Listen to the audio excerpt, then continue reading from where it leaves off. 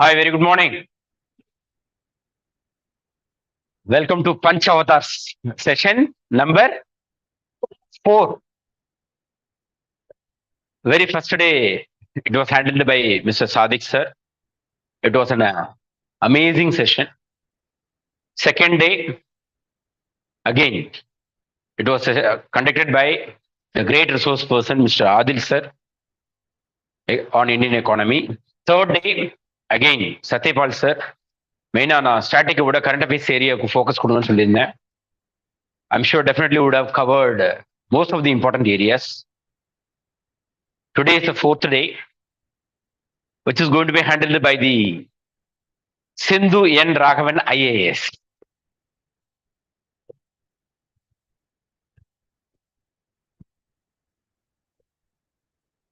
Just 1 month before, she was a student. She was like you. She was also expecting her name in the list. Now she's standing in the other side. She wanted to see you on the stage like her very soon. That is the reason why she has accepted to handle this kind of session. So on behalf of the Kingmakers IAS Academy, on behalf of the students, I welcome, I congratulate, I appreciate Sindhu and Raghavan IAS.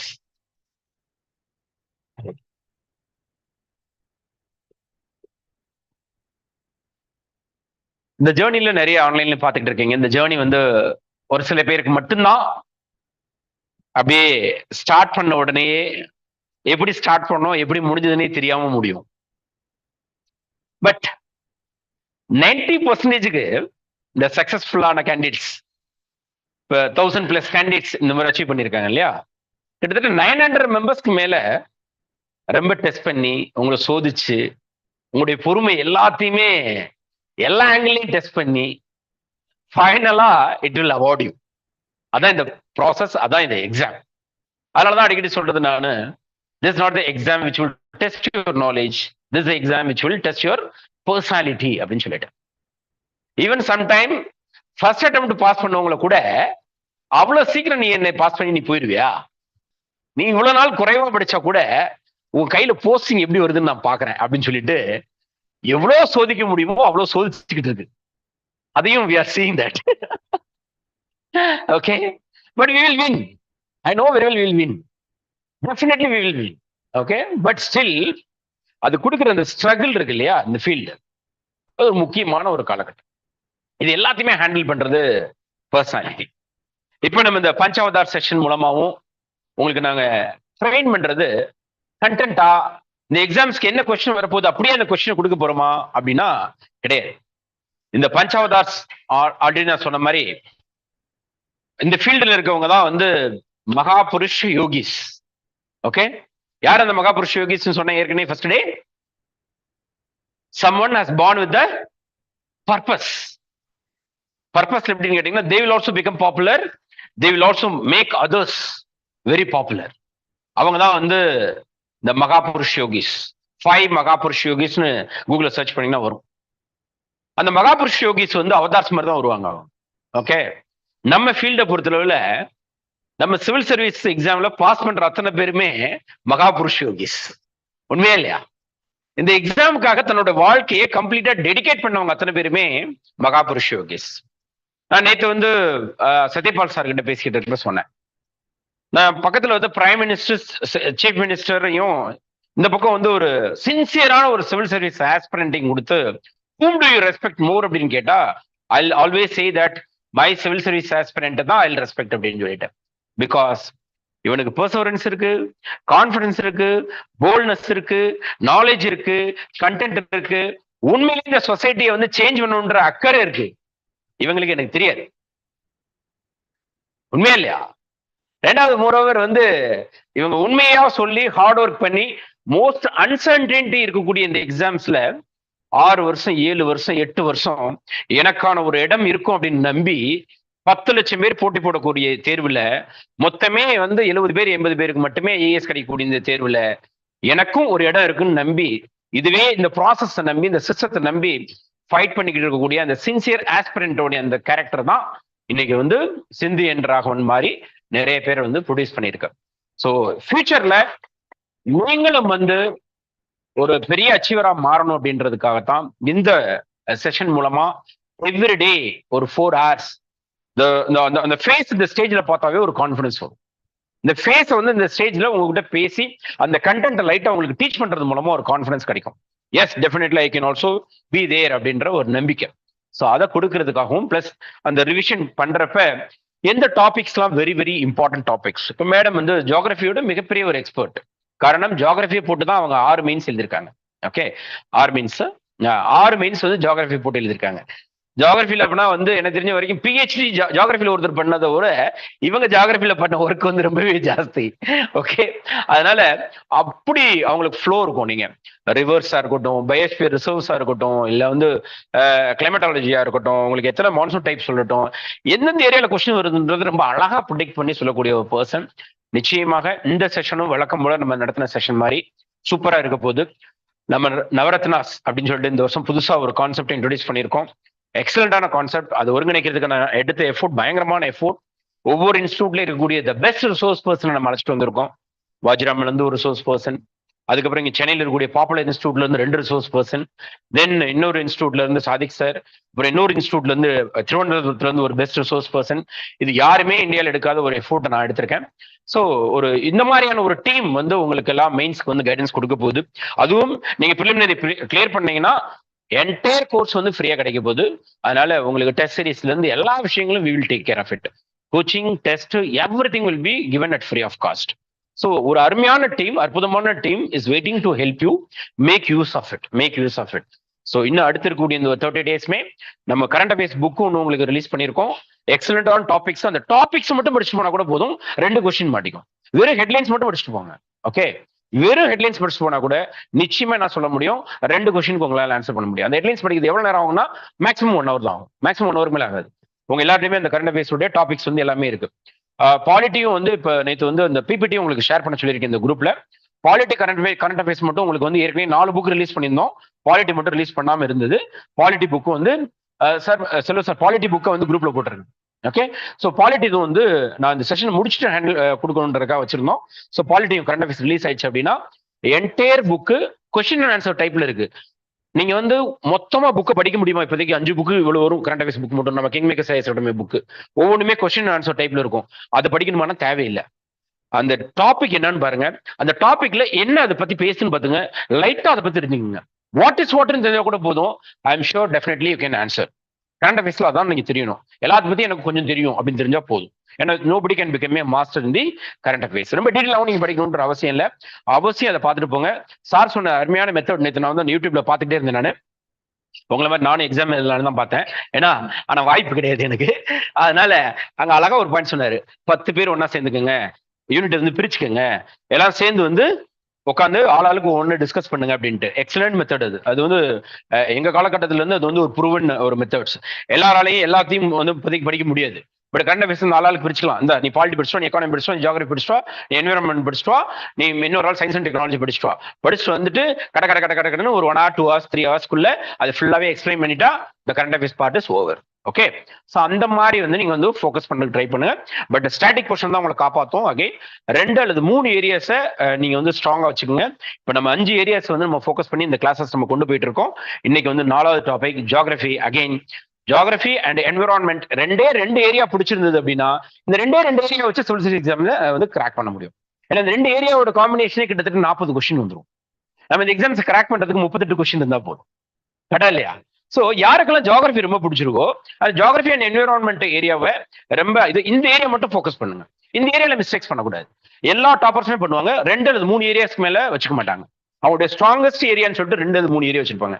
எல்லாருடைய strongest area இது Indian polity. அப்ப அதுல compete பண்ணி நீங்க ஜெயிக்க முடியாது. ஏன்னா எல்லாரும் மூலம் நீங்களும் பெஸ்டா பண்ணிட்டு வந்துருவீங்க. கரெக்டா இல்லையா? அப்ப அதுல நீங்க அவுட் ஆஃப் அப்படியே 15க்கு 15 எடுத்து கூட என்னன்னா நீங்க காம்படிஷன் நிப்பீங்க, அவ்வளவுதான். ஆனா எந்த ஏரியால வந்து மிச்சவங்க பண்ண முடியாதோ அந்த ஏரியால நீங்க வந்து கொஞ்சம் மைலேஜ் காமிக்கணும். இன்னும் 2 ஏரியா ஸ்ட்ராங்கா இருக்கணும். பாலிட்டியை விட்டுருங்க, அது வந்து லெவல் ஈக்குவலா பிளே பண்ணக்கூடிய ஃபீல்டு. மீத 4 ஏரியால 2 ஏரியா உங்களுடைய ஸ்ட்ராங்கஸ்ட் ஏரியாவா இருக்கணும். அந்த ஏரியால மட்டும் அதிக லெவல்ல ஃபோக்கஸ் பண்ணுங்க. ஐம் ஷூர் ஜியோகிராஃபி என்விரான்மெண்ட் அருமையான ஒரு காம்பினேஷன். ஸோ இன்னைக்கும் நாளைக்கு இருக்கக்கூடிய session very very important session. Game changer. அதாவது கேம் சேஞ்சர் வந்து எக்கானமி, என்விரான்மெண்ட் அண்ட் ஜியோகிராஃபின்னு சொல்லுவோம் எப்பவுமே. ஏன்னா ஹிஸ்டரி வந்து எல்லாருக்கும் டிஃபிகல்ட்டா தான் இருக்கும். ஏன்னா ஹிஸ்டரி வந்து பாலிட்டி வந்து எல்லாருக்கும் ஈஸியா இருக்கும். ஹிஸ்டரி வந்து எப்படி இருக்கும்? எல்லாருக்கும் டிஃபிகல்ட்டா இருக்கும். ஓகே, அதனால கேம் சேஞ்சர் சப்ஜெக்ட்னு பாத்தீங்கன்னா economy, geography and environment. Geography environment economy ஏன்னா ரொம்ப ரொம்ப டைனமிக் இன் நேச்சர். அதனால பட் ஜியோகிராஃபி பொறுத்தளவுல ஒரு சில ஏரியா வந்து பயங்கர ஸ்டாட்டிக். இந்த ஏரியால கண்டிப்பா இந்த ஒரு கொஸ்டின் வரும். இந்த கிளைமேட் கண்டிப்பா வந்து கொஸ்டின் வரும்.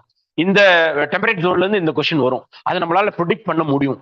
அதனால இன்னைக்கு செஷன் நிச்சயமா வண்டர்ஃபுல்லா இருக்க போது. Make use of it. Thank you so much Sindhu ma'am. I have requested madam also to support for your mains preparations. ஏன்னா அவங்க வந்து ஜூலை எண்டில் தான் வந்து they'll be reporting in Labasna. So அநேகமா ஜூலை ஃபர்ஸ்ட் வீக், இப்போ லாஸ்ட் இயர் வந்து ஜூலை 20ஆம் தேதி வந்து ஆர்டர் வந்துச்சு. I hope you remember. So இந்த முறை வந்து ஜூலை ஃபர்ஸ்ட் வீக்லேயே வரப்போகுது. ஸோ இன்னும் ஜஸ்ட் ஒரு மேபி ஜூன் 20th கூட வரதுக்கு வாய்ப்பு இருக்கு. ஆர்டர் வந்து முன்னாடியே வரதுக்கு வாய்ப்பு இருக்கு. Because they have to prepare your mind set for everything. After the prelims they will release this. So they're waiting only for the prelims things. So அதுக்கப்புறம் வந்து அது ஆர்டரே கையில வந்தா கூட அங்க ட்ரைனிங் ஆரம்பிக்கிறது வந்து ஆகஸ்ட் 1 தான் ஆரம்பிக்கும். அதனால அது வரைக்கும் நம்ம எவ்வளவு மேடம தொந்தரவு பண்ண முடியுமோ அவ்வளவு தொந்தரவு பண்ண போறோம். மெயின்ஸுக்கு உங்களுக்கு ஆன்சர் ரேட்டிங்ல இருந்து இந்த ஸ்ட்ரக்சரிங்ல இருந்து ஜியோகிராஃபி அண்ட் என்விரான்மெண்ட் அந்த 2 ஏரியாவிலுமே எம்எஸ்எல்பி 1000+ வந்து மேடம் வந்து ஒரு பில்லரை வந்து உங்களுக்கு சப்போர்ட் பண்ணுவாங்க. Make use of it. Thank you Sindhu. Thank you so much.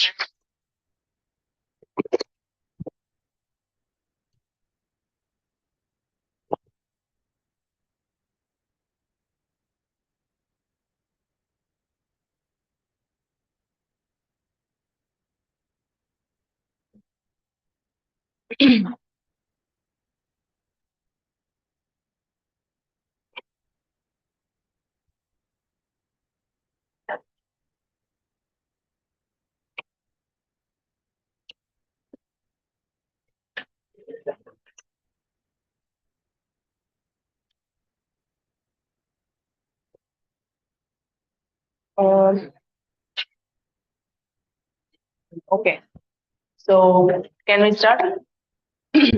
See, little update. Already anyway, geography. All you have the class notes and everything.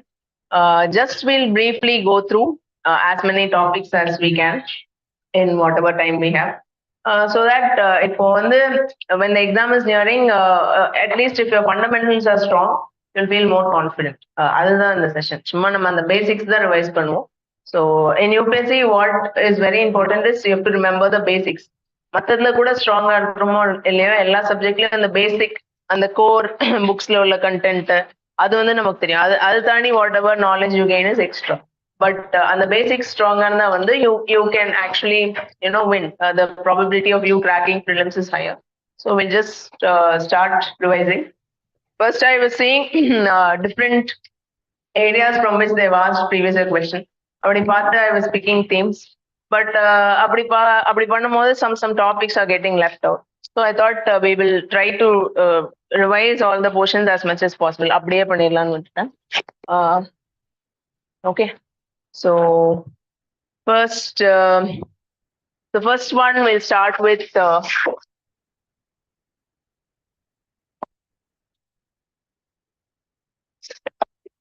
Earth movements. What are the two types of movement of Earth? It is rotation and revolution. Okay, rotation, revolution, two things are there. And rotation, you can say that Earth is tilted about its axis. So axis with, so this is the axis. Axis is the line which connects the geographic north and south pole. And that one is tilted to the orbital plane at 66.5 degrees. So Earth is tilting about its axis and rotating about itself. Okay, so that is one kind of motion. And another kind of motion, one is rotation, இன்னொன்று வந்து revolution. Revolution is when the Earth goes around the sun. And revolution நடக்கும்போது sun is over here. And sun இங்க இருக்கும். And Earth வந்து two positions are there, right? One is when it is far away, I mean near, and இன்னொரு position வந்து far away. So the position, so when Earth is revolving around the sun in the elliptical orbit, sun and Earth when they are nearest, we call it as perihelion. Okay, sun and Earth nearest இருக்கும்போது perihelion அப்படின்னு சொல்லுவோம். And the farthest is called as aphelion. Yes, that you know. Farthest is aphelion and nearest is perihelion. Perihelion வந்து it happens in July. So July 4 approximately. Yeah, July 4 is the day. July 4 la வந்து perihelion. And I'm sorry, January, right? Jan 3. Okay. Jan 3 is perihelion and aphelion is July. Okay. Aphelion is July 4 and Jan 3rd is perihelion. Jan 3rd, so remember these dates, okay? அதே மாதிரி moon is revolving around Earth. Yes, that you know, right? Moon வந்து Earth சுத்தி revolve ஆகும்போது, so this is Earth, so this is moon. So moon is spinning about itself, like how Earth is spinning about itself. Moon அந்த மாதிரி it will be spinning about itself and also revolving around Earth. That அந்த ஒரு அதை சுத்தி அது ஒரு spin முடிச்சிட்டு Earth சுத்தி ஒரு ரெவல்யூஷன் முடிக்க what is the duration means? It is 27 days. Okay, so that we call it as one synodic month. Okay, the time for moon to finish spinning about itself and to complete one round rotation revolution around Earth. Okay, and moon இப்படி பண்ணும்போது there will also be a time when moon will be closest to Earth and moon will be farthest from Earth. So closest to Earth வந்து the position வந்து perigee. Okay, when it is farthest, the position is called as apogee. Okay, so remember that. And next is after Earth movements, another thing that you have to remember is position of sun with respect to Earth. அதாவது if you see Earth, this is your equator, this is your tropic of Cancer and tropic of Capricorn. Okay, so sun வந்து இந்த latitudes குள்ள மட்டும் தான் போயிட்டு இருக்கும். Only these latitudes will experience overhead sun. மற்ற இடத்துல வர sunlightலாம் வந்து it is based on oblique rays that we call as oblique rays, but in these latitudes alone overhead sun is possible. Okay, so அப்படி overhead sun இருக்கும்போது when sun is over 0 degree equator, okay, so that position is called as equinox. So sun வந்து equatorக்கு மேல இருக்கும்போது that position is called as equinox. இதுவே வந்து 2 times a year it will happen. Or first we'll stay first equinox வந்து it is on March 21. March 21 is first equinox that we call as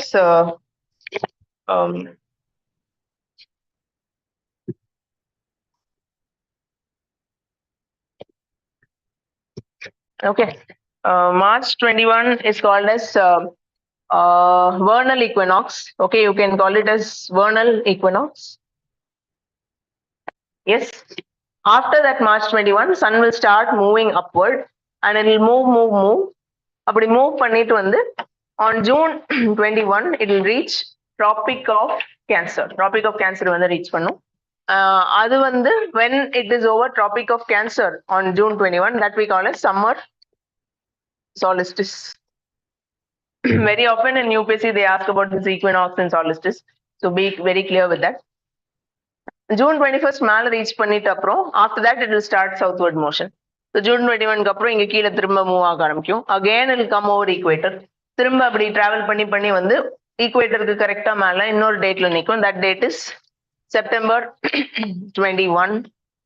So that we can call as autumnal equinox. September 21 can be called as autumnal equinox. After that autumnal equinox, it will again further go down south. திரும்ப south போயிட்டு December 21st அன்னைக்கு it will be overhead on Tropic of Capricorn. Tropic of Capricorn க்கு மேல இருக்கும். So அது வந்து that we call as winter solstice. Okay. And இப்போ இந்த summer solstice அப்போ வந்து during summer solstice, northern hemisphere will have the longest day. Summer solstice அப்போ northern hemisphere will have the longest day. Northern hemisphere longest dayங்கிறதுனால southern hemisphere வந்து shortest day. Yeah, fine. Northern hemisphere will have longest day and southern hemisphere will have the shortest day. And northern hemisphere la வந்து night வந்து short இருக்கும். Longest day na obviously night short ஆயிருது.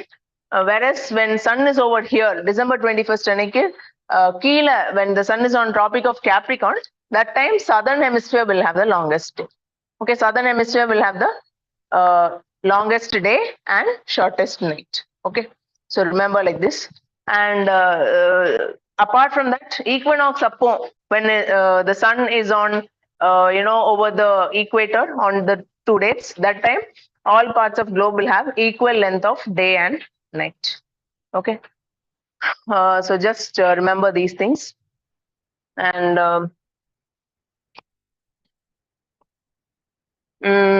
after this, next is latitude is you can say that it is angular distance of a place measured from center of Earth. Okay, so latitude is angular distance of a place measured from center of Earth. They may not actually ask the definition. So center of Earth நம்ம எப்படி சொல்றோம்னா, this is like this. So in the plane here, this plane is there, right? What they'll do is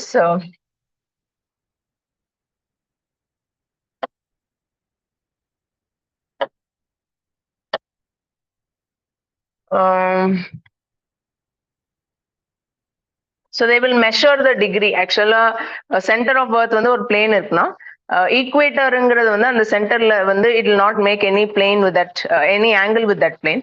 அப்புறம் 1 டிகிரின்னு போகும்போது இந்த பிளேன்ல இருந்து இப்படி ஸ்லைட்டா measure பண்ணும்போது மேல வரும் 10, 2, 3, 4, 5, 6 போய் till 90 it will come. Okay, so that's why we call it as angular distance of a place measured from center of Earth. So that is the definition of latitude.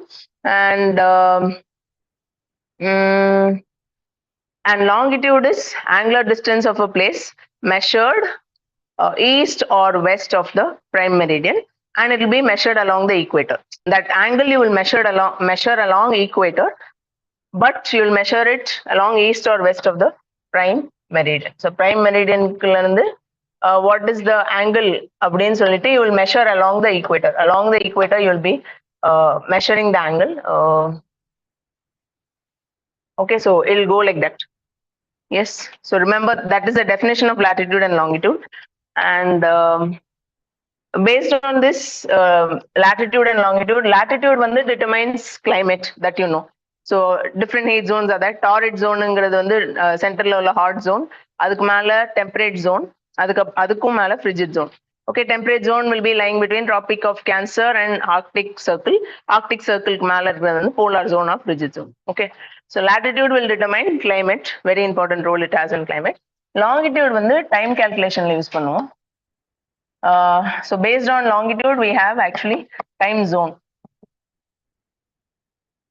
Longitude on the base of longitude we have different time zones. For globally நம்ம பார்த்தோம்னா we will have 360 longitudes, அதாவது 180 east, measuring along the east of the Greenwich meridian or prime meridian, or 182 longitudes இருக்கும்.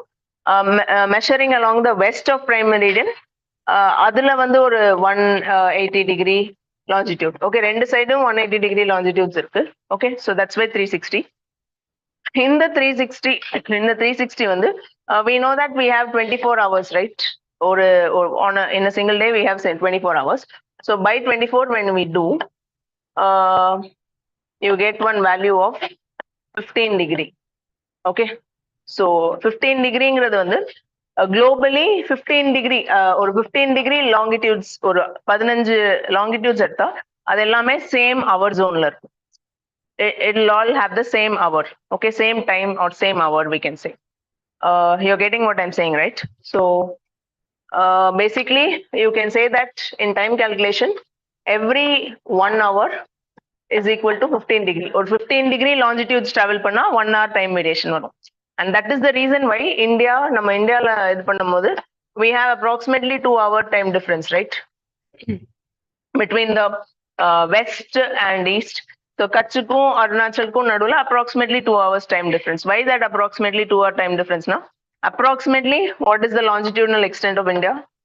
It is 30 degree. Longitudinal extent of India is approximately 30.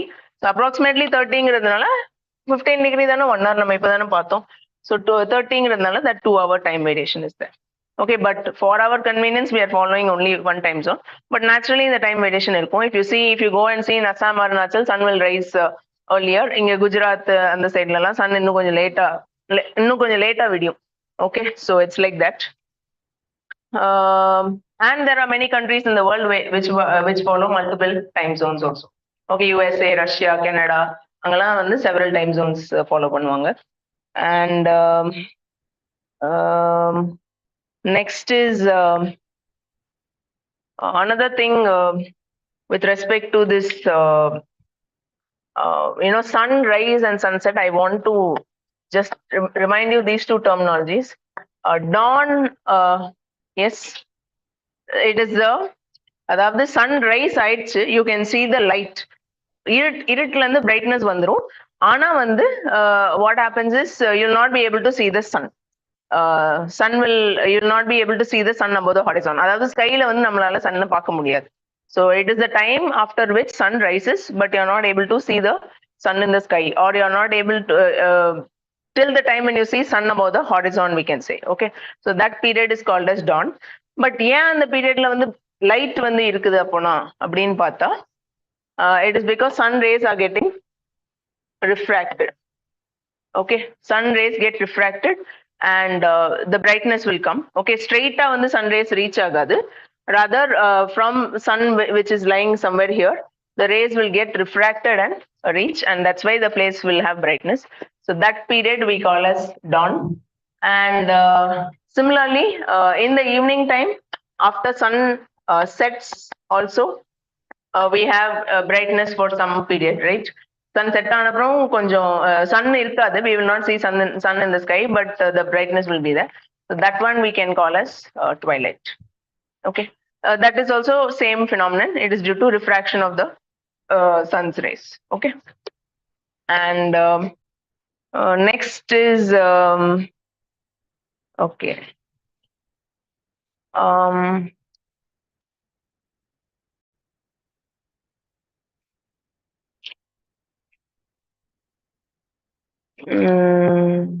Okay, another two concepts. You know the concept of geomagnetism. Okay, there's a concept called as geomagnetism. Geomagnetism அப்படிங்கிறது வந்து it is the ability of earth to act like a magnet. So why earth has that ability to act like a magnet means, or you can say ability of earth to produce its own magnetic field, அதுதான் வந்து geomagnetism ன்னு சொல்லுவோம். So that is earth is there. You have inner core and outer core. அப்புறம் இது வந்து earth. Okay, the outer core, so coreல இருக்கிற material வந்து nickel and ferrous, right? Both of these have magnetic properties. So Earth is rotating fast, right? Earth is spinning about its axis. அது வந்து நமக்கு தெரிஞ்சது. So when it is spinning about its axis, what will happen to Earth is, in the outer core வந்து it is liquid, inner core is solid, outer core வந்து liquid. So liquid இருக்கும்போது இந்த இதுல இருக்கிற மெட்டீரியல்ஸ் வந்து they will be making fast motion. Earth spin ஆறதுனால அந்த materials வந்து fast motionல இருக்கும். And when when this nickel and ferrous is in fast motion, it will induce electromagnetism. Okay, it will induce electromagnetism. So what will happen is Earth's interior will start acting like a magnet. Okay, it will act like a magnet, and then it will start producing these magnetic field lines.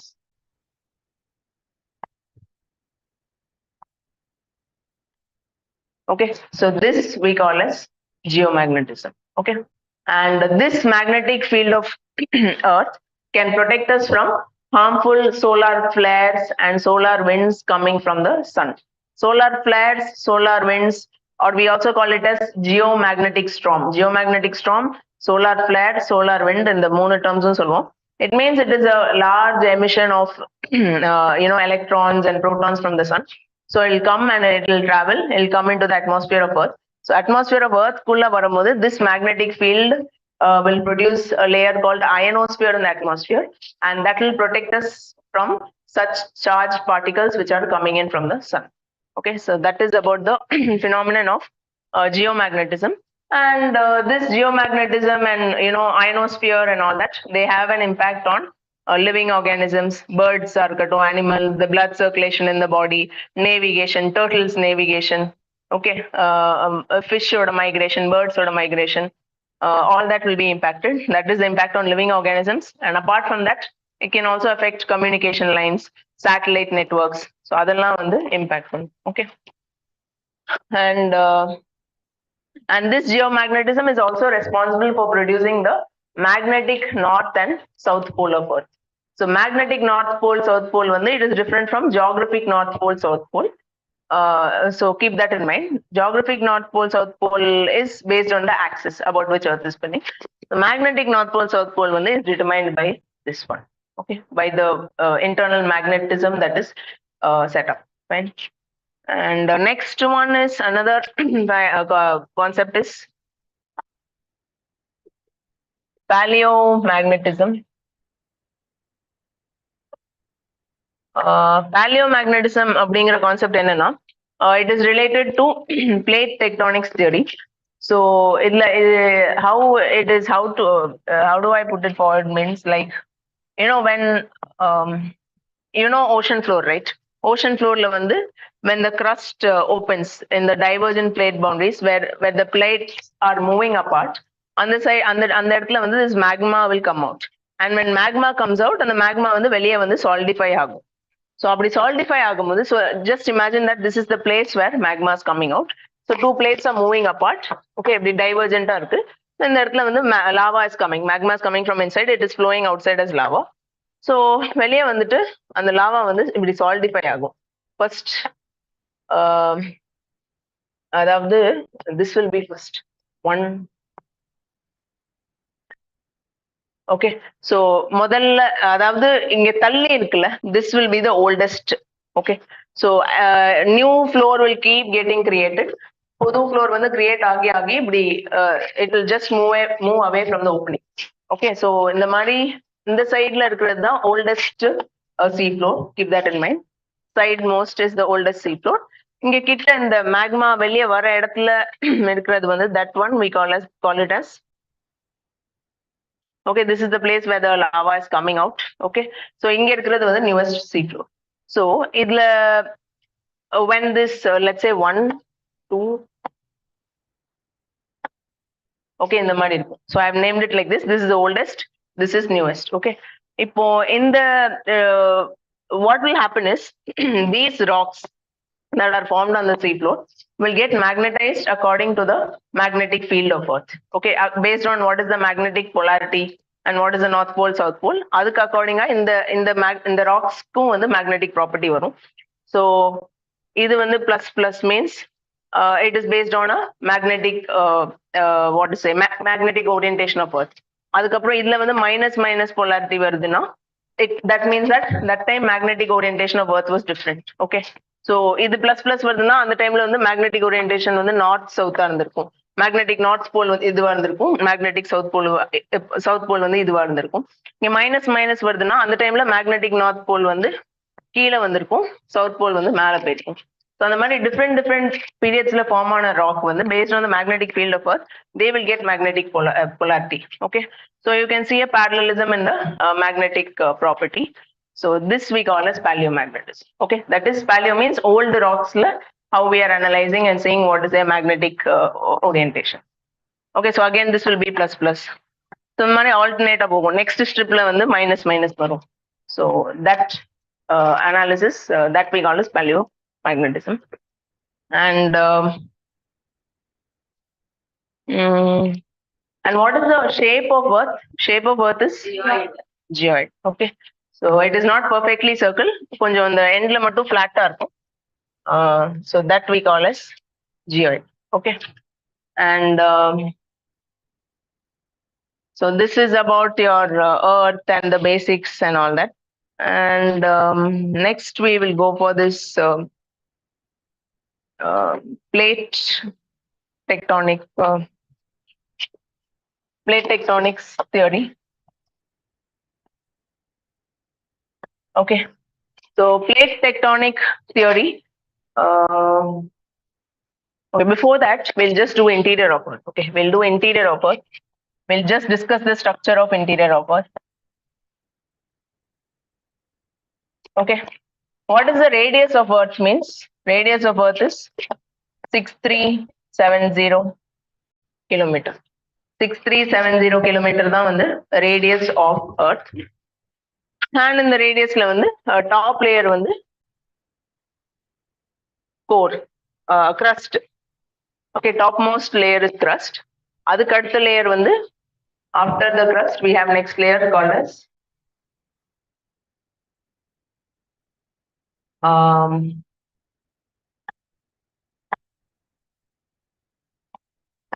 okay, crust க்கு அப்புறம் mantle, next is core. Yes, it is like this. Crust இப்போ வந்து so again discussing about the crust. So okay, so mantle வந்து ஒரு 2900 kilometer depth வரைக்கும் போகும். Okay, the mantle end ஆற இடம் எங்கன்னா 2900 kilometer.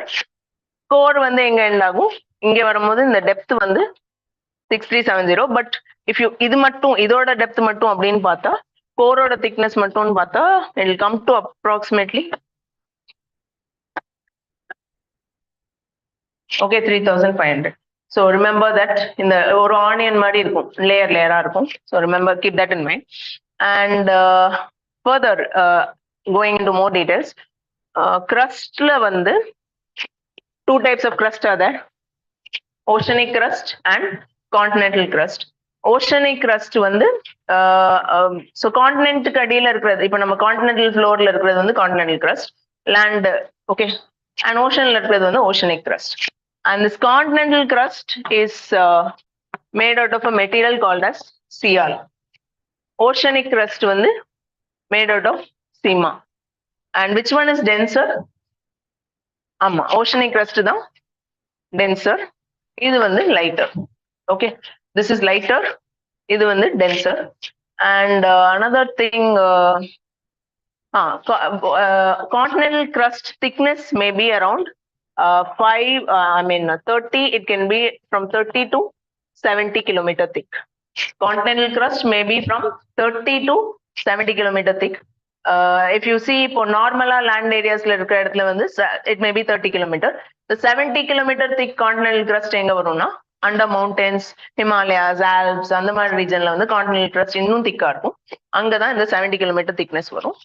Oceanic crust on the other hand is denser but it is thinner, so it will be less than 30 or 5 kilometerல இருந்து 20 kilometer குள்ள தான் this oceanic crust thickness will be. Okay, so this is about crust. And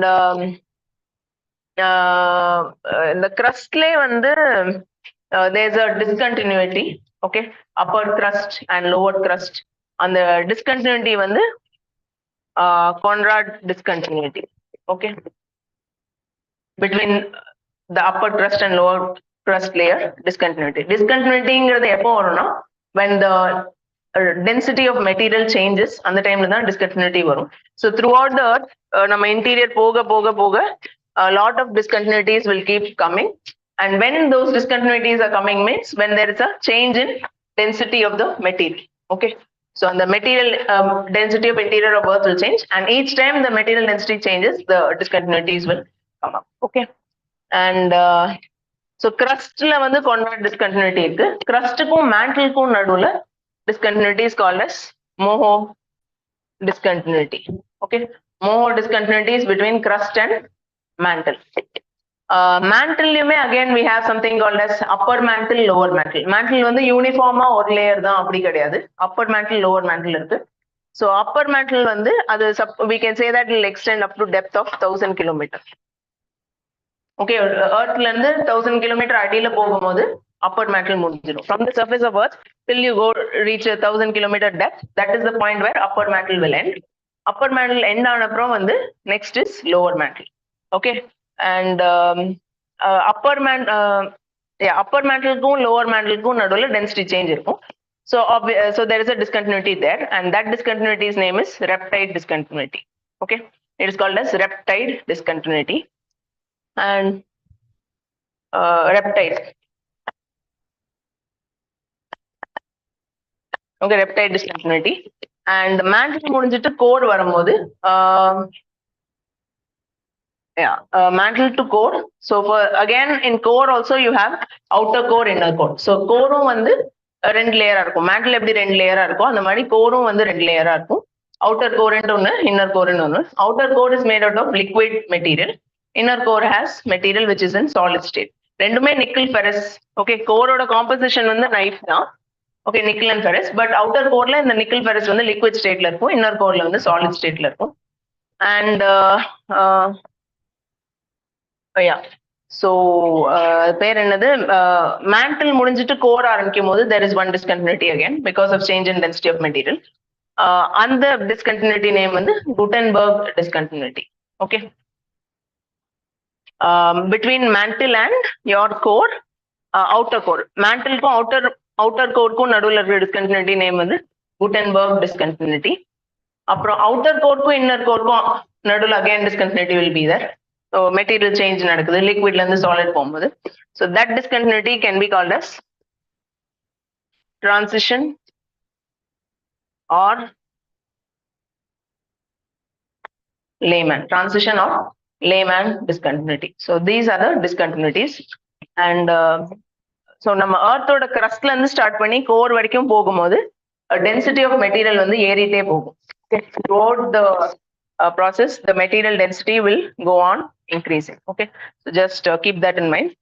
And where in shall I change? See, it's not that you have to even note இது எல்லாமே உங்க கிளாஸ்ல இருக்குதான். So it is note பண்ணணும் இல்லை. If you feel like writing you can write, but just we are trying to recall and revise some things. When you see familiar things you will feel a little less stressed. அதுக்குதான். Okay, that's the idea of revising the basics. Okay, wherein so and again coming back to this crust and thing, the crust or the volume. Okay, crust will make up around 1% volume of earth. Crust makes up 1% volume of earth. Mantle பார்த்தோம்னா 84%. mantle makes up 84% volume of earth. அப்போ மீதி core எவ்வளவு இருக்கும்? 15, right? Core will be 15.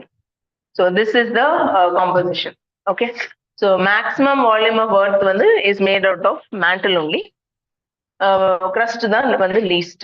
Okay, and one more thing, you know this concept of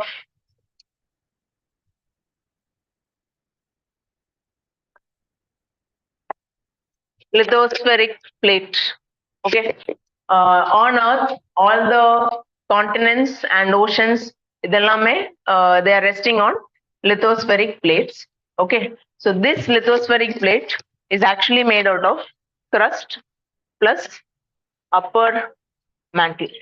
Okay, one thin layer of upper mantle and crust is rendu சேர்ந்தது தான் வந்து lithospheric plate, and this lithospheric plate may be around 100 kilometer, or sometimes they even say 200. Okay, so 100 and sonal 200 so whatever they give in the exam you take it. Okay, so it is basically made out of crust plus upper mantle. Okay, that is lithospheric plate. So it is not just crust, upper mantle, and this lithospheric plate is actually floating on.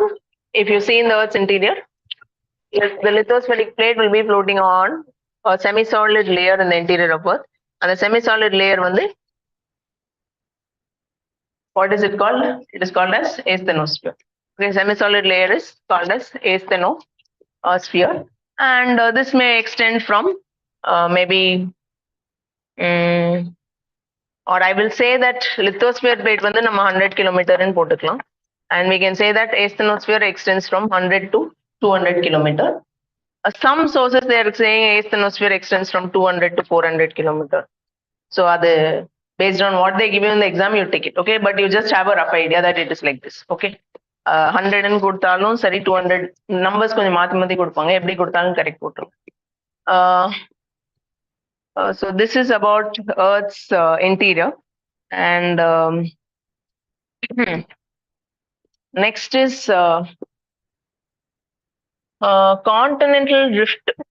Continental drift theory பத்தி they may not ask because அந்த theory-ல கொஞ்சம் flaws இருக்கு. It is not a totally scientific theory. But okay, let's just briefly discuss. It was given by Wegener, and he said that Earth is made out of, Earth was one Pangea, then it split into two, Pangea, Panthalassa. Okay, and then they started, they started moving towards each other. And why they started moving towards each other means that was due to a polar fleeing force. Okay, and that polar fleeing force was due to rotation of Earth. Okay, due to rotation of Earth, that polar fleeing force happened, due to which in the தனித்தனி components வந்து சேர்ந்து move ஆக ஆரம்பிச்சிருச்சு. So அப்படி வந்து clash ஆகும்போது தான் Himalayas form ஆச்சு, ஆல்ப்ஸ் ஃபார்ம் ஆச்சு அப்படிங்கிற theory was given. And then he said that two segments started moving westward. Okay, so இப்படி மூவ் ஆகும்போது that resistance to movement led to formation of Rockies and Andes.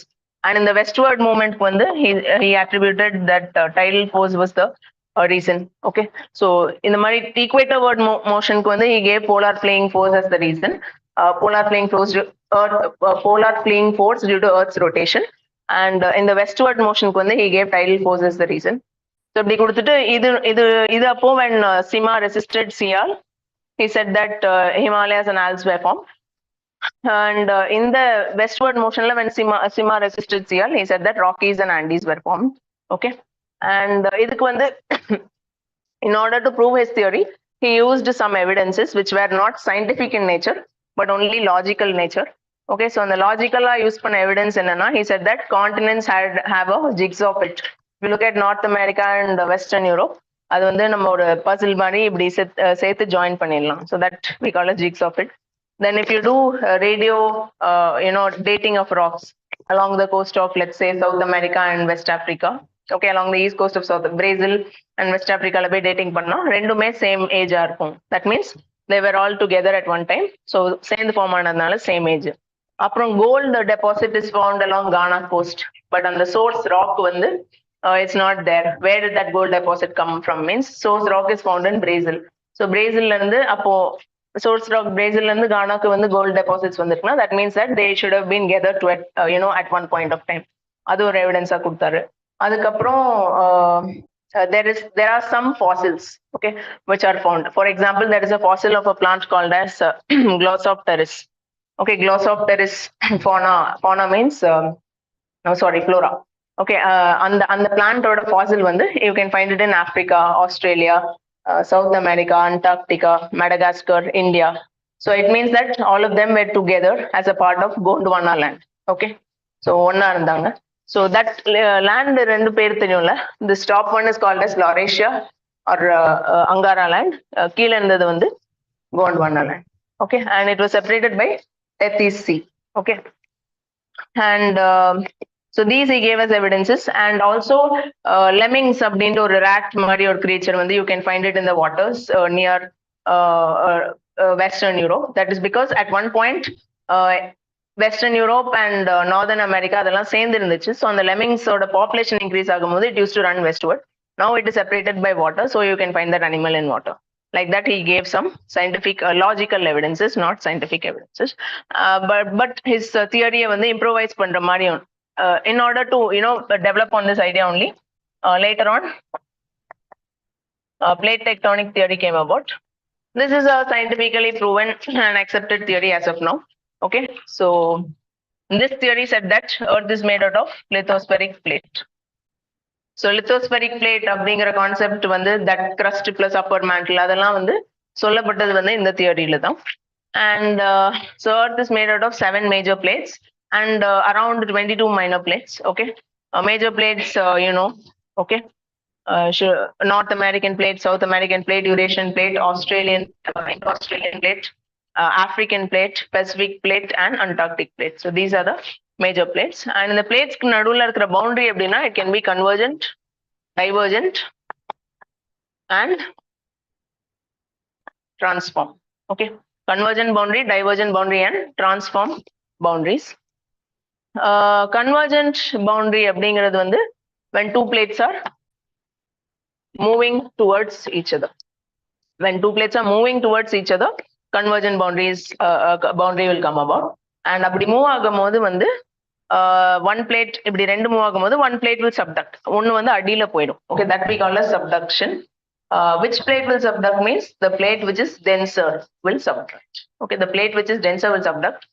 And which plate will be denser means the plate which has larger oceanic area. எந்த எல்லா பிளேட்லயும் வந்து mix of many plates will have mix of ocean and land. அப்படி mix of ocean and land இருக்கும்போது the one which has more of ocean part that will be denser and that will be subducting. So அந்த subduction வந்து we call it as Benioff or subduction zone. The zone where the subduction happens, that we call it as Benioff or subduction zone. Okay, and divergent zone ல வந்து என்ன நடக்கும்னா plate will be moving away. Okay, so when it is moving away, அது வந்து divergent zone. And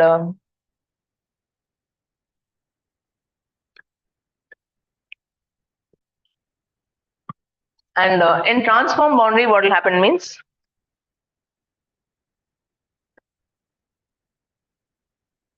they will just slide past each other. Sliding past each other is called as transform boundary. So these are the types of plate movements. And if you look at the forces responsible for plate movement, என்னென்ன forces responsible அப்படின்னு பார்த்தா it is called as magmatic convective current. Okay, so Earth interior வந்து this asthenosphere is there, right? So adla we have liquid magma and or semi-solid jelly-like magma, which is moving around. So that magmatic convective current is responsible for plate motion because all these plates are floating on that asthenosphere.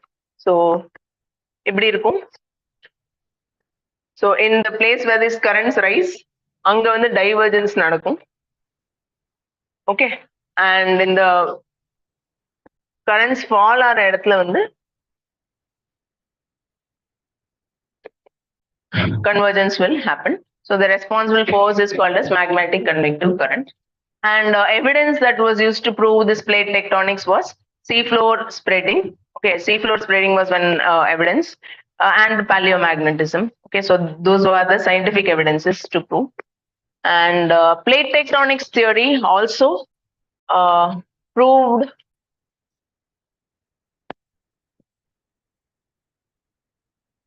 okay. It also proved the formation of fold.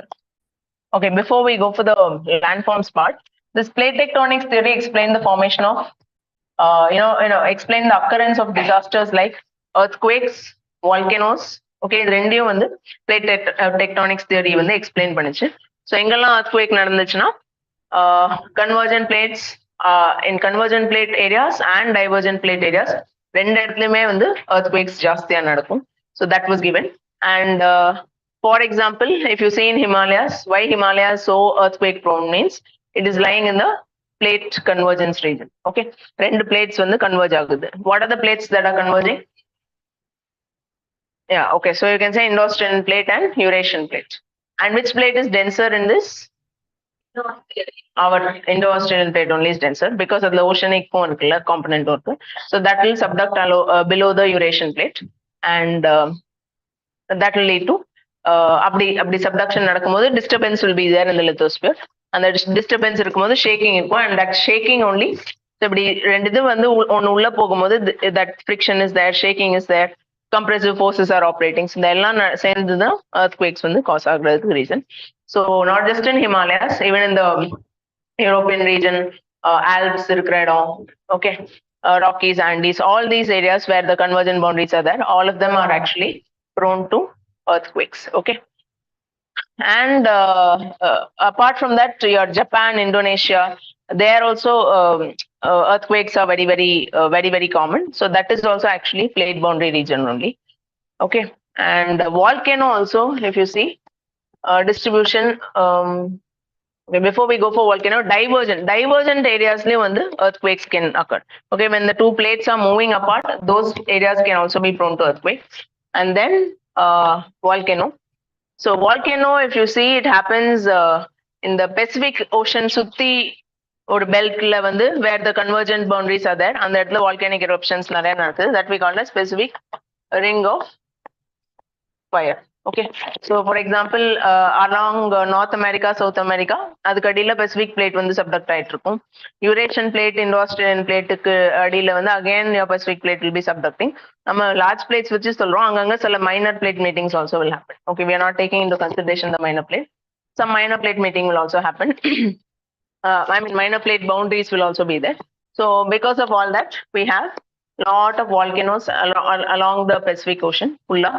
You can see in North America, South America, Japan, Indonesia, and the இடத்துலலாம். So that we call as Pacific ring of fire. Okay, and apart from that, volcanoes can also be present in, if you see in the Alps region, okay, where African plate and your which plate, Eurasian plate are meeting, அந்த regionல வந்து நிறைய volcanoes நடக்கும். You can see it in the Mediterranean Sea, and அப்படியே ஒரு belt வந்து extend ஆகி கீழே வரும். Okay, so this we call as mid-continental belt. அதாவது who all come in the mid-continental volcanic belt? Okay, this is basically mid-continental volcanic belt. Who are the what all is coming here means in the Alps region, Mediterranean region volcanoes. Okay, Mediterranean region volcanoes and the African region volcanoes. Okay, so inge vandu volcano Mediterranean region la vandu it is due to convergent boundary. Okay, convergent boundary between African plate and the Eurasian plate nala நடக்கும்போது இங்க volcanoes இருக்கு. African plate குள்ள சில volcanoes இருக்குல, Kilimanjaro and all that. So that is due to divergence. So on the plate வந்து it is actually beginning to break. Okay, African plate is actually beginning to break. So break in the sense split ஆக ஆரம்பிக்குது. Okay, so on the plate வந்து it is beginning to split like this. So splitting நடக்கிற இடத்துல வந்து that magma is coming out. Okay, so lithosphere வந்து இப்படி open up ஆகும்போது அடியில இருக்கிறது magma தானே, asthenosphereல magma தானே இருக்கு. So that magma is coming out, and hence in Africa we are having some volcanoes. Okay, that is the reason why volcanoes are there in Africa. In Himalayan region, volcanoes are absent. Okay, though it is plate boundary region, earthquakes irukku, volcanoes illa. That is because of the thicker crust and all that. Okay, so because of the disturbance, shaking is there, adnal the earthquake, or we can say that seismic zones are present, but volcano is not there because of the thicker nature of crust. Okay, so that's the thing. Mediterranean Sea la volcanoes irukna, it is sea region, the crust is somewhat thinner. So that's why volcanoes can be seen. Okay, and apart from this, another important volcano belt. Okay, இதெல்லாம் வந்து so Himalayan region, இதெல்லாம் வந்து it is a Pacific ring of fire, and your Mediterranean இதெல்லாம் வந்து convergent belt ல உள்ள volcanoes. And Africa ல இருக்கிறது வந்து I told you plate is splitting. And one another important place where volcano is there is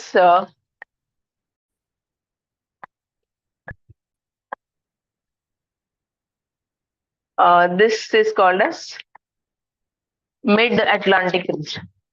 Okay, mid-Atlantic ridge la vandu volcano irukum. So this is also divergent boundary la than in the volcano.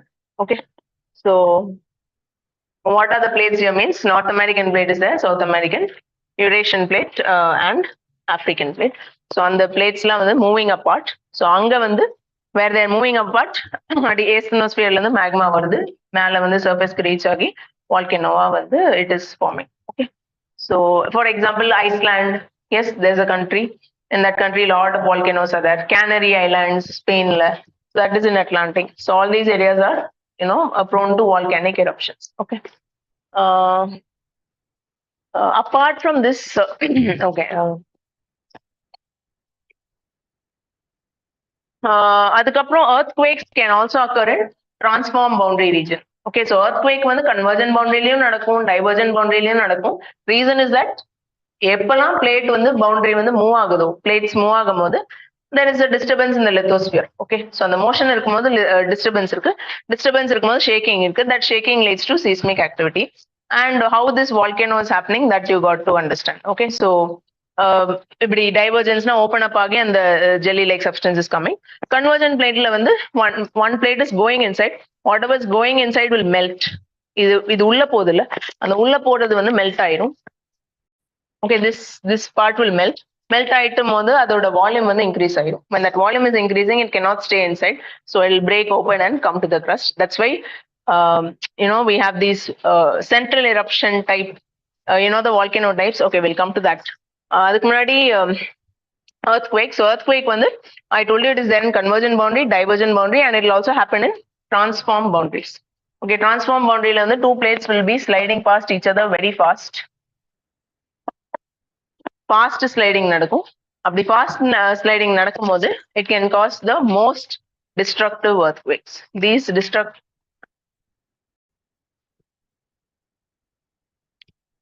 okay, in transform boundaries we have the most destructive earthquakes. Yeah, okay.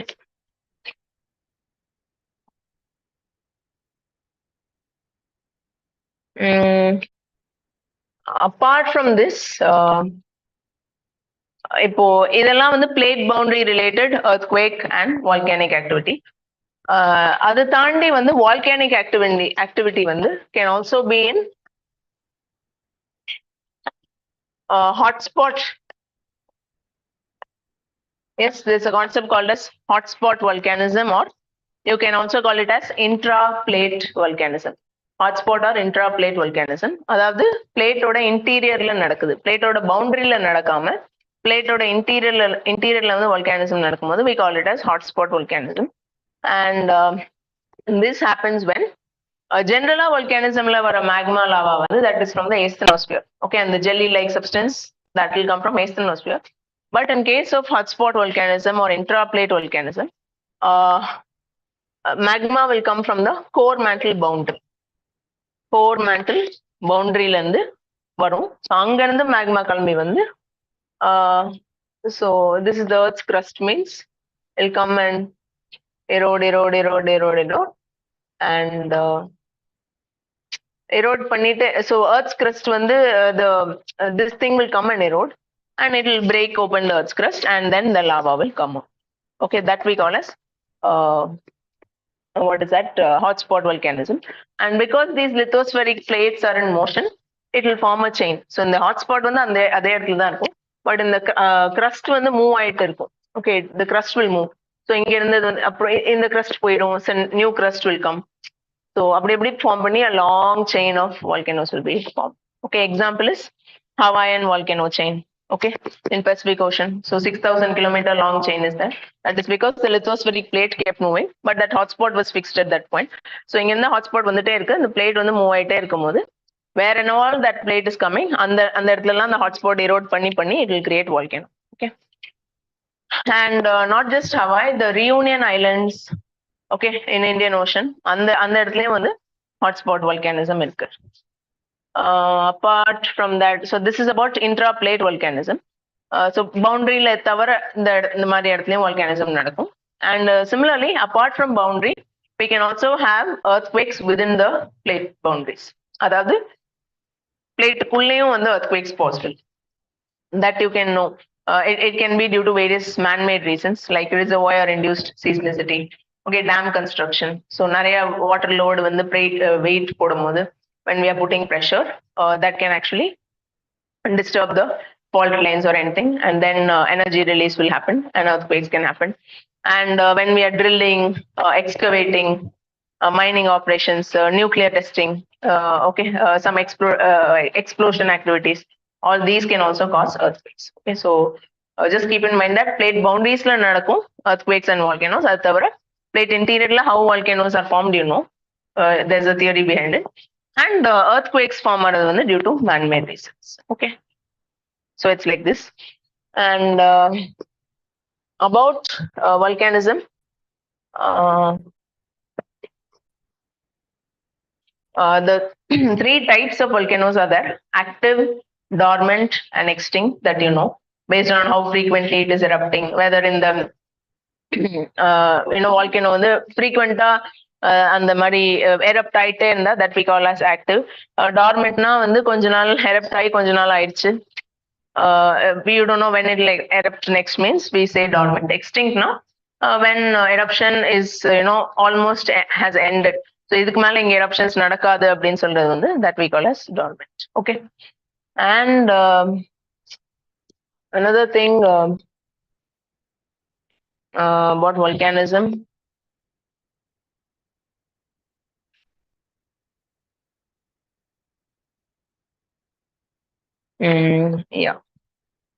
eruption type.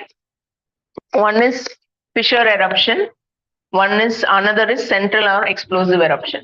So fissure eruption is soft eruption. அதாவது where it happens means divergent boundary. ரெண்டு plate வந்து when they are moving apart, when two plates are moving apart, what will actually happen is there is no job of breaking the crust or anything. So இங்க இருக்கு, so ரெண்டு move ஆகுது, that is the magma from asthenosphere is coming outside, right?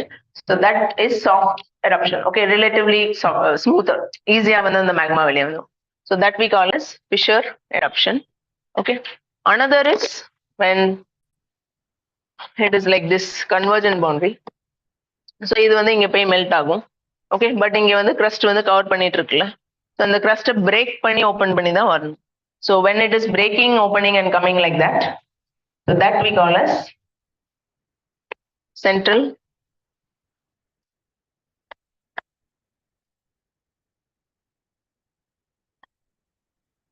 eruption or explosive eruption.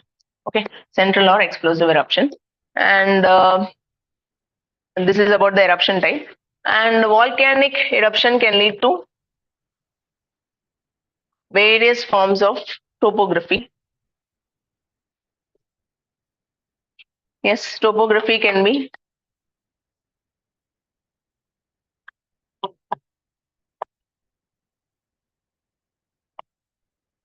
extrusive topography, means the topography which you see on the surface of Earth. Intrusive topography, topography in the interior of Earth. Okay, that is extrusive and intrusive. Extrusive la வந்து for example volcanic cone. Yes, volcanic cone is extrusive topography. For example, Hawaii la வந்து Mauna Kea. Okay, in South America, Mount Cotopaxi. Okay, Japan la வந்து Mount Fuji. So இதெல்லாம் volcanic cones. Okay, so the mountains they are like appearing like peaks now. So that we can call as extrusive topography. So you can say cone. So இது வந்து elevated topography. Cone வந்து we put under the category of elevated topography. Every cone will have a top depression மாதிரி, இந்த மேல ஷார்ப்பா இருக்கு, அது உடைஞ்சிருக்கு. Okay, so that we call as crater. Yes, அதே வந்து பிரேக்கிங் வந்து இன்னும் கொஞ்சம் பெருசா இன்னும் ப்ராடா பெருசா இருந்துச்சுன்னா that we call as caldera. Okay, crater and caldera. These two are actually depressed forms. Cone is elevated form, another is depressed form. Okay, and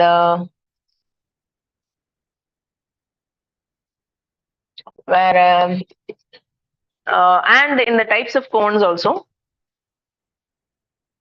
So see, sometimes volcanoes, say apart from this extrusive வந்து இந்த cones, crater, caldera தவிர nested crater, nested caldera, you'll know, right? ஒரு கோன்குள்ளே subsequent திரும்ப eruption நடக்கும். So இந்த caldera form ஆயிடுச்சுன்னா இதுக்குள்ள திரும்ப pipe மாதிரி வந்து it'll erupt. Here small cones will be there. So that is called as nested crater, nested caldera. அதாவது ஒரு கிராட்டருக்குள்ள கிராட்டர், கேல்டரா ஒரு பெரிய கேல்டராக்குள்ள திரும்ப எரப்ஷன் நடந்து ஒரு கோன் ஃபார்ம் ஆகி அந்த கோன்ல ஒரு கேல்டரா இருக்கும். So that we call as nested crater, nested caldera. So that is about it. And yeah, apart from this cone, crater, caldera and all that, volcanoes can also form plateaus, plains.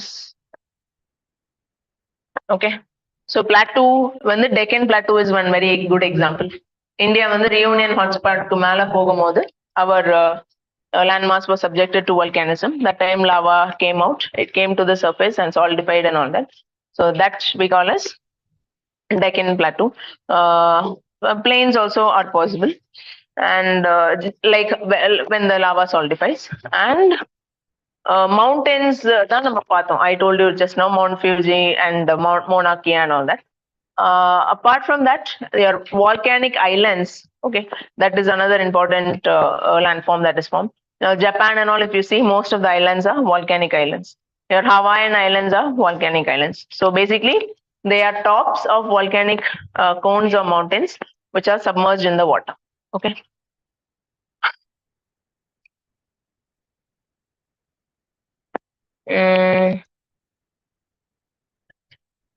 And what are the cones made of means types of cones. One we call as ash cone. Okay.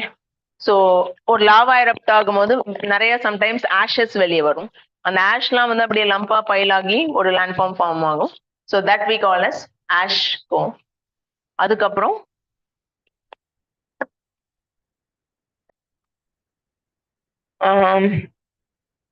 இன்னொன்று வந்து we call it as lava cone.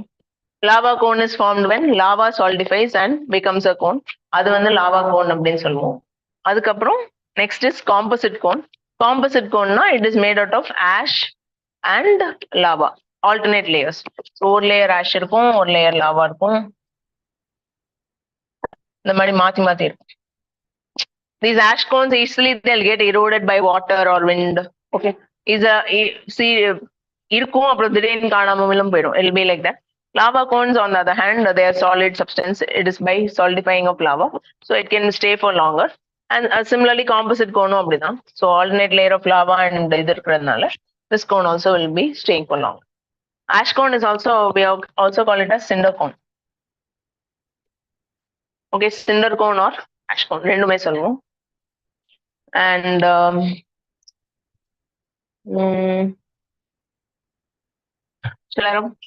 so when a lava erupts, I'm sorry, when a volcano நம்ம topography முடிக்கலையா? Okay, coming to this, so this is about the extrusive topography. Intrusive topography அப்படின்னா so magma chamber வந்து earth அடியில இருக்கும். magma chamber இருக்கும்போது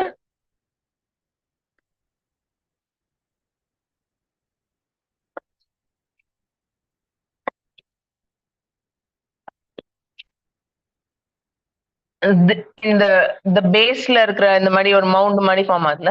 So this we call it as batholith. Yes, that okay, near the bottom when you have a mound, that we call as batholith. அப்புறம் கொஞ்சம் you may see vertical or slanting structures like this. This is dike. This is dike. So ஏன் intrusive ன்னு சொல்றோம்னா all this is under the earth surface. We cannot see. எர்த்துக்கு அடியில இந்த மாதிரி சில structures form ஆயிருக்கும். So all here and there magma தான் அங்கங்க போய் சாலிடிஃபை ஆகி டிஃப்ரெண்ட் ஸ்ட்ரக்சர்ஸ் கிரியேட் பண்ணும். ஸோ இந்த மாதிரி ஸ்லாண்டிங்கா இருக்கலாம் or dyke may also be vertical also anything. Okay, vertical or slanting. Sometimes it will form thin layers that we call as sills. Okay, and இப்படி இந்த மாதிரி ஷேப்ல back ஆயிருந்துச்சுன்னா this we call as pacholith. Yes, pacholith, wavy pattern packing. And this one இந்த மாதிரி இருக்கிறது வந்து this something like a saucer. So this we call as lopolith. Saucer மாதிரி இருக்கிறது வந்து lopolith. Anything else apart from this? வேற எதாவது இருக்கு? இல்ல ஆன்டிக்ளைன் சின்க்ளைன் இதுல வராதே. பேதோலித்தா, லாக்கோலித்தா இந்த மாதிரி ஒரு ஷேப்ல இருக்கும். No, I'll tell you what that is. Anticline syncline ன்னு யாரு சொன்னா? அது அப்படி இல்ல. So this structure is called as laccolith. Okay, இந்த மாதிரி ஒரு மவுண்டன் மாதிரி இருக்குல்ல, so that we call as laccolith. See, anticline synclineங்கிறது வந்து do not confuse it with this. Anticline synclineலாம் whenever folding happens, when the crust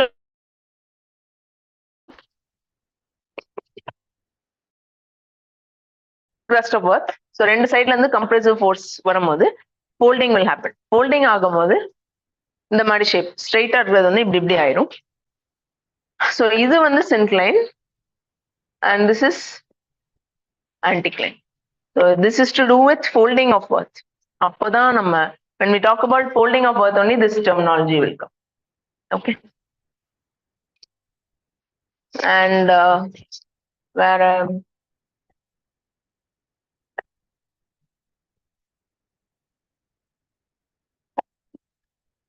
when a volcano erupts, what and all come out, என்னெல்லாம் வெளியே வரும்னா, so ஒரு eruption நடக்கும்போது,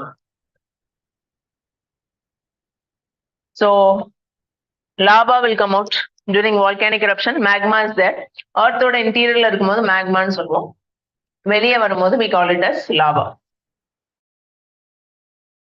And apart from that, lot of gases and vapor will come out. Okay, so gases now like CO2, NO2, SO2, இந்த மாதிரி gases வெளியே வரும் from the interior of earth. And vapor, water vapor, out of the gases 60 to 90% will be water vapor. Earth underneath இருக்கிற ground water வந்து vaporize ஆகி that will make up around 60 to 90% of the gases. Apart from that only மற்ற gases. அப்புறம் lava. Okay, and apart from that you get ashes. We call it as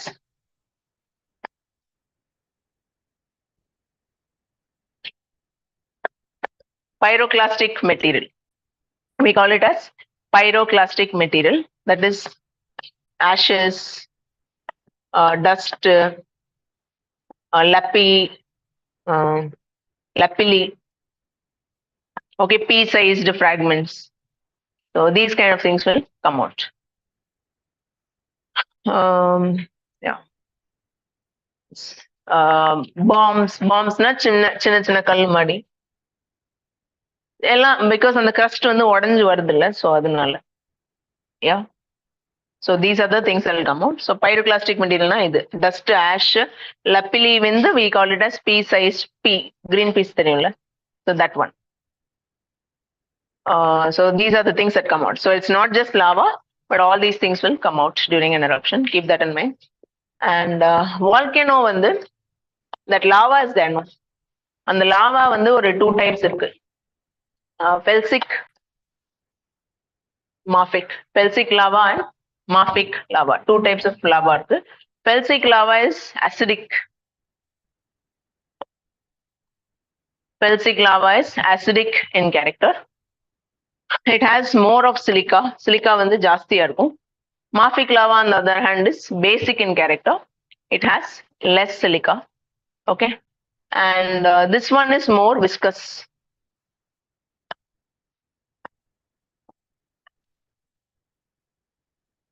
More viscous na thicker இருக்கும், easier flow ஆகாது. That we call as more viscous. And whereas your mafic lava is less viscous. Okay. Felsic and mafic. It's like this. அதுக்கப்புறம் வேற one more difference is there in this. Felsic lava is lighter in color. Mafic lava is darker. Okay, so felsic is lighter and mafic is darker. So mafic வந்து flow ஆகும், it will flow well and it will make actually lava plains, lava plateaus. அப்படி தூரமா flow ஆகி போகும்போது ஈஸியா flow ஆகி போகும்போது தான் plateaus and plains will be created. On the other hand, when it is not flowing, அங்கேயே வந்து அப்படியே நின்னு உடனே solidify ஆகுதுன்னா, in that case only cones will be created. You have to know how, so felsic lava can make cones. Mafic, it can easily make plateaus and plains. Fine. Then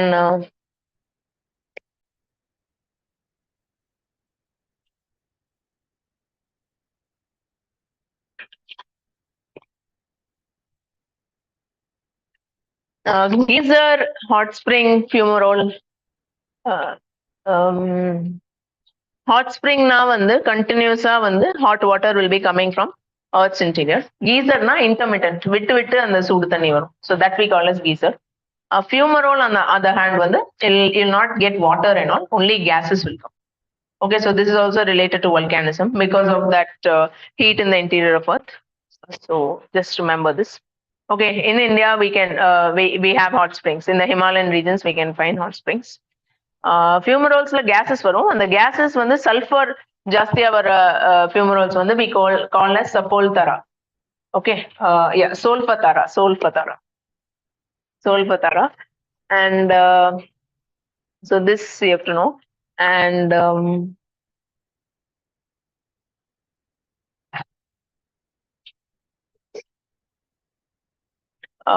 geysers, 3 important places where you can find are Iceland, New Zealand, and Yellowstone National Park of USA. Geysers வந்து rare. Hot springs are more common. Geysers are quite rare. Hot springs Himalayas la irukku நம்ம பார்த்தோம்ல. In Mediterranean region also hot springs are there. The சூடு தண்ணி வருது. Geysers, that intermittent warm water, that thing that you can find in Iceland, New Zealand, and Yellowstone National Park of USA. These are the locations. Okay, just write down. And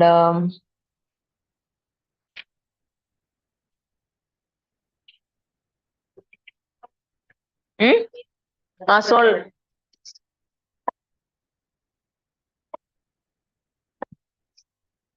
Okay, and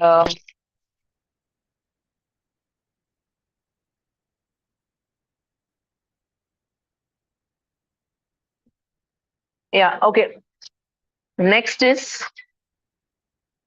weathering. Yes, denudation and weathering. Or just write down denudation.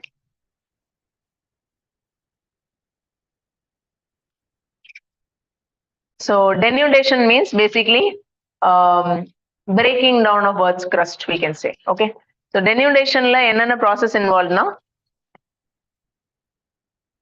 weathering, erosion, deposition, transportation. Okay, so these are the processes involved in denudation. But denudation in another solvona inneki vandu today Aravalli is what you're seeing. It was like Himalayas at one point. It has denuded and become like that. Okay, so that is what is denudation. அதாவது ஒரு high standing tall structure வந்து it will be eventually converted into low featureless plain. Okay, flat ஆகும். இன்னும் in Aravalli denudation is ongoing. In future it will become very flat and plain. Okay, so that is called as denudation. So it contains, it consists of these 4 processes. Weathering, weathering is nothing but breakdown of rocks. Okay, weathering is nothing but breakdown of rocks. So rock will break down and the fragments ange irukum, break aagi ange irukum. That is weathering. எரோஷனுங்கிறது என்னன்னா break ஆகி இருக்குதுல்ல அந்த rock material, so that will be removed from that place. Break ஆகி இருக்கிற rock material வந்து அந்த இடத்துல இருந்து அவுக்கப்படுறது தான் erosion. How it will be remove means, so இப்போ ஹிமாலயால வந்து ஏதோ ஒரு இடத்துல ராக்ஸ் வந்து உடஞ்சு அந்த இடத்துல இருக்குதுன்னா it will be carried away by water, it will be carried away by glaciers. Okay, wind வந்து desert areasல operate ஆகும். ஹிமாலயால வந்து water, glacier, so அந்தந்த இடத்துல so one geomorphic agent will act. So different geomorphic agents will act in different areas. So erosion வந்து will remove that weathered rock, whatever rock is broken down. So இப்படி இருக்கிற rock வந்து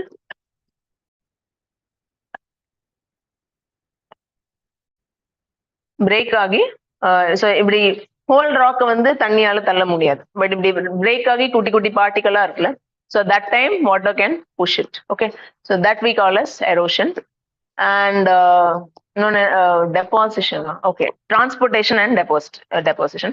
So water erosion is nothing but removing it from that place and then it will be transported. So ஹிமாலயாஸ்ல இருக்கிற rock வந்து rock material or let's say sand, sediment, silt, clay, all that is brought down and deposited in the what is that called, Indo-Gangetic plains, right? So that we call as transportation and deposition. Okay, it is transporting and then depositing in some other place. So denudation consists of all these things. So இதெல்லாம் வந்து all this together we call it as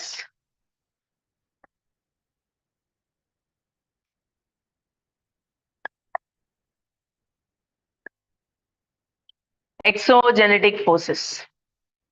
Okay, so the key role is played by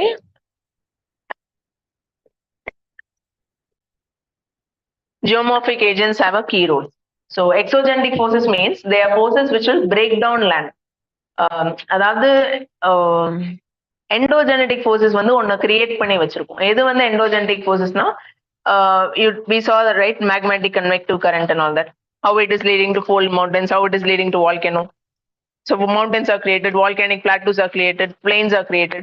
So all this will be created and அப்படி create ஆகி இருக்கிறத வந்து திரும்ப வந்து break down பண்ணும்.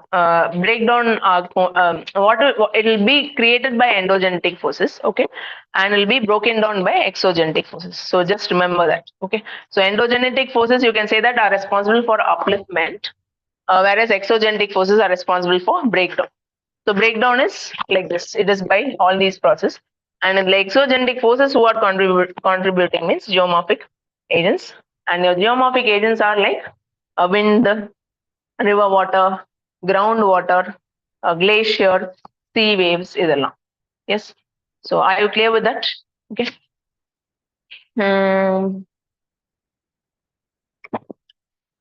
Now in weathering also you have some types. Okay,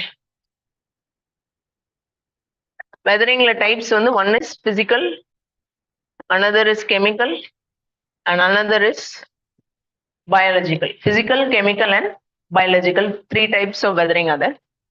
Physical weathering அப்படிங்கிறது, weathering is basically breakdown of rock, அது வந்து நான் ஆல்ரெடி சொல்லியிருந்தேன். So physical weathering னா suppose in very hot climate, if you see hot climateல என்ன ஆகும், desertல என்ன ஆகும்னா this rock is there, it will get heated, outer layer will get heated, it will expand, night வந்து cool down ஆகும், expansion ஆகும், night வந்து cool down ஆகும், and outer layer வந்து இந்த மாதிரி stress. So because this alternate expansion contraction will cause stress in that layer, interior layer will not be much affected, outer layer will be expanding, contracting. So இப்படி ஆகும்போது that layer will break apart. Okay, இந்த மாதிரி layer வந்து that rock will break. So this we call as exfoliation or onion weathering அப்படின்னு சொல்லுவோம். Onion மாதிரி லேயரா வந்து disintegrate ஆகிறதுனால this process, the scientific name is exfoliation, but because it appears like one onion மாதிரி இருக்கிறதுனால onion weathering அப்படின்னு சொல்லுவோம். So this is in hot climate. Cold climateல பார்த்தோம்னா suppose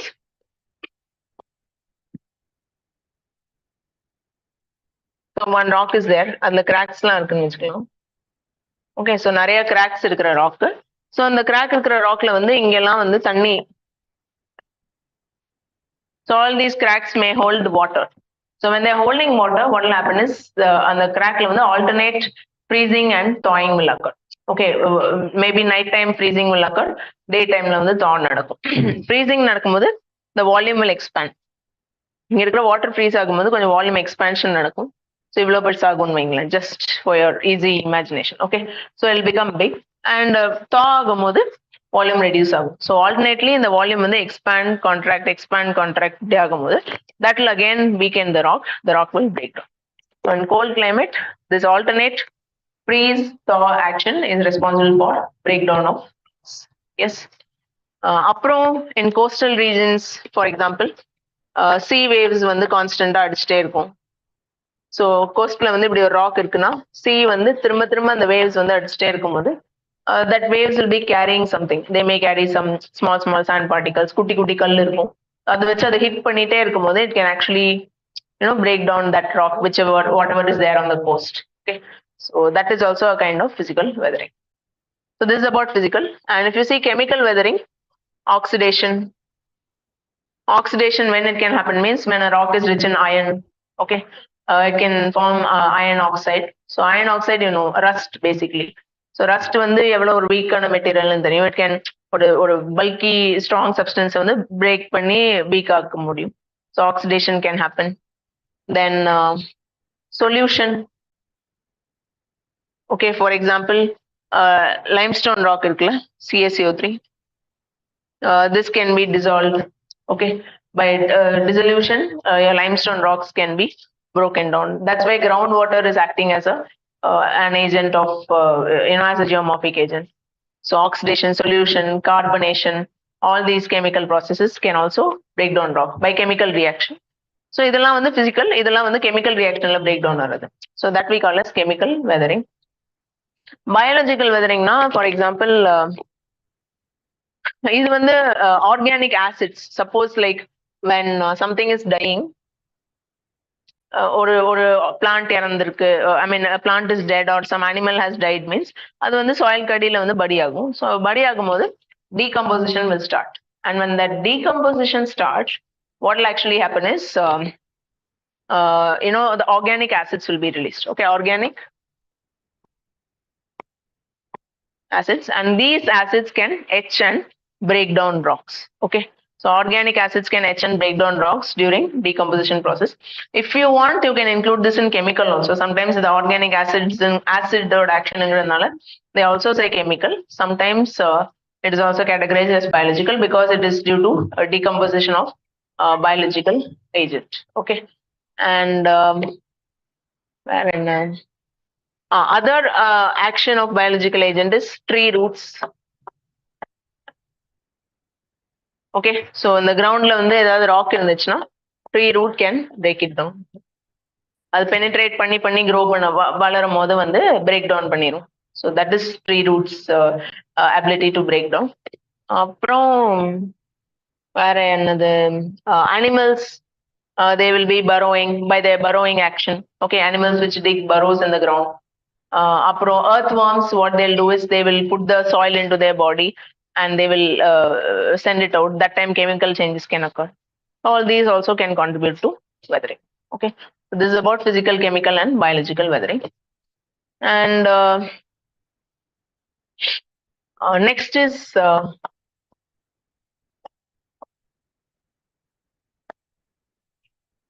next topic is rock types. So 3 rock types are there, easy, you know this. One is igneous, known as the metamorphic. Other one is okay, we'll keep it as sedimentary, known as the metamorphic. Okay, we have igneous rocks, sedimentary rocks and metamorphic rocks. Igneous rock வந்து எப்படி சொல்றது, it is because of solidifying of magma or the lava which comes from interior of earth. So volcanism நால create ஆறதுதான் igneous rocks. அந்த lava வெளியே வரும், it will solidify and form a rock. So these rocks, generally what will happen is, two types are there. One is extrusive, another one is intrusive.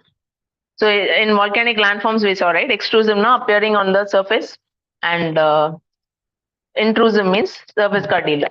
So extrusive வந்து யாருன்னா we call it as volcanic rocks, and earth oda adila இருக்கிற rocks வந்து we call it as plutonic rocks.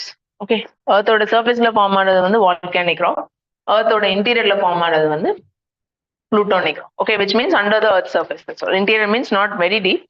Under the earth's surface, we'll be able to dig and get it. It is like that.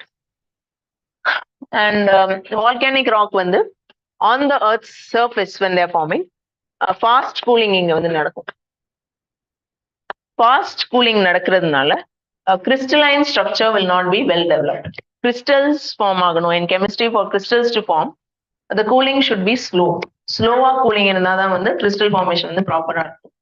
Fast cooling இருந்தா crystal formation will not be there. So because of that reason, volcanic rocks will not have proper crystalline structure. Okay. Rather, basalt வந்து நம்ம என்ன சொல்லுவோம்னா, we call it as glassy basalt. We call it as glassy basalt. Okay. And intrusive rocks, volcanic rocks வந்து plutonic rocks. Plutonic rocks, on the other hand, the lava is cooling down within the surface of Earth. Interior of Earth, as we go down and dig deeper, it is hot. அப்படி hot இருக்கிறதுனால slow cooling நடக்கும். Because of slow cooling, they have very good crystalline structure. Crystalline structure is very, very well developed.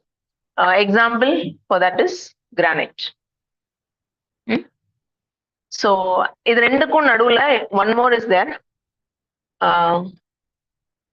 Hyperbasal.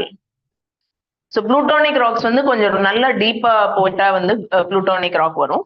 Hyperbasal வந்து ரொம்ப டீப்பா போக வேணாம், கொஞ்சம் it is under the surface. So suppose if this is the surface and volcanic rock means, and this is plutonic rock means, hyperbasal rock வந்து somewhere in between it will be. Okay, so that we call as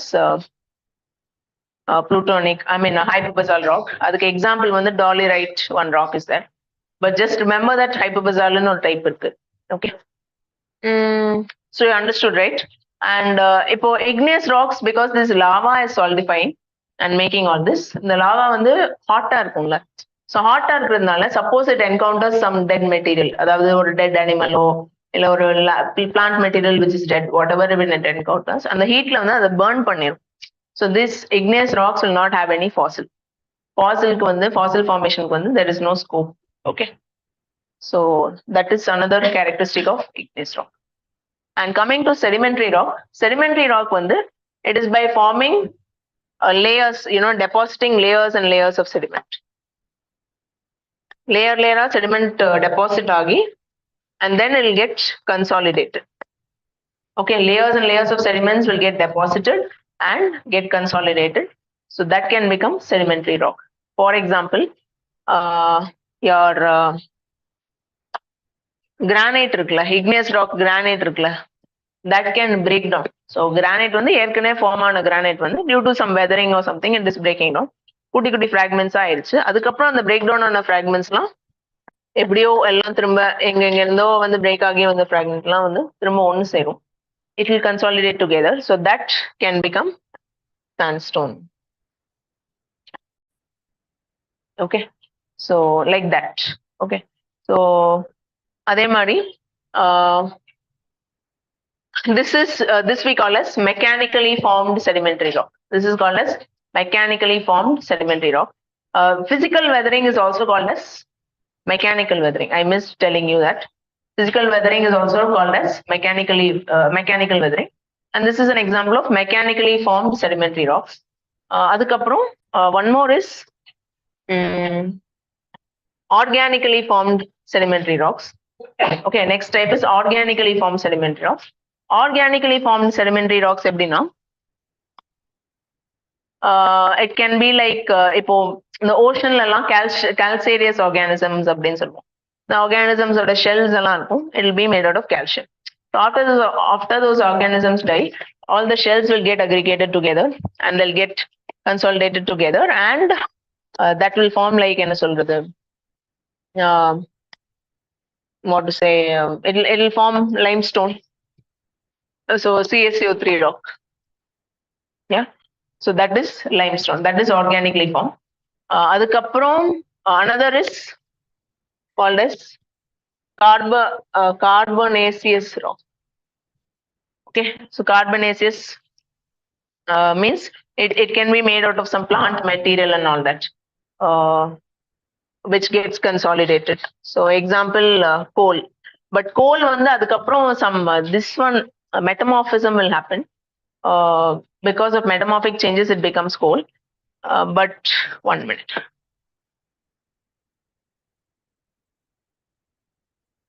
Yeah.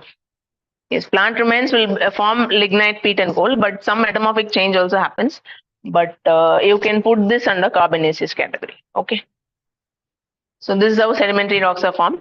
And one quality of sedimentary rocks is that they're deposited in layers that we know, and they have fossils.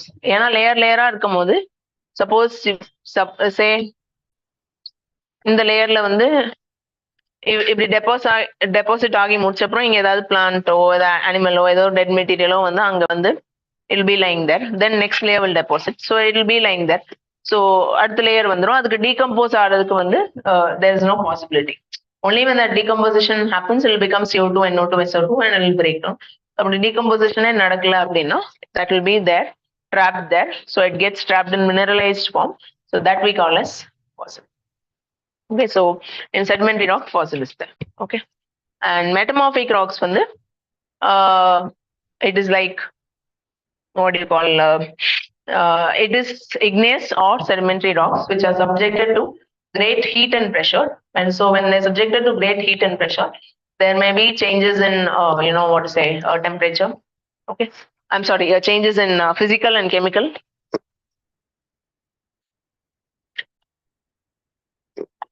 So metamorphic rocks வந்து because of heat and because of pressure, heat pressure ரெண்டு இருக்கிறதுனால physical and chemical, two types of changes will occur. Physical change and chemical change will occur, and a new rock will be formed. That we call as metamorphic rock. Example for this is, we get marble, right? Limestone தான் வந்து marble மாறும். Limestone will turn into marble because of these kind of changes. So ஒரு totally new rock வந்து form ஆகும். Granite வந்து gneiss. From granite you get gneiss. From shale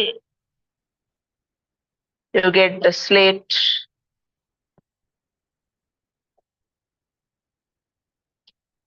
Yeah. Okay, so it's like this. And then yeah, so this is about your rocks and all that. Next we move into, okay, so I think we've covered geomorphology. ஓரளவுக்கு நம்ம கொஞ்சம் இது basics பார்த்துட்டோம். Next we'll start with climatology.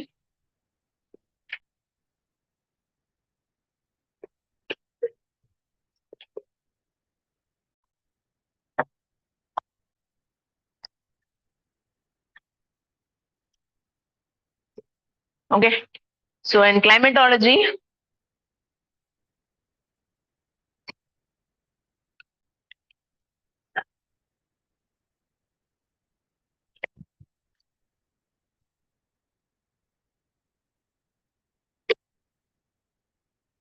you know that atmosphere is composed of different layers. So atmosphere means it's a blanket layer, blanket of air which is surrounding Earth. And the blanket of air, why it is sticking to Earth means it is held to Earth because of gravity. So gravity nala, that blanket of air is actually sticking to Earth. So that thing is there. Atmosphere or composition, nitrogen 78%, oxygen 21%. And these are the main ones. அது தவிர carbon dioxide இருக்கு, argon இருக்கு, helium இருக்கு, so many other things are there. And dust, pollen, hair of animals, yes, all these things, pollutants, so many other things are there. Okay, this is the atmospheric composition. Water vapor is also an important one. So at any point of time, water vapor can be 0 to 5% in the atmosphere. So just keep this in mind. And layers, yeah, coming to this layers of atmosphere. Okay, before we go into layers, இப்போ 99% weight, okay, 99% of the weight of atmosphere is confined within 32 kilometers. Okay, so at least from one source I got it as 99, but you can say that it is definitely more than 90%. Okay, definitely more than 90% of the weight of the atmosphere is confined within such low height, which means that atmosphere is dense at lower height. So earthல இருந்து தள்ளி போக போக இந்த density வந்து decrease ஆயிட்டே போகும். That is the meaning of this. Yes or no? So இங்க வந்து பார்த்தா டைட்டா பேக் ஆயிருக்கும். இந்த மாதிரி திக் இவ்வளவு கேசஸ் இருக்கும். பட் இங்கெல்லாம் போய் பார்க்கும்போது அந்த கேஸ் காம்பனன்ஸ் வந்து குறைஞ்சிரும். இங்க வந்து இன்னும் குறைஞ்சிரும். Okay, it is like that. So that is how atmosphere is the density will decline. Okay, so 99% weight within 30 kilometers. And similarly, your water vapor also 90% within 6 kilometers. அதாவது நிறைய most of the water vapour வந்து low ஹைட்ல தான் வந்து concentrate ஆகி இருக்கும். சில கொஞ்சம் வாட்டர் வேப்பர் தான் வந்து இந்த ஹைட்டுக்கு ஜாஸ்தியா போகும். Okay, so keep that in mind.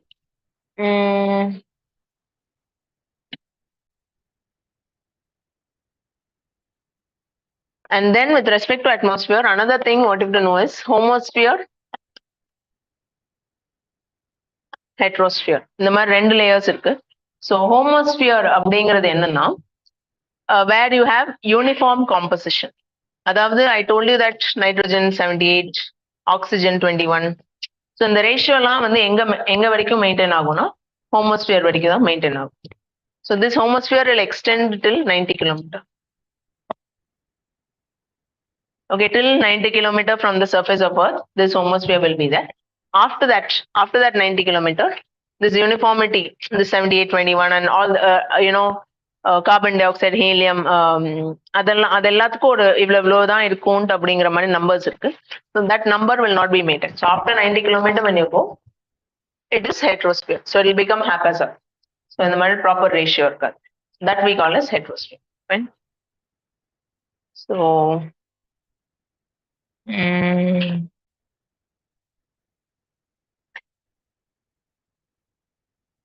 and if you look at layers of atmosphere, this you know very well. First layer வந்து troposphere. Okay, first layer is actually troposphere, and troposphere, you know, near the equator it is 16 kilometer thick. Polesல வந்து போல்ஸ்ல வந்து 10 kilometre. Okay, equatorல 16 kilometre இருக்கு, போல்ஸ்ல வந்து 10 kilometre இருக்கு.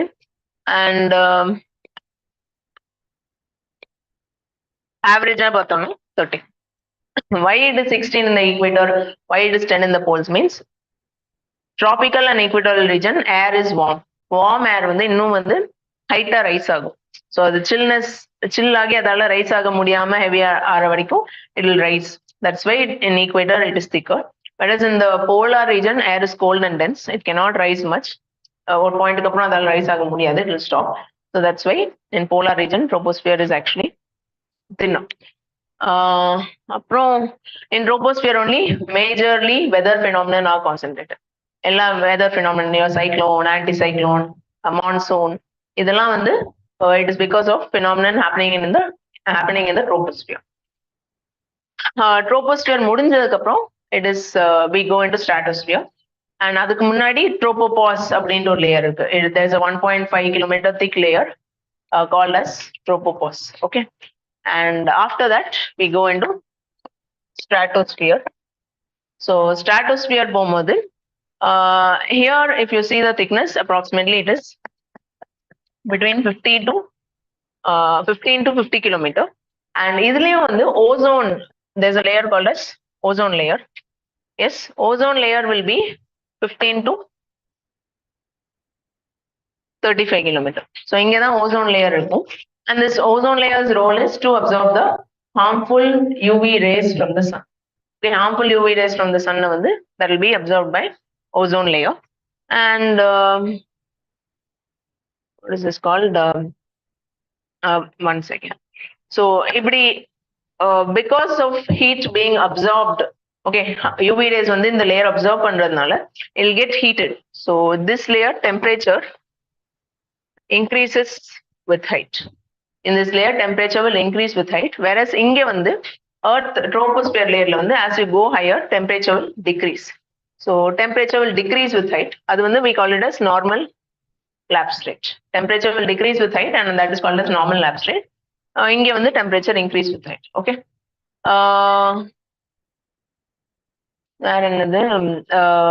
That's why because of the normal lapse rate only in hill stations we experience cooler temperature.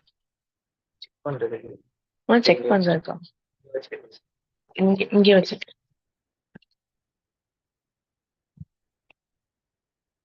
Okay, so what is that? இது வந்து normal lapse rate and that's why we experience cooler climates in hilly regions.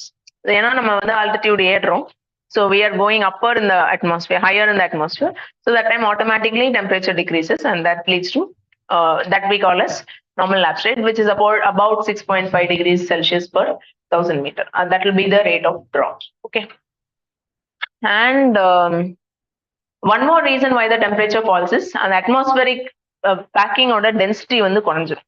So டைட்டா ஒரு இடம் back ஆயிருந்துச்சுன்னா தான் you'll feel that heat in a place, whereas if it is less crowded, okay, you cannot feel the heat. So நம்ம higher in the atmosphere போகும்போது இங்க வந்து air is tightly packed, whereas இங்க வந்து air வந்து spacing is there, அதனாலயும் வந்து that cool feeling will be there. Okay, so the density of atmosphere also has a role to play. So just remember that troposphere it decreases with height. Stratosphere, because of this ozone layer presence, temperature will increase with height. அப்புறம் stratosphere வந்து it may be conducive for aircraft because there is no weather phenomenon, not much of weather phenomenon, only few cirrus clouds will be there. Okay, cirrus clouds and சில clouds மட்டும் இருக்கும். So majorly clouds எல்லாம் இருக்காது. So because of that it is conducive for flying of aircraft. Okay, and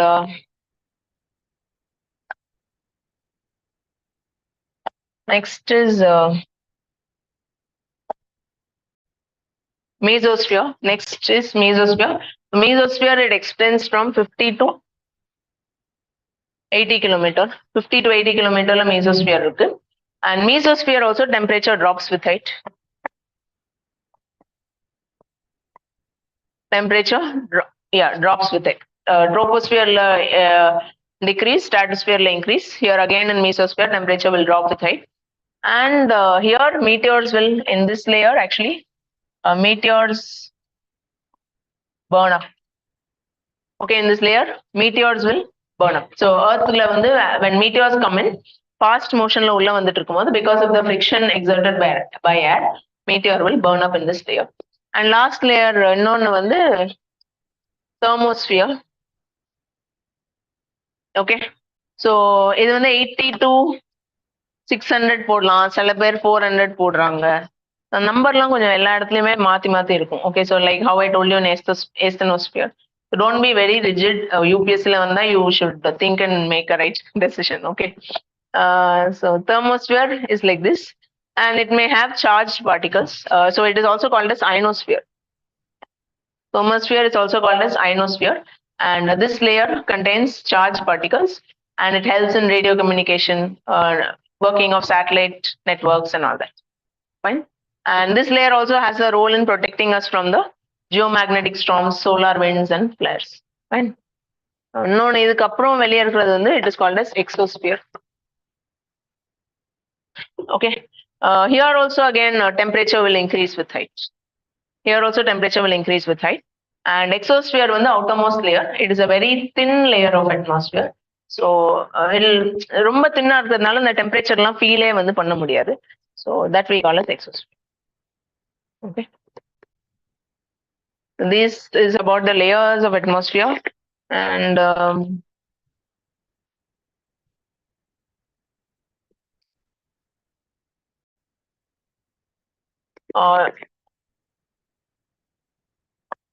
okay, temperature is degree of hotness or coldness of an object.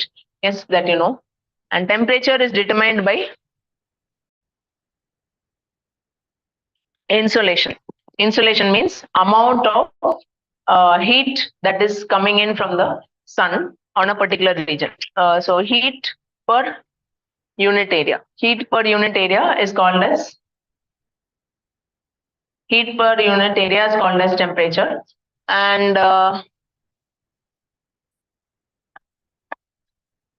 I'm sorry, heat per unit area is called as insolation, and that insolation is responsible for temperature. Okay, heat per unit area is insolation, and insolation is responsible for temperature. இப்போ நம்ம earthல பார்த்தோம்னா equatorial region வந்து, or you can say tropics, tropical region வந்து will have the highest insolation. So that highest insolation will lead to higher temperatures. Okay, whereas polar region எல்லாம் வந்து oblique rays, slanting rays வரும். Temperate region, polar region லாம். So insolation is less. Means the quantity of sunlight which is entering on a particular area is less, but கம்மி amount of sunlight because of the slanting nature it will cover a large area. So insolation is less, அதனால temperature less. Okay, just keep this in mind. And in this, what is this called? If you see the temperature distribution of Earth, okay, let's look at the factors affecting temperature. One is latitude. Okay, another is altitude. Okay, latitude affect பண்ணும், altitude affect பண்ணும். Coastal location, continentality. Coastal region ல வந்து moderate temperature இருக்கும். Continental interiors ல வந்து interior will have extremes. Summer வந்து ரொம்ப hot ஆ இருக்கும், winter வந்து ரொம்ப cold ஆ இருக்கும். That we call as continentality. Example is Delhi. You know how Delhi is. Then what else will affect temperature? Winds, planetary winds, local winds. These also can have an impact on temperature. Anything else that impacts? Sunspots. Sunspots can impact. Sunspot, sometimes a sun will be covered with a lot of dark spots. That dark spots, அப்படி நிறைய sun surface ல dark spot இருக்கும்போது the amount of heat coming out from the sun will be reduced. And the dark spot ஏன்னா some magnetic flux is created on the surface of the sun where a lot of protons and electrons are being emitted. So அந்த இடத்துல heat ஆல வெளியே வர முடியாம trap. It'll be blocking. Instead, magnetic flux will be created. So that we call as sunspot. So sunspot cycle ல sunல நிறைய spots இருக்கும்போது that time the temperature on Earth can be lower. And it is also determined by positions like aphelion, perihelion. That will also affect. Okay, so these are the factors affecting temperature. And with respect to how heat is being transmitted, there are three methods: conduction, convection, and advection. Conduction அப்படிங்கிறது வந்து let's say we have hotter particles here and we have cooler particles here. So hotter particles and cooler particles ki heat வந்து by the particles itself will get transferred. That we call as conduction. Okay, and convection அப்படிங்கிறது என்னன்னா warm parcel of air will rise up. When warm parcel of air rises up, that we call as convection. Okay, and advectionங்கிறது வந்து horizontal motion of air. That is advection. And in the convection, warm parcel of air rising up தான் responsible for phenomena like thunderstorm and all that. Warm air when the rise up ஆகும், மேல போய் cool ஆகி condense ஆகி saturate ஆகி condensation, cooling, cloud formation, and then it brings rain with thunder and lightning. That we call as thunderstorm.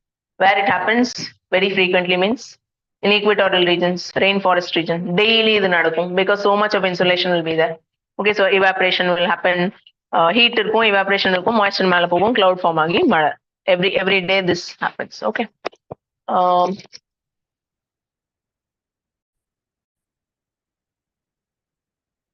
So this is about temperature.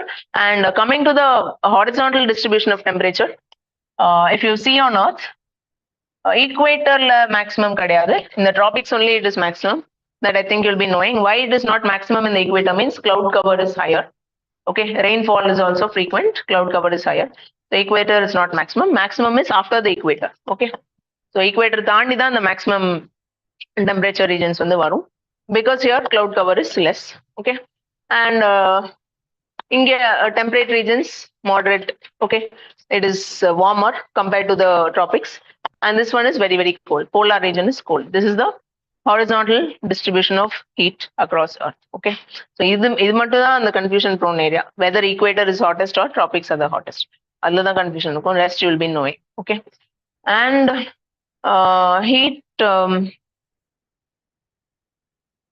Another factor, another concept that you have to know is temperature. Okay, there is something called as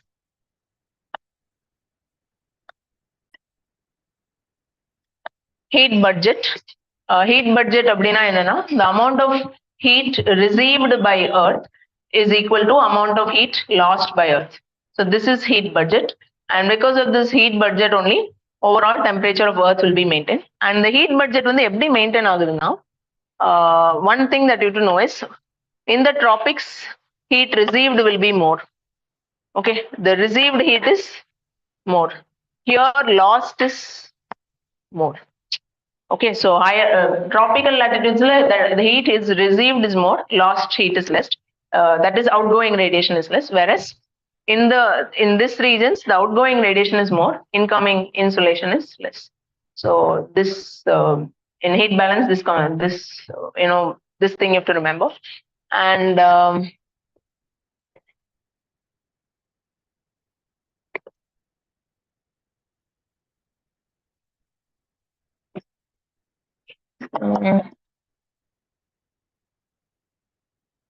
temperature inversion. Okay, there's a concept called as temperature inversion. So temperature inversion அப்படிங்கிறது என்னன்னா, if you see in troposphere, so I told you that as we are going higher, the temperature will decline. இதுதானே நம்ம சொன்னோம். But what will happen is, sometimes it will be cold in troposphere, it will be colder near the surface, and மேல வந்து warm இருக்கும். So this kind of a peculiar change. So generally, மேல ஏற ஏற குளிர ஆகணும்ல, it should become colder. அப்படி ஆகாம cold air வந்து கீழ இருந்து warm air மேல இருந்தா, that we call as temperature inversion. And when it happens means, let's say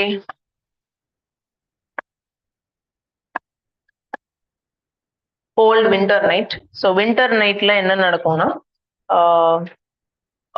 let's say cloudless sky and no wind. Okay, so அதாவது நம்ம ஏன் விண்டர்னு சொல்றோம்னா, sun should not rise early. Sun earlier rise ஆயிடுச்சு அப்படின்னா, again the ground will get heated fast. So sun should come out a little late, and so that's why we are talking about winter. Cloudless sky, இருந்தாதான் வந்து out radiation will happen. Okay, whereas if clouds are there in the sky, out radiation will not happen. Out radiation நடக்கலனா ground surface வந்து warm ஆவே தான் இருந்துட்டு. So for that out radiation to happen and the ground surface to become cold, sky should be cloudless. Okay, and wind flow வந்து fast இருந்துச்சுன்னா, this warm cold அப்படிங்கிற layer formation வந்து disturb ஆயிடும். So that should not get disturbed. So it should be in the warm cold layer formation should be there. So that's why we are saying slow. Okay, so cold winter nightல temperature inversion சொல்லும்போது, it is for tropical latitudes actually. Have you seen this fog and all? நம்மளோட latitudesல fog இது சம்மர்ல நடக்குதா? No, right? It happens only in winter. So that is winter. So சீக்கிரமா sun வந்து அந்த fog எல்லாம் கழிச்சு விட்டுட்டு போயிடும்.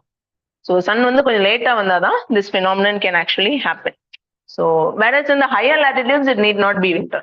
So when we say winter, it is about the lower latitudes and tropics and all that. Middle latitude, higher latitude, temperature inversion is more frequent, and it need not be winter. Okay, and yeah, this can lead to fog. So the winter la dhaan and the pani la namakku varudhu. So that is what is temperature inversion. So pani varumbodhu ground kitta irukra air vandu cold ah irukku, mela vandu warmer ah.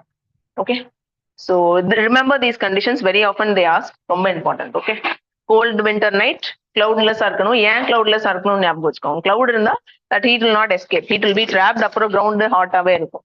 hot ஆவே இருந்தா அப்புறம் நமக்கு இந்த formation வராது. It's like that. Okay, so yeah, this can lead to fog and all that. And hilly regions, when it happens, hilly region la ஒரு வேளை நடந்தா, it is also possible that frost may form. Frost means அதாவது when condensation occurs above the freezing point, it leads to fog. When condensation occurs below freezing point, it leads to frost. Okay, fog you can call it as a ground level thin cloud. Okay, ground level la ulla thin cloud வந்து we can call it as fog. And generally fog formation will happen when air is saturated with moisture. Okay, so air saturation with moisture can lead to formation of fog and frost. Okay. Temperature inversion. So this is about ground inversion. This is ground temperature inversion. One more temperature inversion can happen in stratosphere. Stratosphere means temperature inversion because the sun UV rays are being absorbed, right? So on the layer warm iron, and troposphere underneath this cooler. So cool, warm. So this we call as upper air inversion. Upper air or stratospheric inversion. Upper part of troposphere is cold, stratosphere is warm. The cold warm formation. So that also we call as inversion. Okay. And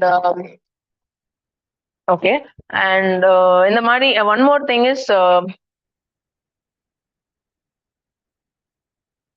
mountain breeze, valley breeze, you know, right? Mountain when the cold air descend agi keela pogum. Valley warm air rise agi mela varum. So valley warm air mela varumbodhu we call it as anabatic wind. When cold air is descending and going down from the mountain, that we call as katabatic wind. And that katabatic wind can cause again fog and frost. Okay, so keep that in mind. Fog and frost is generally damaging. It will damage crop, but coffee crop it may be helpful in some cases. Okay, that fog will protect coffee from extreme sunlight, so it may help coffee along.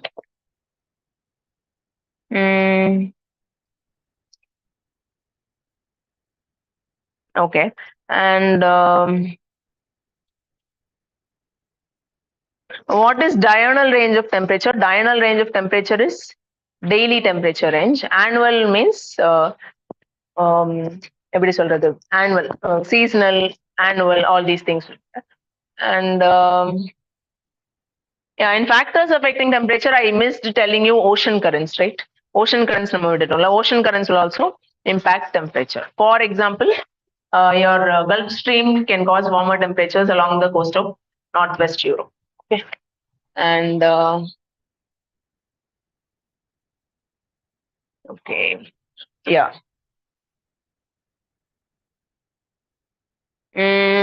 A fog frost or one more impact is that it can lead to anticyclonic conditions, or we also call it as stability. Yes, the fog warm, cold air inge, warm air inge. Okay, this is the formation. So cold air will never rise up. Cloud formation very important condition is that air, warm, moist air should rise up. Appadan mela poi condense aayi cloud form agum. But fog and frost fog formation temperature inversion, when it happens, cold air will be here and warm air will be here. So this cold air is never going to rise from the ground. Stagnant. So that will lead to stability, or we also call it as anticyclonic condition. So that is not conducive for rainfall. That's why after rainy season, they will say that stop it. So it will stop the rain. Okay.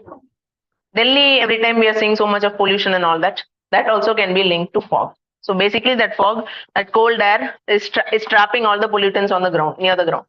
Cold air rise agi mala pechna, pollutants mala perum appropriate. That means it will go engayad kaanam perum. But Delhi la winter la problem enna fog nariya irukku, and cold air is trapping the pollutants near the ground, and then people are breathing it. That's why it's becoming so much of a concern. Okay, and next is thermal anomalies. Thermal anomalies in a particular place, in a particular latitude, some temperature is expected. Okay, for equator na, our average temperature, annual temperature, we can expect it to be 26. But equator 26 illama 23 irundichna, that means there's a deviation from average, that we call as thermal anomaly. If 23 irundichna kammiya irukku, this we call as negative thermal anomaly. 26 badla 28 irukku அப்படினா 2 degree ஜாஸ்தியா இருக்கு, that we call as positive thermal anomaly. That is positive, this is negative. So suppose two places on equator have deviations like this. Okay, so equator is like this, A is having deviation, B is also having deviation. Okay, so A la deviation 2 degrees irukku, B leyum 26 க்கு பதிலா 23 இருக்கு, A லயும் 26 க்கு பதிலா 23 இருக்குனா ரெண்டு பேருக்குமே thermal anomaly இருக்கு. So these two places are said to be having iso-anomalous temperatures. ரெண்டு பேருமே they are varying from the expected temperature at that place. Okay. And isotherms are lines joining places having equal temperature at mean sea level. Okay, that is about isotherm. And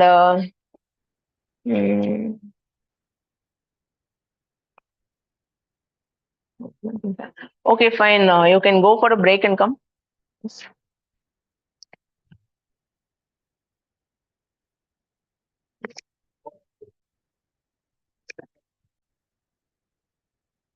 Fifteen minutes, okay. எவ்வளோ எவ்வளோ ஆரம்பிச்சதே 8:45 தானே 8:30 it didn't start no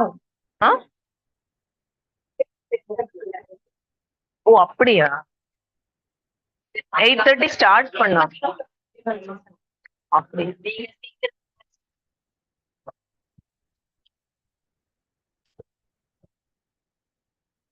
okay those who didn't have breakfast haven't okay.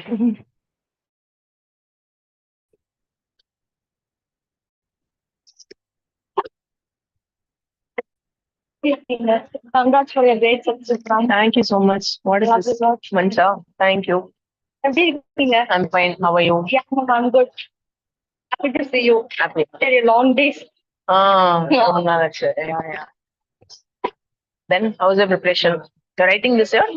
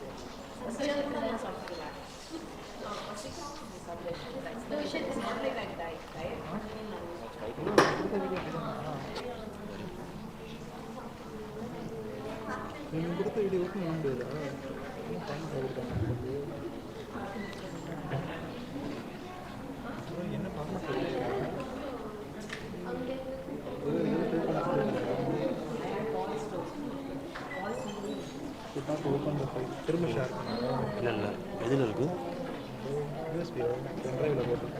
அப்படியே copy பண்ணி இதில் போட்டு திரும்ப நான் வேணா காப்பி பண்ணேன் check check check check sir Rani sir கேட்குதா இல்லையா கேட்குதா செக்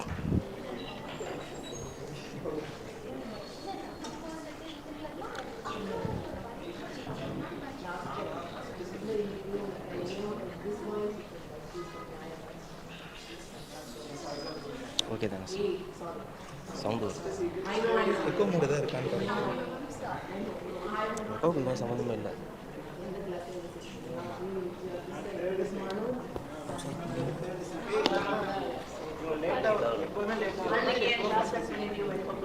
காப்பி ஆகல.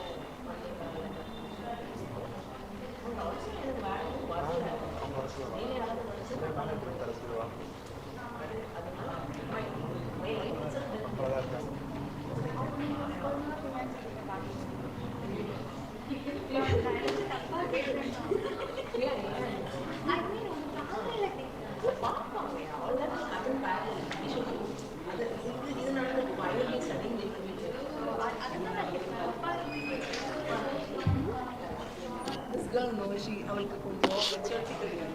அதே மட்டும் எல்லாருக்குமே அந்த டவுட் இருக்கு. சில பேருக்கு கேட்க டைம் இருக்கு. Some people very Innocent.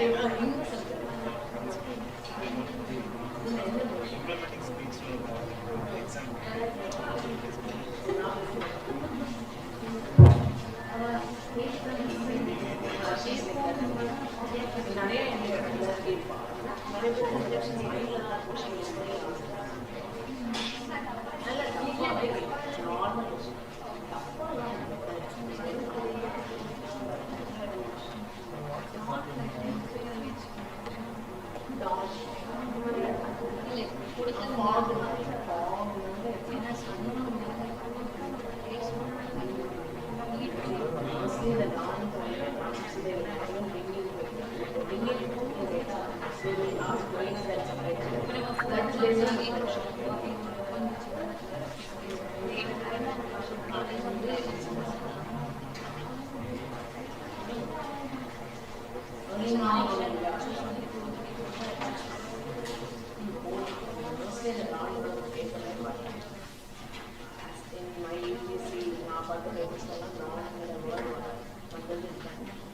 But yeah, that is a very good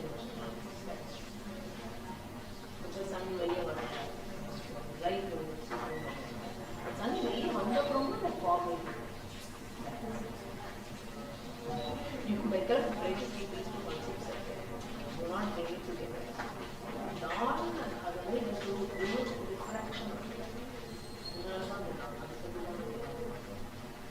But they are emotional. But try to look at both things. As far as I know, this is their own meaning. Dawn, ஆனால் அவ்வளோ பெரிய concept கூட இல்லை. Emotional தெரியாமல்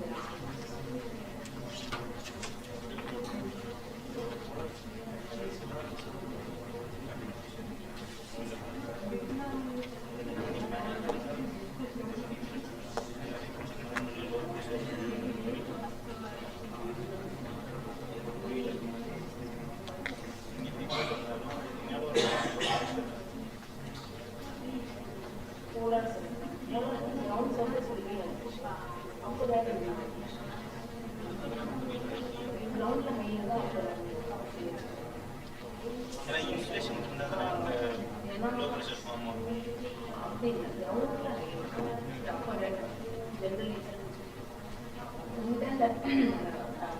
அந்த smoke over வரதுக்கு வந்து ஏர் cool ஆகிட்டு தான் ஸ்னோ ஃபார்ம் ஆகும் அப்படின்ட்டு நிறைய இடத்துல கன்வெர்ட் ஆகிட்டு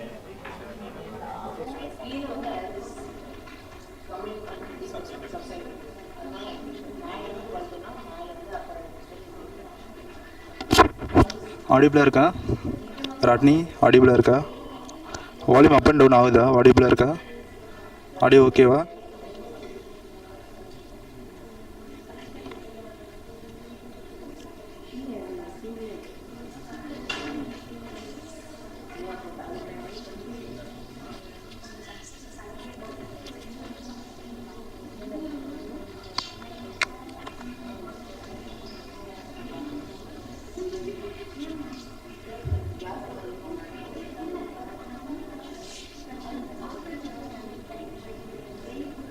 ஆடிபிளாக இருக்கா? ஆடியோ ஓகே இல்லை?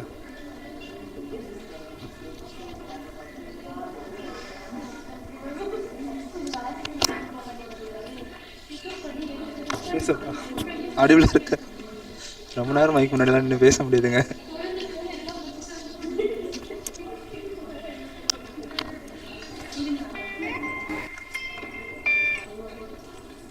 ஹலோ, சொல்லுங்கள் சார்.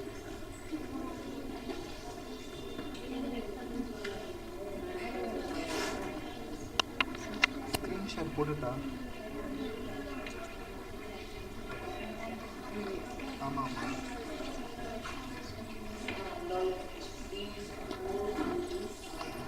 கேமரா சரிதானே? Check check check check.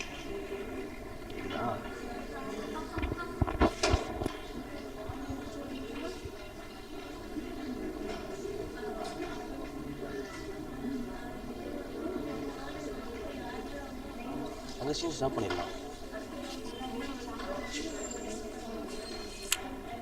Check.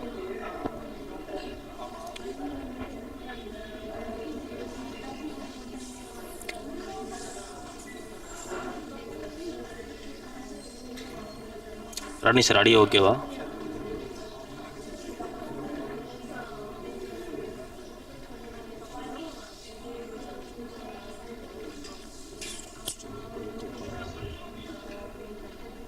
Check.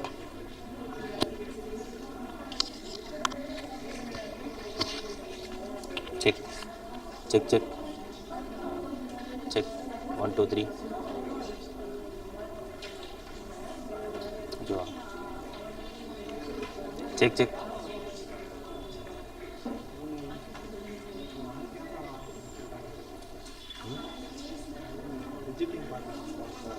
Check.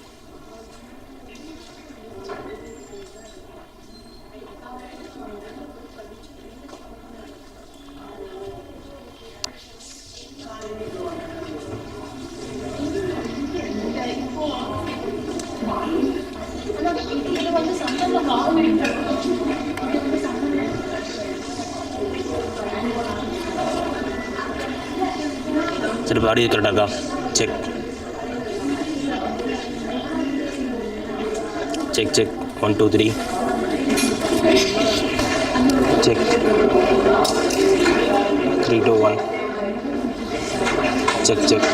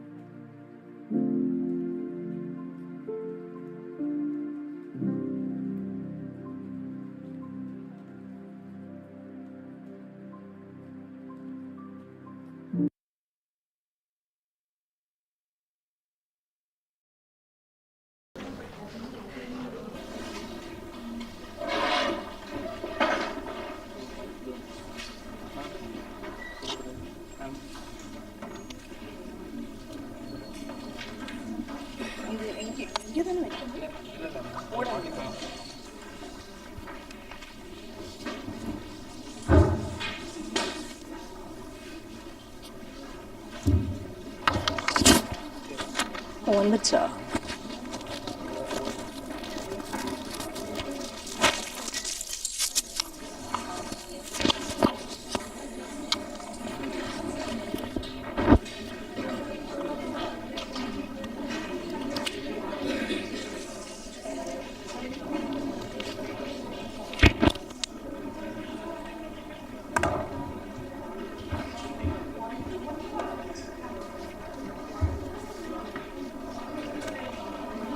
Okay, so next is the camera வேண்டாமா?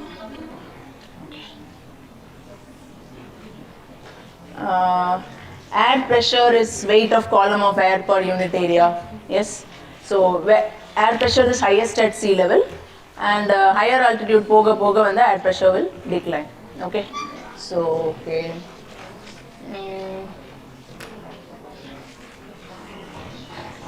Pressure, okay. In air, pressure is inversely proportional to temperature. Yes, that relation you know. Air pressure is inversely proportional to temperature. Temperature ko air pressure ko inverse relationship irukku. Okay. Adhaadu colder places will have higher pressure. Warmer places, warmer air irukumbodhu the pressure will be lower. Okay, so it's an inverse relationship. And okay, now we'll do pressure belts. That one is important.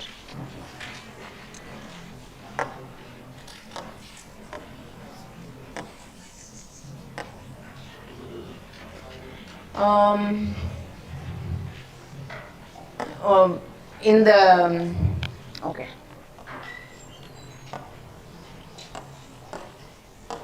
Okay, so between this 5 degree north to 5 degrees south, we can call it as pressure belt, or it is also called as ITCZ.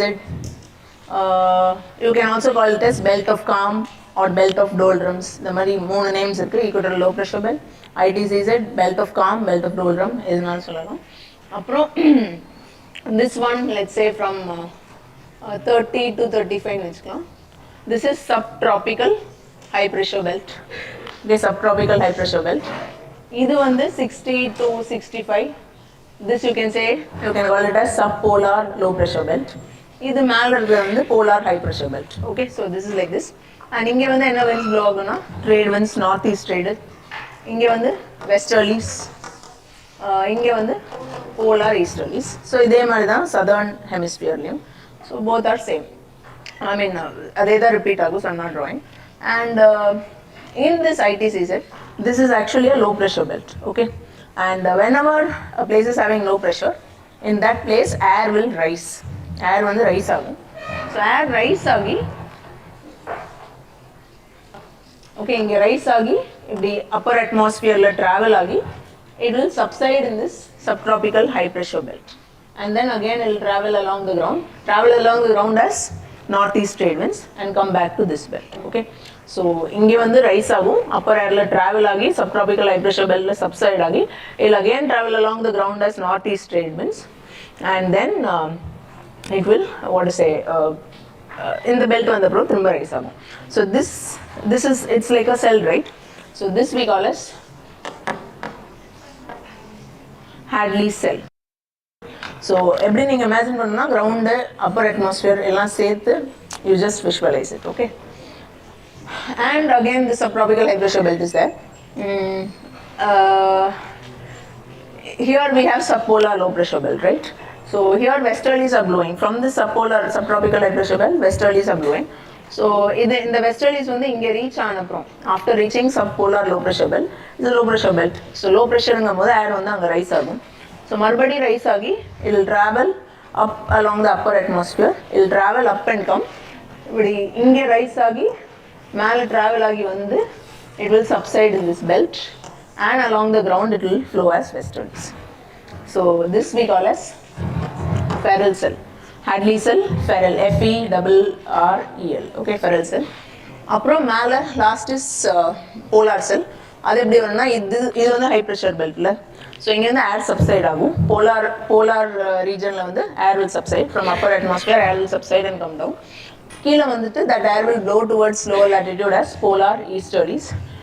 polar easterlies வர ஏர் வந்து திரும்ப மேலே rice ஆகி it will rise up along polar subpolar low pressure belt. It will rise up and again it will flow north flow ஆகி இந்த இடத்துல after reaching this polar cap region again it will subside. So that we call as polar cell. Okay, so these are the three cells. These three cells you have to know, and these three cells it is related to the எப்படி இந்த மூணு cell formation நடக்குன்னா it is based on these planetary winds and the pressure belts and everything. And this pressure belt ITCZ is thermally induced. Okay, this we call as thermally induced pressure belt because of the heat of the sun it is induced. இது ரெண்டும் வந்து dynamically induced. Dynamically induced na we can attribute it to Earth's rotation. அதனால அந்த ரெண்டு pressure belt வந்து. Okay, and this is thermally and dynamically induced. Okay, this place is cold ஆ இருக்கிறதுனால high pressure belt, but you can link it to dynamic factors also, Earth's rotation also. Okay, so just have an idea as to how the different pressure belts are induced. Okay, and based on that இதெல்லாம் வந்து என்னன்னு சொல்லுவோம்னா planetary winds, permanent winds, also trade winds. Okay, planetary winds, permanent winds, not trade winds, planetary winds or permanent winds. This is also called as belt of calm or belt of doldrum. Sometimes in small breezes will be blowing called as equatorial westerlies from west to east. And the belt la or mild soft wind blow agum. Okay, equatorial westerlies they called as. And this one is called as horse latitudes. Okay, high pressure zone, horse latitude. Okay, and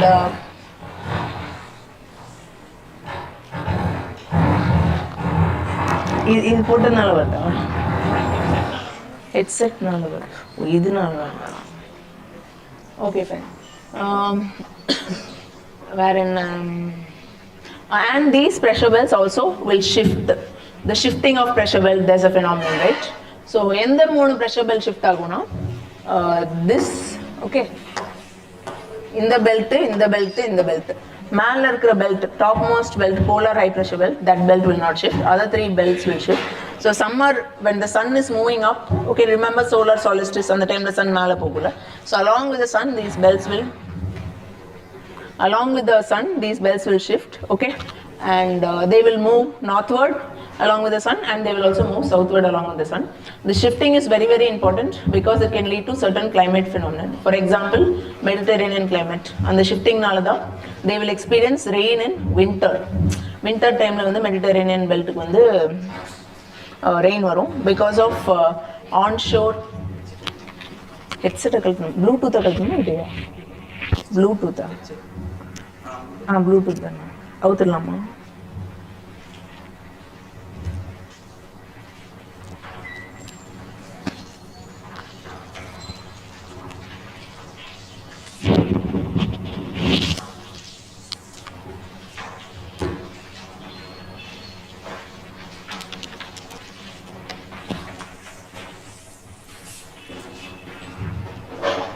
Okay, so in the muddy shifting nadakum, so because of that only Mediterranean region will have rain in winter. Rain in winter na winter time la the belt vandu keela poirukuma, the belt little bit it would have shifted down, appo and the westerlies vandu onshore aidum. So on the Mediterranean regions ku correct onshore westerlies varum. So any wind which is onshore na கடல்ல இருந்து அடிச்சிட்டு கடல் மேல blow ஆயிட்டு வந்து திரும்ப land குள்ள வர, it is blowing through the sea, கடல் வழியா வந்து land குள்ள வருது. So அப்படி வரதுனால வந்து moisture carry பண்ணா it can give rain. Okay, whereas normal time summer timeல என்ன இருக்கும்னா இந்த இடத்துல இருக்கும்போது westerliesல இருந்து இந்த wind வெளிய போகும், Mediterranean regionல இருந்து வெளிய போகும். So அப்படி வெளிய போகும்போது landல இருந்து அந்த moisture வந்து it is actually going out, that we call as offshore winds. Okay, so these trade winds are also responsible for desert. Many of the deserts, Sahara desert லாம் பார்த்தோம்னா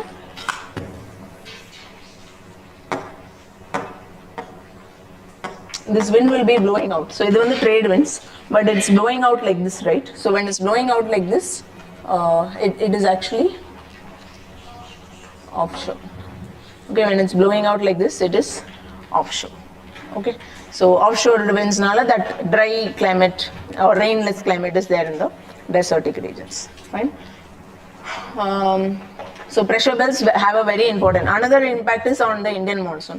ITCZ வந்து இந்தியாக்குள்ள வரும்போது தான் the monsoon trough வந்து it will attract the monsoon winds. அப்போதான் நம்மளுக்கு வந்து கண்ட்ரிக்குள்ள southwest monsoon winds வரும். So these pressure belts are very important. They have a huge impact on global climate. Fine. And okay. So this belt alone won't shift. Rest will shift, okay, that you keep in. And the top belt will shift agadu. Others will move up. North it will move 5 to 10 degree along with the sun, and then south it will move, okay. So it's like this. And then next is wind, okay, geostrophic, wind, okay, so any.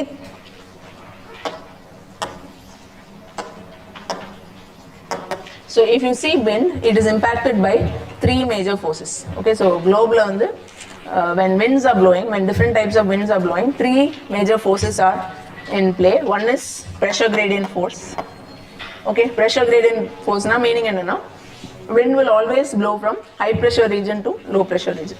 Adnala da the previous one, what is that? From high pressure belt only winds will blow towards low pressure belt. So that is pressure gradient force. Another is called as Coriolis force. Yes, Coriolis force will deflect objects, moving objects to the right in the northern hemisphere and towards the left in the southern hemisphere. Okay, so any moving object, be it water or wind, edu move aayittunalum right left vanda and the shift vanda irundittu. Aprom next is frictional force. Next is called as frictional force. Frictional force means when any wind is blowing, wind is making contact with the ground, right? So ground will hinder the movement, so that we call as frictional force. Okay, so pressure gradient, Coriolis force, and frictional force. And about Coriolis force, some more things we'll discuss. It will deflect to the right, moving objects to right in northern hemisphere and towards the left in the southern hemisphere. And Coriolis force will only change the direction of the moving objects. It will not change the speed. Speed change பண்ணாது, direction மட்டும் தான் change பண்ணும். And it is 0 at equator and it is maximum at poles. It is 0 at the equator and maximum at poles. Okay, so keep that in mind. And then, so these are the forces affecting winds. So when winds are blowing, in the ரெண்டு forces when the balance ஆகும்போது, when pressure gradient force and Coriolis force get balanced, that time it leads to a kind of wind called as geostrophic wind. Geostrophic winds will blow when pressure gradient force gets balanced with Coriolis force, and this will blow say about 1000 meters above the ground level. Okay, 1000 meter, yeah, somewhat above the ground level, and this we call as geostrophic winds. Okay, so it is because of parallel, and they will flow parallel to the direction எப்படி இருக்கும்னா they will be blowing parallel to latitudes. இந்த மாதிரி இந்த மத்த windsலாம் groundல நம்மளுக்கு இப்படி இருக்குல்ல, slanting direction is there, right? So here they will be actually நம்ம parallel to latitudes சொல்ல மாட்டோம், we call it as parallel to isobars. Okay, we say that these winds blow parallel to isobar. Isobar means it is a line connecting points which are having equal pressure at mean sea level. Like isotherm வந்து equal temperature la, இது வந்து equal pressure. So these winds blow parallel to isobar and maybe at altitude of 2 to 3 kilometer above the ground level they will be blowing. So this is geostrophic wind. Aprom next is another kind of wind is jet stream. Yes, jet streams are another important wind. So jet stream we call it as circumpolar whirl. Circumpolar whirl in சொல்லுவோம், because around the poles only generally they form. அங்கிருந்து form ஆகி by meandering only they'll come to lower latitudes. Okay, so they blow from west to east. West to east blow ஆகும். So polar regionல வந்து இப்படி blow ஆயிட்டு இருக்கும் initially. But what will happen is in winter when the temperature gradient reduces, winterல வந்து இந்த lower latitudes வந்து cold-ஆ தானே இருக்கும். So இங்கே மட்டும் confined ஆ இருந்த wind வந்து என்ன ஆகும், it will start meandering and it will come it can come maximum till 20-degree latitude. Okay, like in India and all, even Jammu and Kashmir and all has come under the influence of these jet streams. Okay, so and the polar region world will come till that. So it can go till 20, no, so 20 na adukku keela kuda varum. So during winter this happens. Okay, so this we call as meandering of jet stream, or we also call it as rose-bee waves. Yes. And jet streams are best developed in winter. The speed is maximum. Okay, in winter time the speed is maximum. Summer time the speed is less. Okay, winter maximum and summer time is less. Winter speed is around 400. It can go till 400 km/h. So you can say roughly the speed is 177 to. Okay, so and the 400 those kind of speed you get in winter. Okay, it is slower in summer. Yes, so this is about jet stream, and this is actually polar jet stream. Okay, and apart from this, we also have one very important jet stream which impacts Indian monsoon. Adukku per subtropical westerly jet stream. Yes. So that is in the monsoon part. In the monsoon time, we'll discuss subtropical westerly jet stream, easterly jet streams. There are many jet streams which are operating on the globe. So this is the polar jet stream. Okay, and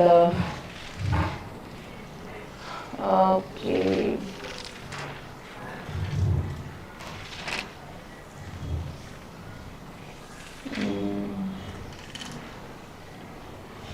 And one more thing. So talking about winds and all that, so planetary winds or permanent winds, it is blowing throughout the year. The globe. Another we call as seasonal winds. Okay, seasonal winds example monsoon winds, cyclonic circulation, anticyclonic circulation. All these are seasonal in nature, and that we call as secondary winds.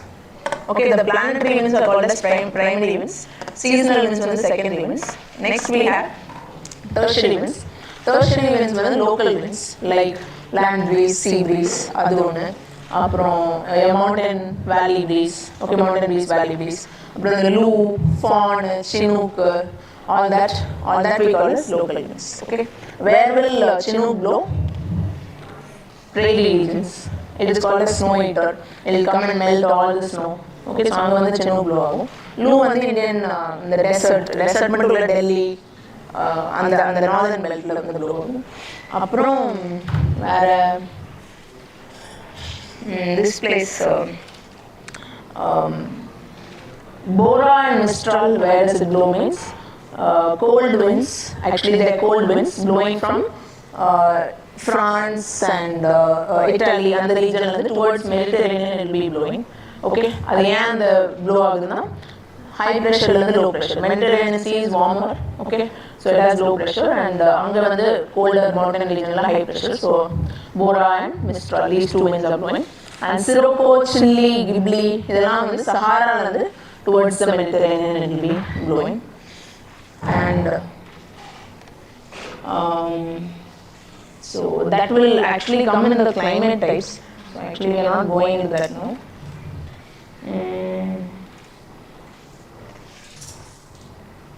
Yeah, and one more, these westerlies in southern hemisphere, they have a peculiar name, right? Different names. They faster blow up. 40 degrees furious 40s, roaring 40s. Okay, roaring 40s. 50 degrees furious 50s, 60 streaking 60s, and they're blowing very fast. So they may also be called as gale winds. Okay, so these are the westerlies locally in southern hemisphere, because land obstruction la illa, sea mela blow aayirukradanaala friction force illadadala it will be blowing fast. So these names. Okay, and next is about humidity. So humidity is the amount of water vapor which is present in air, that we call as humidity. And in bringing rainfall, one very important factor is relative humidity. Okay, relative humidity is a very important determinant of rainfall. So it is how much moisture the hole can hold Okay, air can hold how much amount of moisture and what amount of moisture is held.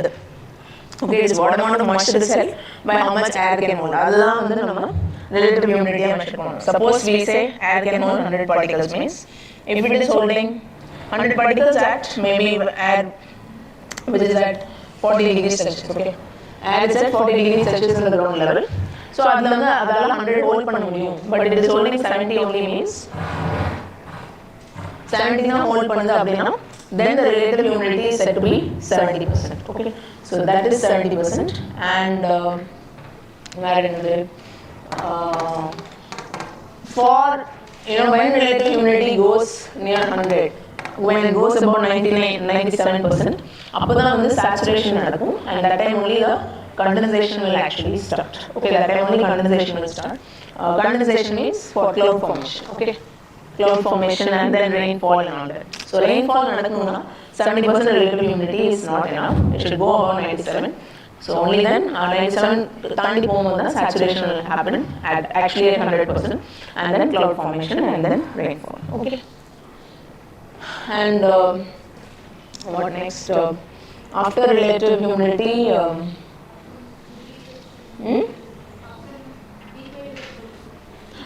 equator to pole the humidity will decrease. Okay, because one more relation is that warmer air can hold more moisture and colder air will hold less moisture. So equator to pole வந்து நம்ம travel பண்ணும்போது humidity in air will decrease. Okay, and absolute humidity அப்படிங்கிறது வந்து in 1 meter cube of air how many grams of water is there, அதுதான் வந்து absolute humidity. Okay, so that is absolute humidity. And next is dew. Dew is like how we spoke about fog and frost and all that. So fog and frost வந்து formation is during saturation நடந்தா தான் fog frost form ஆகும். அதே மாதிரி தான் dew. But what is the difference means, for fog வந்து condensation nuclei தேவை. Okay, for fog there is a need for condensation nuclei, means a dust or some salt. Okay, ocean லாம் வந்து condensation நடக்கும்போது around some salt particles the condensation will happen, or some dust or something. Whereas if it is dew, the condensation can happen on a surface, leaf ஓட மேல, the vehicles மேல. Okay, condensation this thing is not needed. Condensation nuclei is not needed, so that we call as dew. That's the difference between dew and fog. And dew point means the temperature at which this condensation happens, that is called as dew point. Okay, and it can be above the freezing point, below the freezing point, anything, fine. And aprom in atmosphere there is something called as adiabatic process. Adiabatic process now, so whenever air is warm, okay, some warm air is rising up அப்படினு சொன்னா warm air rise up ஆகும்போது என்ன ஆகும்னா like it will, so air will be warm and moist. As it rises up, it will expand. Okay, அதாவது, or better to draw it like this. This will be like this. Okay, so air as it rises up, it expands and cools. Okay, so rising air will expand and cool. So this we call as adiabatic process. Okay, and similarly descending air, when it is descending, it will contract and get heated. This is also adiabatic. Okay, so adiabatic temperature changes அப்படிங்கிறது இது. By diabatic process, when temperature changes, that is by radiation, mixing, okay, convection and these kind of process. So diabatic and adiabatic process can play an important role in temperature change of air, so that you have to remember. Aprom what is this? In the idliyum vandu we have dry adiabatic rate and moist adiabatic rate, rendu undu. So when this air is rising, first it will be cooling, adukapra enna agumna vandu saturation nadந்து condensation start ஆயிடும். Condensation start ஆகும்போது this latent heat will be released. Okay, when water gets condensed into water droplets, when the water vapor gets condensed, latent heat will get released, So at that time the temperature decline will somewhat and the decline at a speed வந்து குறைஞ்சிரும். So that we call as moist adiabatic rate. இது வந்து dry adiabatic rate. Okay, so suppose if this is if it is 10 degrees Celsius per 1000 meter means that will be around 5 degrees Celsius per 1000 meter. So this is dry and moist adiabatic rate. And light fog is called as mist. Okay, மிஸ்ட்ங்கிறது வந்து lighter fog. இன்னும் கொஞ்சம் டென்சராக ஒயிட்டாக ஒன்றுமே பார்க்க முடியாமல் இருந்தால் that we can call as fog. So மிஸ்டில் வந்து you can say visibility is 2 kilometers up to 2 kilometers. ஃபாகில் வந்து visibility maybe less than 1 kilometer. So மிஸ்டில் வந்து ஒரு 2 கிலோமீட்டர் வரைக்கும் பார்க்கலாம்னா ஃபாக் இருந்தால் 1 கிலோமீட்டர் வரைக்கும் தான் பார்க்க முடியும். So fog is more dense and mist is lighter. And haze or ஸ்மோக்னா that is because of dust. இந்த குவாரி எல்லாம் பக்கத்தில் போகும்போது ஒரு மாதிரி டஸ்டியாக இருக்குல்ல, so that we call as haze. Okay, and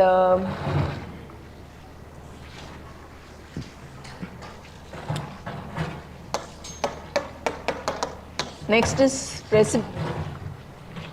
is precipitation type. Okay, precipitation type. So what are the types of precipitation means?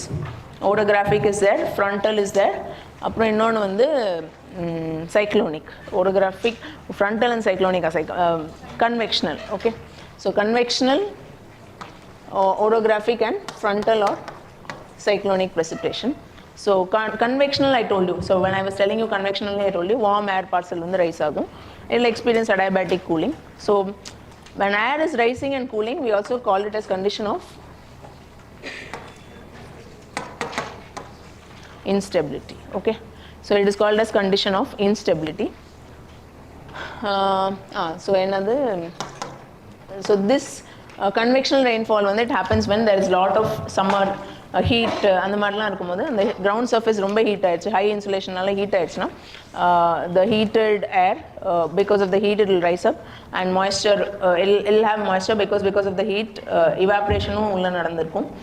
evaporationum நடந்துட்டு what to say, it will be carrying moisture also. So after it goes up, it will cool, it will form a particular kind of cloud called as cumulonimbus cloud. It will form cumulonimbus cloud and then it will actually bring rain. Okay, so that is about convectional rain, or it can lead to thunderstorm. Cumulonimbus clouds often lead to thunderstorm because this is the cloud which leads to thunder and lightning. அதனால thunderstorms சொல்லுவோம்.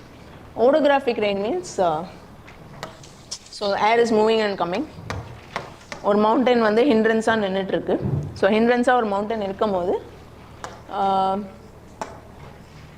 what is that called, what will happen is this whatever this air is coming, right, this mountain is blocking it, so this air will be pushed up.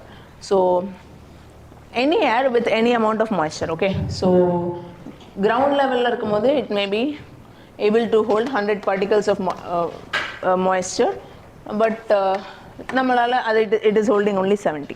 But same air when it is going a little bit above, it will get cooled, right? So மேலே போகும்போது cooling நடக்குதா, cooling நடக்கிறதுனால its capacity to hold moisture will actually go down.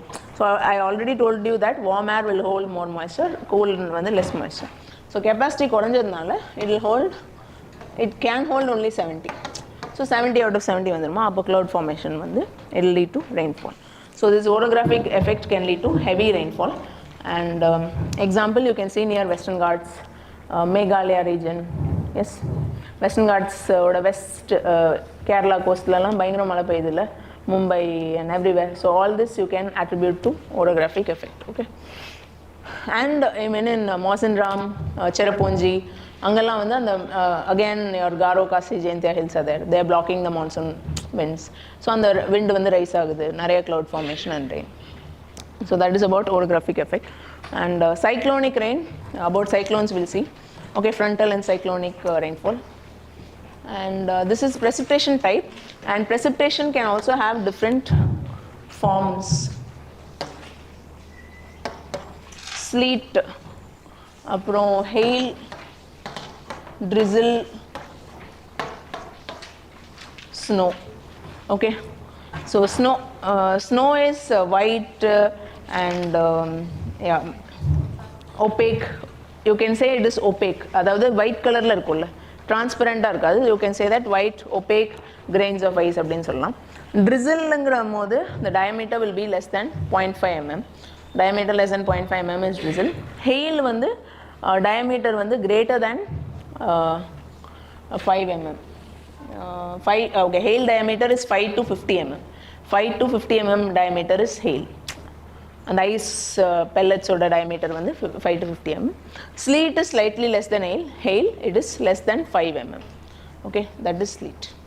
So pellets of ice with diameter less than 5 mm is called as sleet. So this we call as forms of precipitation. Fine. And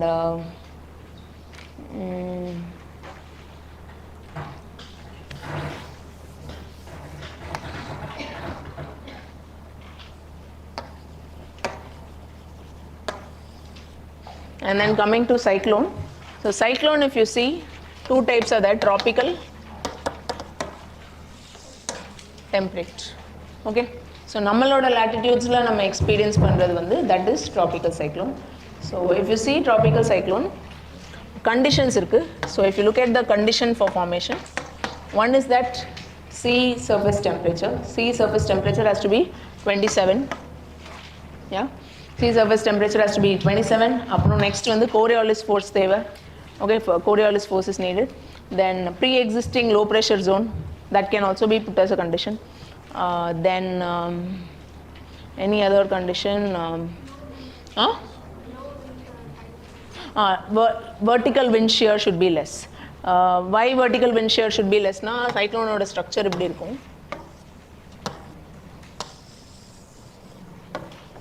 So all along there will be clouds. Okay, shear na வந்து you can say low variation in the vertical wind speed. So எல்லா இடத்துலையும் ஒவ்வொரு ஸ்பீடில் வந்து wind blow ஆச்சுன்னா, so in the uniform cloud line column of cloud formation will not be there. So wind வந்து எல்லாத்தையும் blow பண்ணி separate பண்ணிடும். But we need a column of clouds like this, right? So you should say that low vertical wind shear should be there. Okay, and sea surface moisture, அதாவது sea surfaceல ஏன் form ஆகுதுன்னா, that surface will act as a source of moisture. அங்கிருந்து தான் வந்து evaporation நடந்து moisture வந்து you know, all the clouds will form and rain will come. Okay, if you see the அது பேர் என்னது tropical cyclone பார்த்தா, the structure will be like this. Okay, so this we call as back wall, this we call as front wall. Centerல வந்து eye. Okay, this eye is the zone of okay, it will be a zone where here alone there will be like subsiding air mass. Okay, மற்ற எல்லா இடத்துலையும் வந்து air mass will be rising. இங்கெல்லாம் வந்து air mass rise தான் ஆகும். இங்கெல்லாம் air mass rise ஆகும். ஐல மட்டும் subsiding. And another condition for cyclone, you can also add that upper air mass divergence should be there. Lower la convergence, upper air mass divergence. Okay,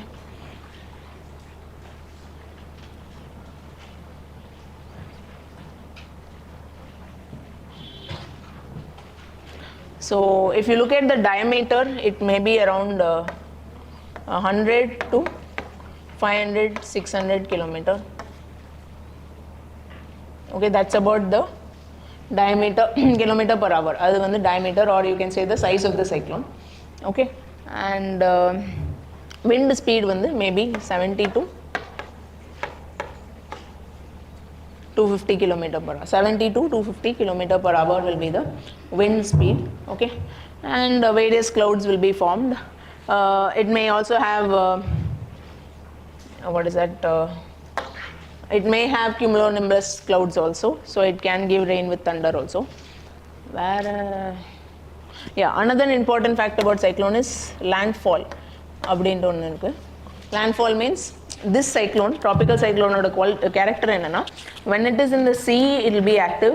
Okay, so இங்கே வந்து இப்போ India இருக்கு அப்படின்னா, இங்கே cyclone நிற்குதுன்னா, from the sea, because it is having an extent of some 500 600 kilometer, அதனால அந்த cloudsலாம் வந்து it can actually give rain. Okay, but ultimately when this thing crosses and comes into the land, the source of moisture will be cut off. Okay, that we call as landfall.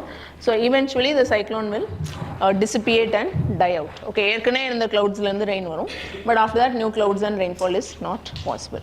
Okay, so after landfall, it will weaken and die. Sometimes what will happen is, if it cross panni, thirumba sea kulla poi, again it will gain strength, and you know that can happen. And where yeah, and if you look at the globally, this tropical cyclone has different names in different countries. In Australia, it is called as Willy Willy. In Japan, it is called as typhoon. In Central American region, it is called as hurricane. Okay, Namma India la vandu cyclone.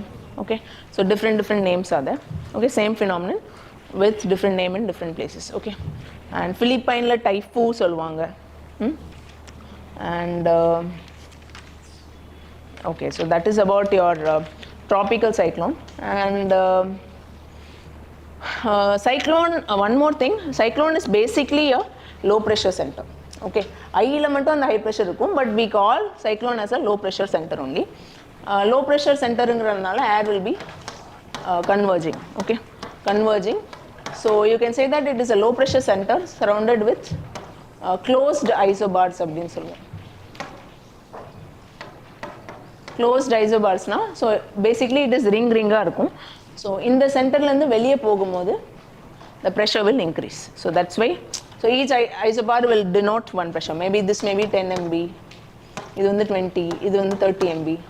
So வெளியே போக போக அந்த pressure ஏறுது இல்ல. So that we denote through closed isobars. Okay, and where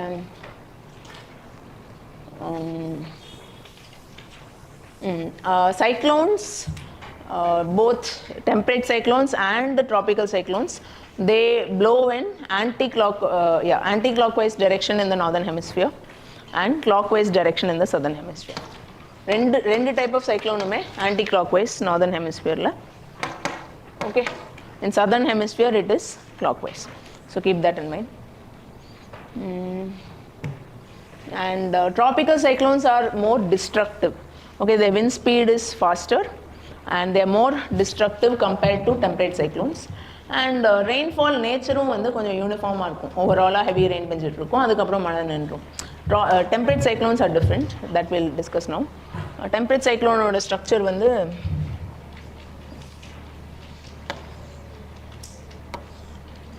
இப்படி இருக்கும்.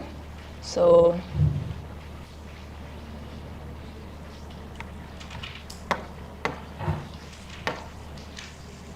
warm front,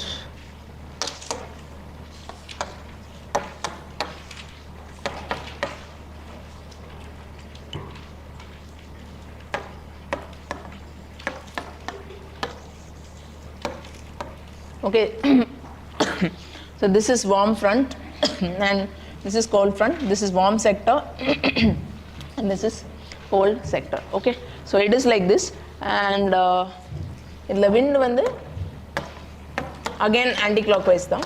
So direction of wind வந்து drastically change ஆகும். So this we can say that it is south east, it is south, I'm sorry, southwest. Okay, southwest, south, இது southeast, இது east, இது northeast, இது northwest. So like this there will be variation in wind direction.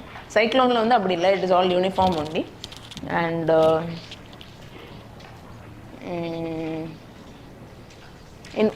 in cyclone condition formation conditions, I missed telling you Coriolis force, right? Coriolis force is a very important thing. நம்ம ஒரு 5 factor பார்த்தோம்ல, அந்த ஃபார்மேஷன்ல most important factor வந்து SST of 27 and Coriolis force only. Okay, that is the most important thing. And because in tropical regions Coriolis force is not there, tropical illa equatorial region la Coriolis force illadadala, in equatorial region these cyclones will not form. Or 5 degree latitude தாண்டி தான் போய் வந்து these cyclones will form, because there only the Coriolis force will start operating. Okay, keep that in mind. Yeah, coming to this temperate cyclone, இப்போ warm sector la வந்து actually warm front வரும்போது, okay, during warm front you will have rain. Rain will come because of, you can say, nimbus clouds, or you can say nimbostratus, nimbus or nimbostratus clouds. So basically it is light rain without thunder or anything. cold front வரும்போது because of cumulonimbus cloud it will rain. Cold front la வந்து cumulonimbus cloud will give rain, so this rain will be heavy. Warm front la வந்து rain வந்து light ஆ இருக்கும், but it will be for a longer duration, whereas in cold front rain will be heavy rain with shorter duration. Heavy rain with shorter duration is in cold front. Okay, so this is the condition with temperate cyclone. And warm sector, cold sector la வந்து warm sector வரும்போது the temperature will be warmer and pressure will be low. Cold sector வரும்போது temperature will be colder, pressure will be high. Okay, warm front, cold front வரும்போது தான் rain வரும். Okay, and this front has a steep gradient. This front has a, I'm sorry, the cold front has a steep gradient, warm front has a gentle gradient. Okay, and ultimately in this temperate cyclone, cold front will overpower the warm front. Cold front வந்து warm front வந்து மேலே வந்து it will push up the warm front, and rainfall வந்து it will like stop after that. Okay, so when in the cold front warm front meeting and all that, that process we call as frontogenesis. Okay, frontogenesis அது எப்போ சொல்லுவோம்னா when two different air masses with differing properties meet.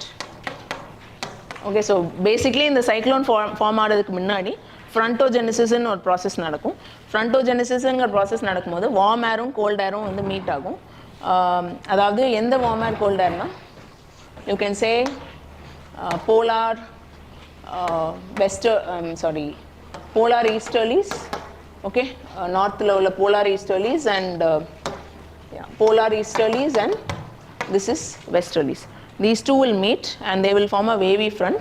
So அப்படி meet பண்ணி front ஆகும்போது first இப்படி wave மாதிரி இருக்கும், அதுதான் அப்புறம் இப்படிலாம் ஷேப் மாறி இந்த மாதிரிலாம் மாறி then it will become like this, and ultimately the cold வந்து dominate பண்ணிட்டு warm மேலே push பண்ணிட்டு then the meeting point will not be there, and after that rain will stop. Okay, and what is this called?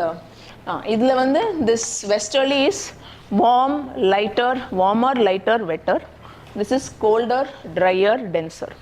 So இந்த ரெண்டு air masses ஓட குவாலிட்டியும் தெரியணும். Okay, westerly is warmer, lighter, wetter, and polar easterlies are colder, drier, and denser. So that you have to know. And about this tropical cyclone, temperate cyclone, the shape can be any shape. Okay, அதாவது it can be elliptical, it can be wedge shape, என்ன ஷேப்னாலும் இருக்கும். But tropical cyclone வந்து circular shape மட்டும் தான் இருக்கும். Okay, tropical cyclone circular shape தான் இருக்கும். இது வந்து ஷேப்ஸ்க்கு கொஞ்சம் டிஃப்ரெண்ட் வெட் ஷேப் இருக்கும், R elliptical, any shape it can have. And diameter வந்து இது larger. Okay, it may be extending till maximum till 3000 kilometer. Okay, dia can go till 3000 kilometer, and 200 to 3000 kilometer. Okay, 200 to, so basically generally itself in the temperate cyclones will cover a larger area. Tropical cyclones வந்து covering area ஸ்மாலாக இருக்கும். இது எப்போதுமே ஜென்ரலாகவே வந்து பெரிய area தான் cover பண்ணும். 200ங்கிறது சில கேசஸில் ஓவராலாக ஆவரேஜாக நம்ம பார்த்தா வந்து it will B 1900 kilometer. That will be the diameter. So it will cover large area. And wind speed வந்து I told you it is less destructive அப்படின்னு நம்ம பார்த்தோம்ல. ஸோ அங்கே வந்து 70 to 250 இருந்துச்சுல, இங்கே வந்து 30 to 150. So wind speed will be less only.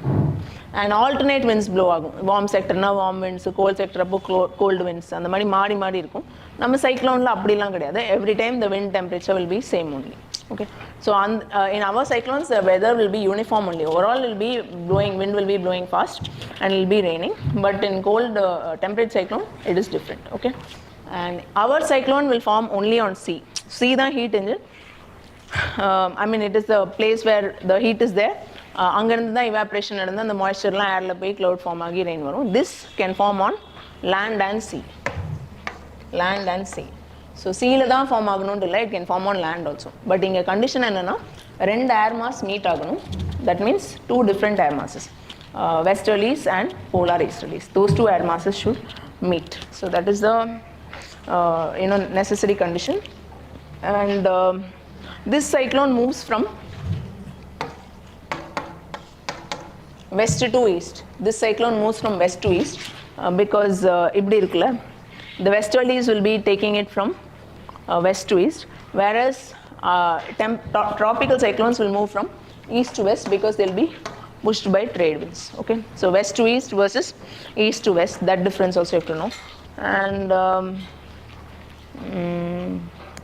okay, that's all about this cyclones and all that. One more is anticyclone. Anticyclone means like how we have cyclones, there can be anticyclones also. So anticyclone is a condition of subsiding air. Anticyclone, no? Subsiding air. So subsiding air means it is a condition of stability. Stability in a dry condition, cloud formation ku scope illa. No cloud means no rain. So it can happen in summer. அது வந்து நம்ம warm anticyclones ன்னு சொல்லுவோம்.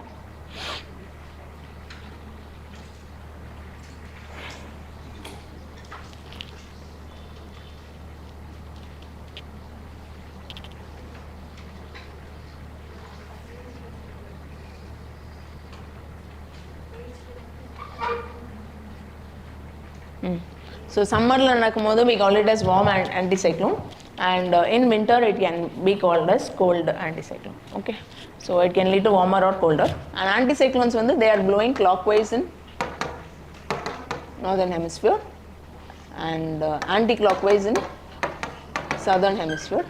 So basically anticyclones are high pressure center. High pressure ங்கிறதுனால wind will be blowing out, not in, but wind will be blowing out. அந்த இடத்தை விட்டு வெளியே blow ஆயிட்டு இருக்கும். Okay, and so this is about your cyclones and anticyclone. அப்புறம் in frontogenesis அந்த fronts வந்து எப்படி மீட் ஆகணும் அப்படிங்கிறதுக்கு வந்து air should be there is something called as convergent circulation, where all the air mass will come and converge. Divergent circulation na எல்லா air massum diverge ஆகும். அந்த ரெண்டும் இருக்கக்கூடாது. It should not be moving parallelly also. There is one word you remember, defamatory circulation. அப்படி நம்ம in your class notes it will be there. Okay, so that is the pattern in which the air masses should meet. Only then the temperate cyclone formation will be there. Okay, so this is about cyclone, anticyclone and all that. And next is about clouds. One minute.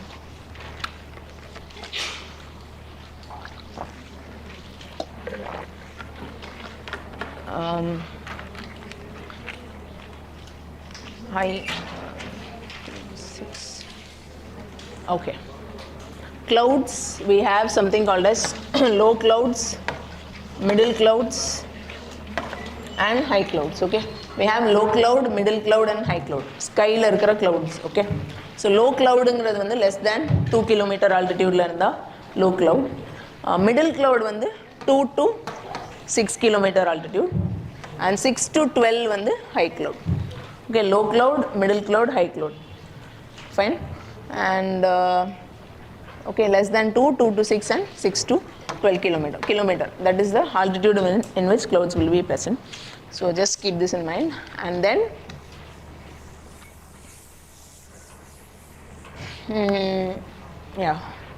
cumulus clouds. That means these clouds may be very bulky, thick, flat, bottomed, cauliflower like clouds. Okay, this we call as cumulus clouds.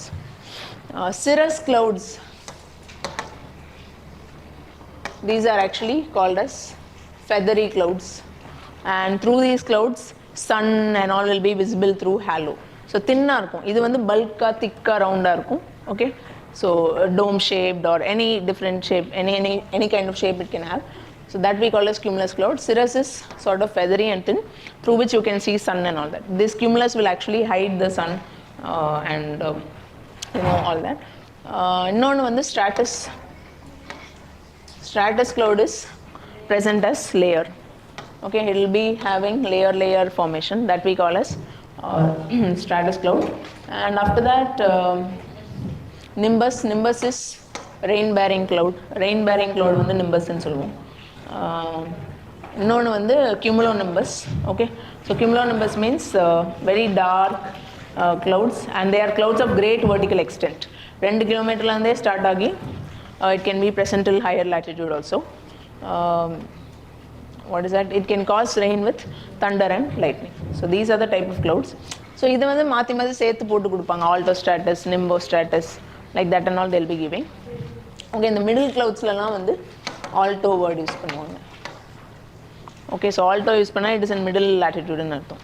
So with this you will be able to guess the என்ன type அப்படின்னு நம்ம you will be able to guess. Okay. Okay, this is okay. And now we'll move into oceanography. 1 minute.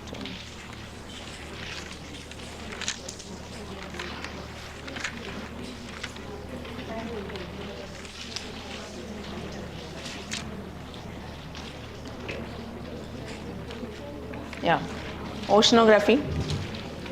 So if you look at hydrosphere, Earth oda hydrosphere pata,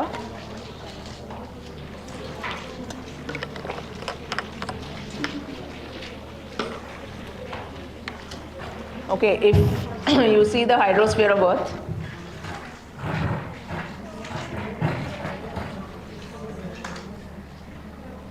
okay, if you see the hydrosphere of Earth, Earth la vandu land vandu 30%, water vandu 70% அது தெரியும்.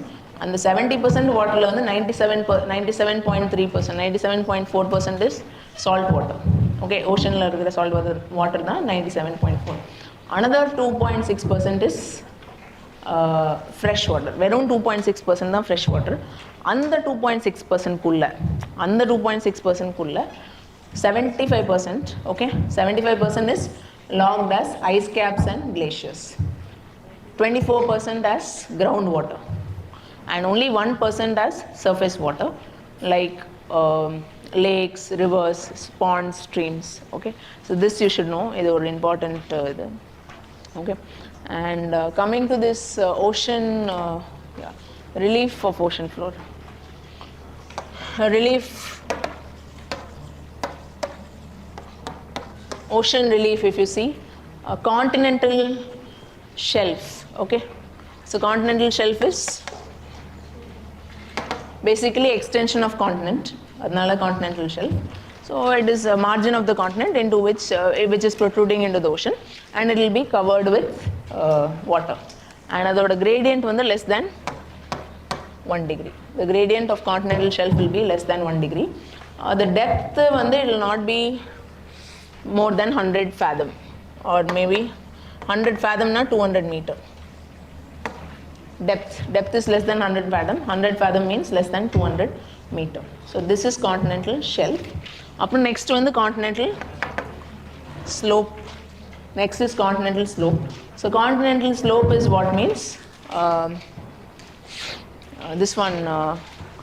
So shelf இப்படி முடிஞ்சிரும். Shelf க்கு அப்புறம் இப்படி ஸ்டீப்பா ஒன்னு இறங்கும். So this one will have gradient of 2 to 5 degree. Okay. It will have 2 to 5 degree gradient, yes, and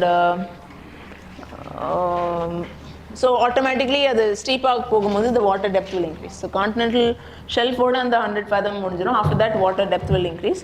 So gradient is said to be 2 degree, and continental shelf முடிஞ்சோடனே you will have something called as continental rise. That is all the sediments which are brought in by the rivers and all that. கடைசியில் வந்து reverse வந்து தண்ணிக்குள்ளேயும் sediments எல்லாம் கொண்டு போகும். தண்ணிக்குள்ளே கொண்டு போய் செடிமெண்ட்ஸ் எல்லாம் போயிட்டு லாஸ்ட்டில் before after that ocean itself will become flat. So இந்த gradient முடியும் போது whenever there's a drop in gradient, whatever water or anything that is flowing will drop the sediments that is carrying. So rivers will finally drop their sediments over here. So அதனால that place is called as continental rise. ஒரு சின்ன mount மாதிரி இருக்கும். அந்த continental rise முடிஞ்ச அப்புறம் அதுக்கு அடுத்தது வர்றது வந்து abyssal plains. These abyssal plains are flat plains, very very flat plains, and they cover 2/3 of the ocean surface. Okay, they are flat plains and they cover 2/3 of the ocean surface வந்து covered by abyssal plains, and depth வந்து water depth வந்து will be 3 to 6 kilometer. Okay, water depth will be 3 to 6 kilometer. And So this is about the relief. இதெல்லாம் தான் major relief. அப்புறம் minor relief வந்து என்னன்னா we have okay, another major relief is submarine canyon. So you know canyon, right? Canyon means it is like a river valley. River வந்து gorges and canyons form பண்ணும் அப்படின்னு நம்ம படிச்சிருக்கிறோம்ல. So அதே மாதிரி river வந்து சீக்குள்ளே போகும்போதும் it will have, even after delta formation and all that, it will have some sediments. Okay, so those sediments will be carrying. So அந்த ஷெல்ஃப்லேருந்து slope போகும்போது ஹியர் ஸ்லோப்லலாம் ஃப்ளோ ஆகும்போது it will, from the shelf to the slope, it will be making a valley, steep sided deep valley. So that we call as submarine canyon. So தண்ணி கடியில் இருக்கிறதுனால submarine canyon. Okay, and another relief feature is ocean deeps or trench. So அது எப்போ form ஆகும்? It is at plate boundary. Okay, so one plate is usually என்ன ஆகும்னா ocean plate is subducting, இது வந்து land plate அப்படின்னா when it is subducting, this place it is very very deep. Okay, இங்க ஒரு deep depression form ஆகும். So that we call as ocean deep or trenches, and it may be 3 to 5 kilometer deeper than the rest of the ocean floor. Okay, so that we call as ocean deeps or trenches. And other relief features are abyssal plains, like you can find sea mount. Okay, we call it as sea mount, and flat top sea mount which are broken on the top, so that is called as guyot. Okay, sea mount and guyot.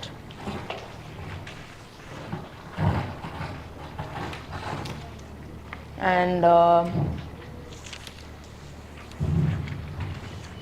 one more is your canyon is also minor relief feature only. Okay, canyon is also a minor relief feature. And another relief feature is mid-oceanic ridges. Mid-oceanic ridges that will form at places where divergent boundaries are. So அதாவது ரெண்டு plates separate ஆகிற இடத்துல வந்து lava will come and solidify. So அது அந்த borderல வந்து mound மாதிரி form ஆகும். So that we call as mid-ocean ridge. Example is mid-Atlantic ridge. Yes, and so this is about the ocean relief. Next is atoll. Also you can classify in ocean relief. If they ask atoll poda kudadan nenikadinga, atoll is what you know, right? Coral reef, round ring type coral reef.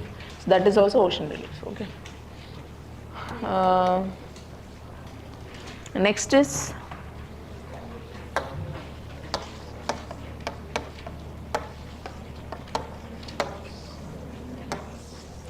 ocean depth zone. Okay, next is called as ocean depth zone.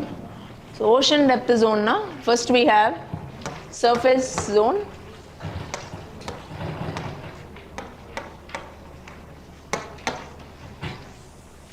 okay, we have surface zone, pycnocline zone and deep zone. The mono irukku.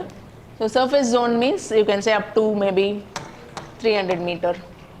Pycnocline means 300 to 1000 meter. இது வந்து greater than 1000 meter till the ocean bottom. இந்த ரெண்டு ஜோனும் சேர்ந்து they will carry 20% of ocean water. This one will carry 80%. Yeah, 80% of ocean water. And surface matuna, it is about 2%. Pycnocline, what is pycnocline means? It is the layer of changing density. Pycnocline is a layer of changing density, and pycnocline la two types irukku. One is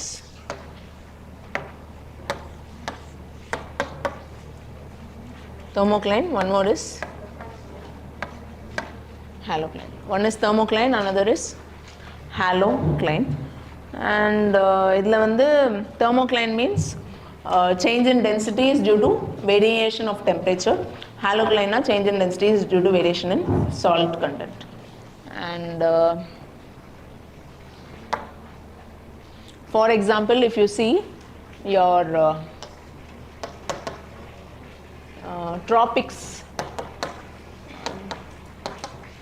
if you see tropics, surface water வந்து low density ல இருக்கும், கொஞ்சம் டீப்பராக போகும்போது density high ஆகும், அதுக்கப்புறம் straight, அதாவது 1000 metre வரைக்கும் தான் இந்த வேரியேஷன் இருக்கும். After that everything is uniform density.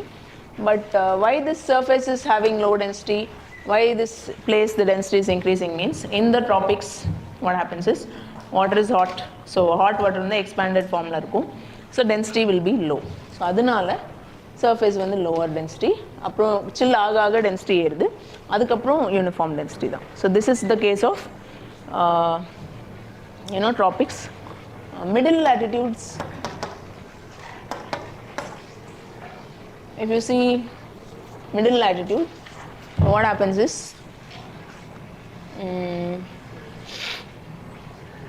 salt content, the pycnocline will determine the density change. Okay, in the tropics thermocline will determine density change. Inge vandu pycnocline will determine. Why pycnocline will determine means top la vandu your salinity will be lower. Okay, down the salinity will increase, and after that uniform. ஏன் டாப்ல salinity lower இருக்கும்னா இங்க it is near the polar region, right? So ice water influx will be there, so அந்த வாட்டரும் mix ஆகி salinity lower இருக்கும். கீழே போகும்போது salinity increase ஆகும், so density increase, and after that uniform density. So you have to keep in mind that this pycnocline is a thermocline in the lower latitudes and halocline in the middle latitudes, and higher latitudes, polar latitudes போகும்போது overall water is of high density. So in the pycnocline formation itself will not be there. Okay, and water density, if you see, the density increases only till 4 degrees Celsius. After the temperature drops below 4 degrees Celsius, there will not be temperature density increase, because at that point water starts freezing. So maximum density of water is encountered at 4 degrees Celsius. And okay, yeah, so temperature. Okay, so if you look at factors affecting temperature of ocean, okay, so if you try to analyze the factors affecting temperature of ocean, what are the factors means latitude is one factor. Okay, latitude ஒரு factor, அதுக்கப்புறம் ocean currents will impact, wind will impact. Okay, planetary winds will impact, insolation, insolation or latitude you can actually link. Okay, then precipitation will impact. Yes, then whether the sea is enclosed or open.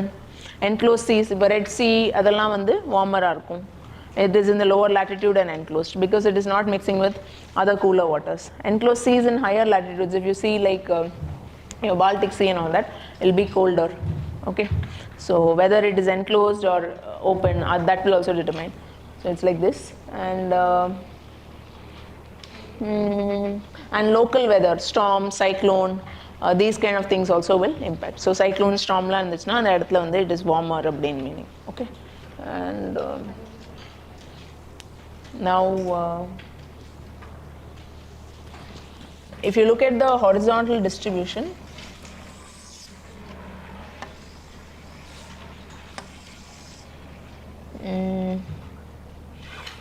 equator is not the hottest.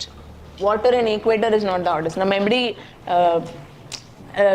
Normal டெம்பரேச்சருக்கு எப்படி சொன்னோமோ அதே மாதிரி தான் sea surface டெம்பரேச்சரும். And here we are talking only about surface temperature.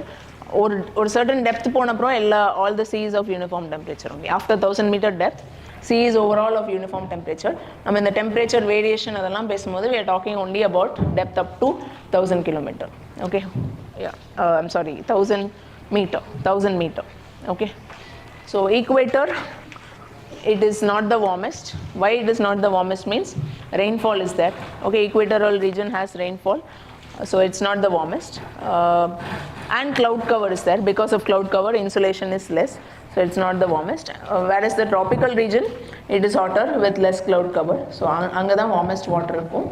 அப்புறம் middle latitudesல போகும்போது it is cooler, because polar region la ice melt will be happening, and when that ice melt comes, that ice water will come. So because of that, the water of higher latitudes or middle latitudes is colder.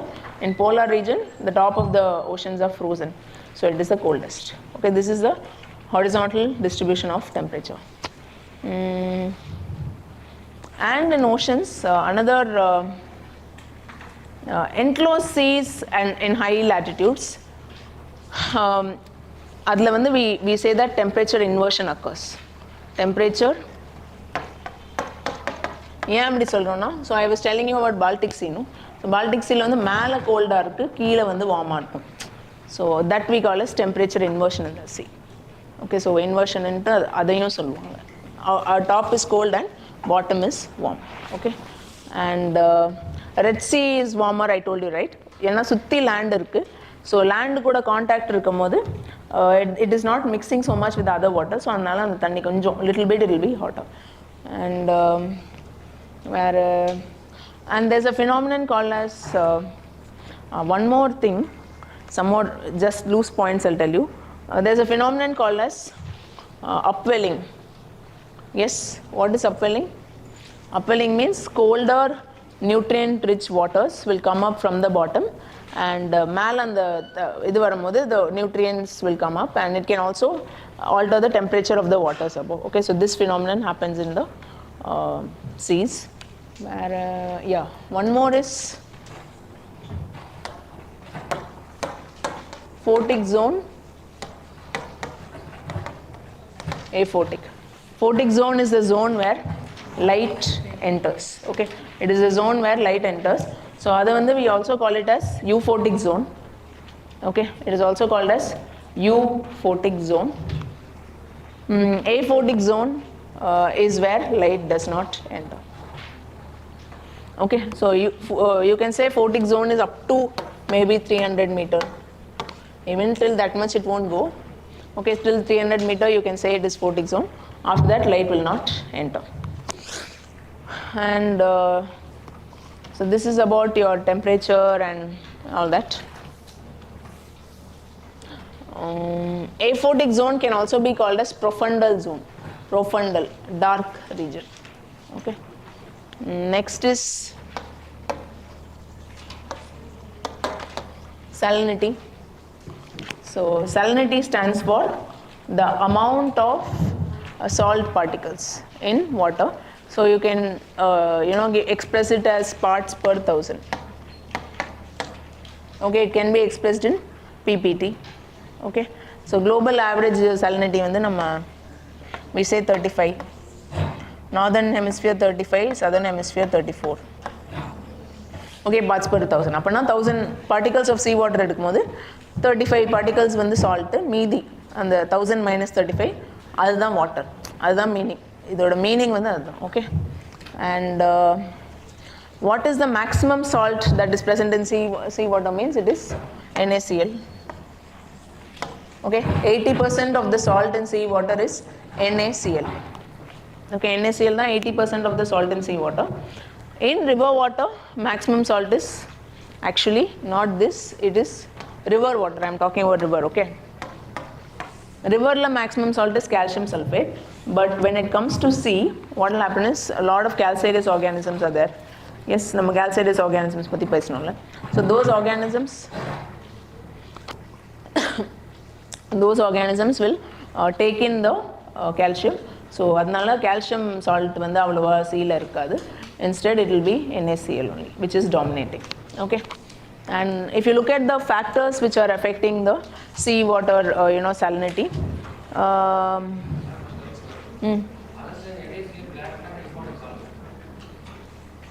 I don't know, I have to find out. Lots of everything will be there. Even gold is there in sea water. So many dissolved salts will be there. எல்லாமே இருக்கு என்ன கேட்டா. Everything will be there. Because from land, rivers are bringing, no. So எல்லாமே landல இருந்து வரும். அப்புறம் the volcanic eruptions நடக்கும் sea குள்ள. From that lava and all that which is emitted, அதுல இருந்து சில salts வரும். So everything will be there. This is the major one, that's all.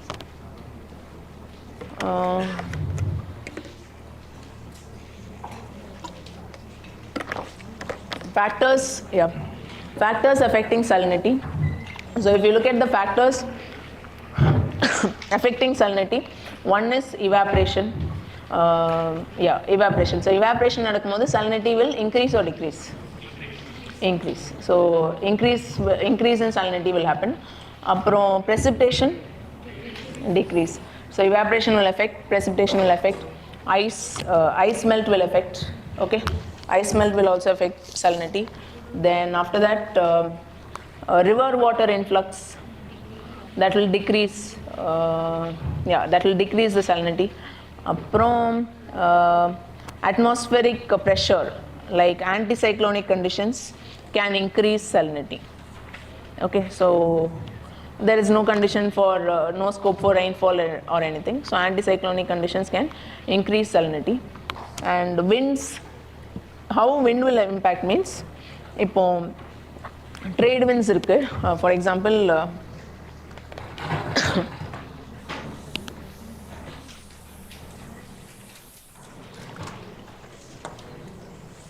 so trade winds are blowing like this, right? So western shores, okay, so western shores lande it will push the saline water towards eastern shores. Like what I mean to say is West Africa, okay, West Africa region la வந்து saline water இருக்கும். அந்த saline water வந்து trade winds வந்து okay, or let's say Gulf of Mexico is there. Okay, Gulf of Mexico irukku, Atlantic Ocean irukku. So trade winds are blowing over Atlantic Ocean, so they will blow and pile the warm water, salty water along the shores of Gulf of Mexico. So ஒரு இடத்துல இருந்து தள்ளி இன்னொரு இடத்துல வந்து salty water file பண்ணும். So எந்த இடத்துல பைல் ஆகுதோ அந்த இடத்துல வாட்டர் இன்னும் சால்ட்டியர் ஆயிரும். இந்த இடத்துல இருந்து புஷ் பண்ணுதில்ல, ஸோ இந்த இடத்துல வந்து less salty water will come to the surface, so that will affect. Okay, in that way wind will affect. Ocean currents can also affect. Okay, similarly ocean currents can affect because ocean currents, we'll discuss how ocean currents affect, so we'll go into that. Enclosed seas will also affect. Okay, enclosed seas, for example Dead Sea, very very saline. Okay, Red Sea Red Sea for example, it will have higher salinity than overall Indian Ocean. Okay, because it is an enclosed body. So மற்ற தண்ணி கூட அந்த தண்ணி வந்து mix ஆகலை அப்படின்னா வந்து it will be actually more saline. More means இப்போ 35 ppt Indian Ocean salinity na இது ஒரு 37-38 இருக்கும். That's the meaning. Okay, Dead Sea is extremely salty. அது வந்து ஒரு inland. In Red Sea there's a strait. What is that strait? Babel Mandab Strait is there, no? So அந்த strait வழியா Indian Ocean water கூட mix ஆகும். So Red Sea case வேற, Dead Sea is totally alienated. அதுக்கு sea கூட connection கிடையாது, அது வேற. It's a peculiar case. And okay, and just like how I told you in temperature, equatorial region salinity will be slightly lower. Temperature la irundha adhe pattern da, ஏன்னா அங்க வந்து equatorial region cloud cover ஜாஸ்தி, so evaporation கம்மி, அதனால salinity will be lower. And இன்னொன்று வந்து precipitation is also there. கொஞ்சம் இந்த tropicsல போகும்போது cloud is less, precipitation is also not there, so evaporation is more, so salinity is more. And middle latitudes, river water ice melt la irundhu vara influx irukum, so salinity is less. Polar region it is ice la வந்து salt formation, salt தனியா விட்டுட்டு தான் water will freeze as ice, so there also the top layer salinity is in fact salinity இல்ல, இதெல்லாம் வந்து top தான். 1000 metre தாண்டி வந்து எல்லா sea எல்லா latitudeலும் சேம் தான், temperature wise same, salinity wise same. Okay, that you remember. And sea water, if you see density, it is directly proportional to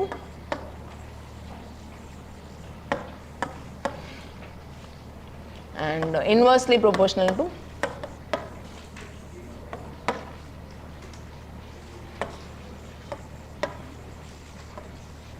okay, sea water density is directly proportional to atmospheric pressure, salinity, and inversely proportional to temperature. Okay, and that is about it. And then okay, so next is ocean deposits. Okay, ocean deposits. So one type of deposit is called as terrigenous deposit. So terrigenous deposit அப்படிங்கிறது வந்து it is brought into oceans by land. Okay, landலேருந்து வர deposit வந்து terrigenous deposit அப்படின்னு சொல்லுவோம். So it includes gravel, sand, silt, clay, all these things. இதெல்லாம் வந்து terrigenous deposit. And pebbles, bigger ones also can come, but generally it is all the smaller ones, what smaller particles that I mentioned. And also in terrigenous deposit you have blue mud, red mud, green mud. Remember? So blue mud is made out of rocks rich in iron sulfide. Red mud வந்து made out of rocks rich in iron oxide. And green mud வந்து it is made out of greens. அதெல்லாம் கேட்க மாட்டாங்க. Okay, they will not ask. Green silicates of potassium and glauconite. It's there in optional. அதனால எனக்கு அப்படியே ஃப்ளோல வருது. And next is, so this is terrigenous. So எந்த type of deposit ன்னு தெரிஞ்சா போதும். Okay, terrigenous deposit and organic deposit. Next type of deposit is organic deposit. Organic deposit வந்து it is made of organic, அதாவது dead plant material, dead animals, அதோட remains, skeletons, shells, இதெல்லாம் சேர்ந்து தான் organic deposit. And organicல வந்து we have neritic deposits and pelagic deposit. Neritic deposit வந்து it will be found in the continental shelf region, அதாவது shallow watersல இருக்கும். So because it is in the shallow water region, it will get buried under terrigenous deposits very often. Pelagic வந்து deeper seasல இருக்கும். So it consists of liquid mud and oozes அப்படின்னு ஒரு term, remember?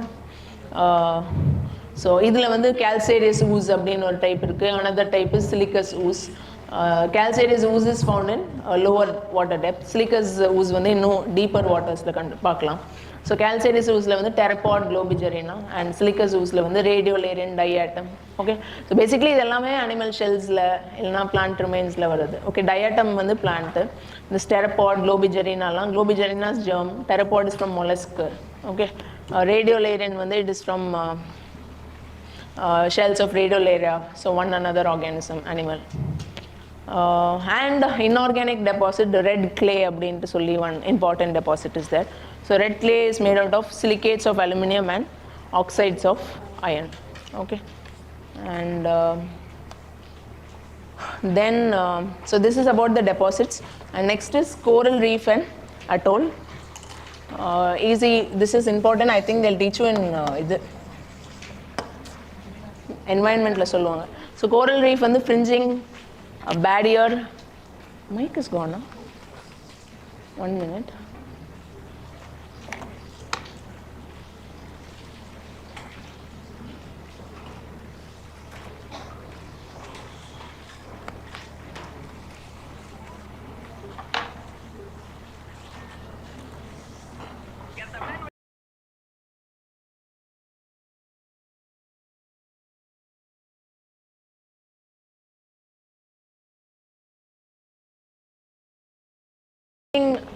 Reef, barrier reef and atoll reef.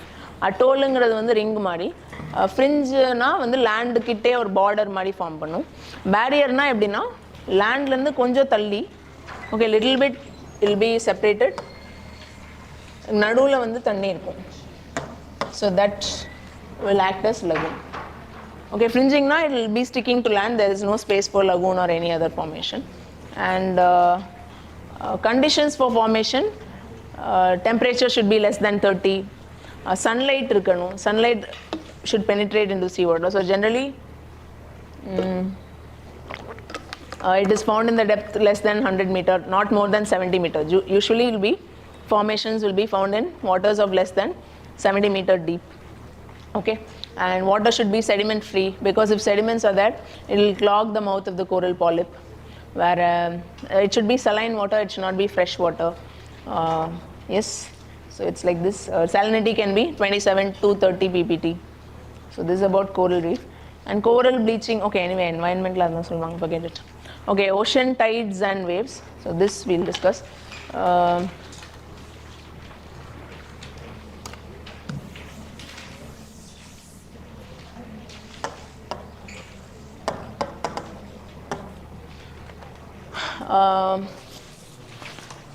So wave-ங்கிறது வந்து basically it happens due to transfer of energy. Wave happens due to transfer of energy. So ocean மேல ஒரு இடத்து மேல wind blow பண்ணும்போது Because of the transfer of energy, you get the wavy pattern on the sea. Fine.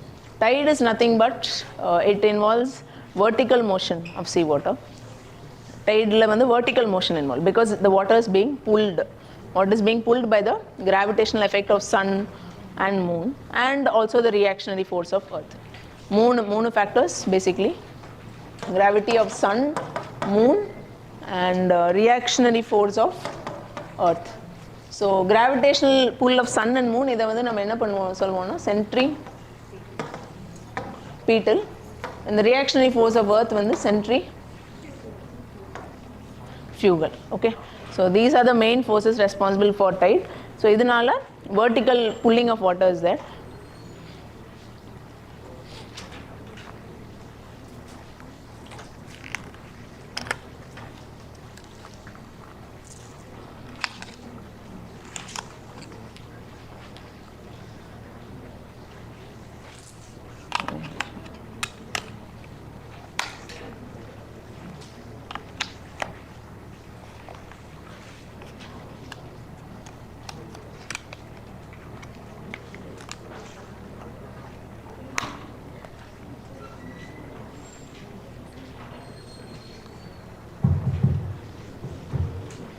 Okay, so okay, centripetal, centrifugal, reactionary force. What next? So இது வந்து vertical. So basically you can say that it is a periodic rise and fall. Okay, tide can be defined as a periodic rise and fall of seawater. So rise ingumbodhu we call it as tide, fall ingumbodhu ebb. So when is that rise happening, when is that fall happening, that we'll see.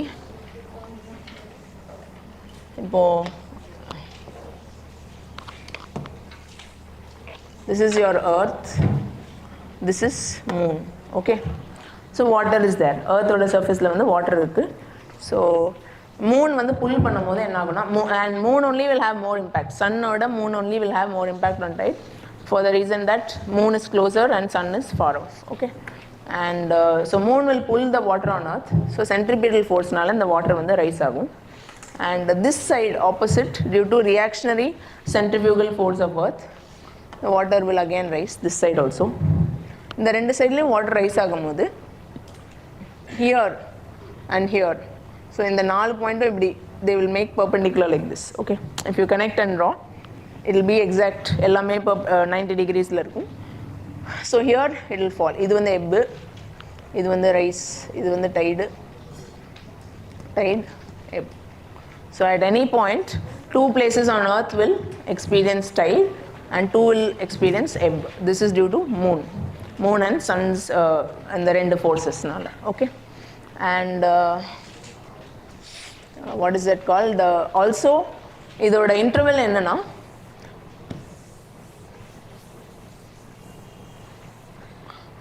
tide vandu ipo moon is there, right? So this is your earth. Moon will 24 hours and the இடம் வந்து spin ஆயிட்டு திரும்ப அந்த when it comes to moon would have moved slightly forward. Okay, so moon வந்து இன்னும் கொஞ்சம் ஃபாஸ்டா அதோட ஸ்பின்னிங்கை முடிச்சு it will not exactly meet the tide center. So tide center இங்க வரும்போது moon வந்து கொஞ்சம் முன்னாடி போய்க்கும். So every day overall there will be a delay. So ஒரு இடம் வந்து இன்னைக்கு வந்து 12 மணிக்கு அதுல டைடு வந்துச்சுன்னா நாளைக்கு வந்து 12:52க்கு தான் வரும். Okay, today 12:52 AM it is getting tide, means tomorrow at today 12 AM it is getting, means tomorrow at 12:52 AM only you'll get tide. So that 52 minutes you can split. Okay, so ebb அதே இடத்துல வந்து next ebb வந்து 24 hours or 6 hours 13 minutes. Okay, so first tide வந்து 12 o'clock வரும், அப்புறம் ஒரு 6 hours 13 minutes கழிச்சு ஒரு ebb, அப்புறம் இன்னொரு 12 hours 26 minutes கழிச்சு அடுத்த tide வரும் ஒரு பிளேஸ்ல. we are talking about one place, and அதே பிளேஸ்ல அடுத்த 18 hours 20 how many minutes, 13 29 42 எவ்வளோ வரும், 13 into 3 is what, 39, right? So 18 hours 39 minutes la vandu adutha ebb. So it will be like this, any place will experience two tides 2 waves one day at this interval. Okay, first tide வந்து இத்தனை மணிக்கு நடக்கும், அதுக்கப்புறம் ஒவ்வொன்றுக்கும் you add 6 hours 13 minutes, that's all. Okay, because overall the delay is 24 hours 52 minutes, right? அதனால that you have to split into 4 and do it. Okay, so any place will have 2 tides 2 waves. Yes, so இது வந்து டைரக்டா இந்த இடம் வந்து இன்னைக்கு இங்கே Tide வருது, ஸோ டைரக்டா திரும்ப 3 கடியில் வந்து நேச்சுரலா டைடு வர்றது வந்து that we call as diurnal tide. இந்த இதே இடத்துல வந்து due to reactionary force it will experience tide after 12 hours and 26 minutes, right? So that we call as semi-diurnal tides. Okay, that is diurnal tide, semi-diurnal tide. So diurnal tide na திரும்ப 3 கடியில் வரும்போது நடக்கும். Semi-diurnal வந்து due to that reactionary pull when it is on other side and when some other place is experiencing tide, it will have high tide. So that is semi-diurnal. Okay. And another thing is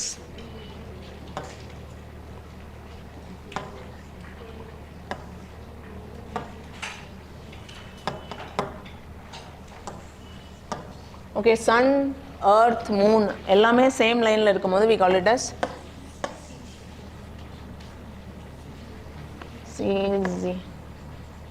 syzygy. Okay, and இது இந்த position வந்து sun, earth, moon அப்படின்ட்டு இருந்தா this is called as opposition. This position is called as opposition. இன்னொன்று வந்து moon நடுவில் இருந்தா that we call as conjunction.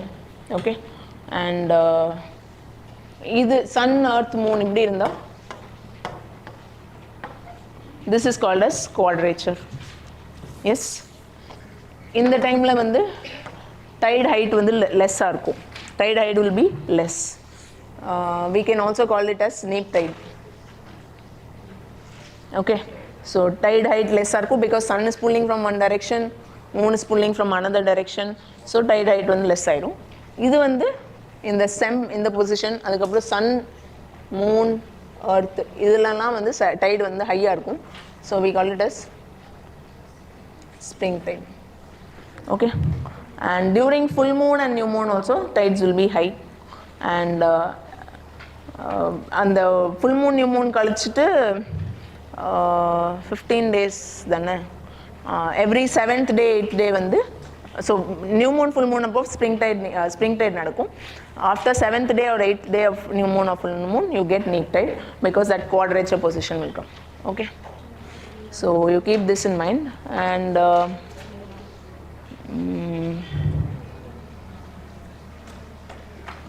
and high tide, low tide. Okay, so higher tides na tide oda height jaasthiya irukku, low tide means tide height is less, and in the rendukum ulla difference na we call it as tidal range. Okay, both difference is called as tidal range. And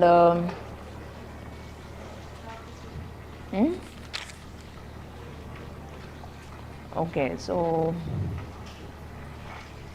a tropical or equatorial tides when moon is over equator or tropic of Cancer or tropic of Capricorn. Okay, so that time those places will experience high tide, so that they generally won't ask. இதெல்லாம் தான் கேட்பாங்க, spring tide, neap tide தான் கேட்பாங்க. Apogee tides, perigee tides, you know, right? Apogee na moon is closest to earth, farthest from earth, அப்போ வந்து tide oda height குறையும், அப்போ perigee na tide oda height ஏறும். Okay, red tide is a different thing, it is to do with algal bloom. Okay, and next is ocean current.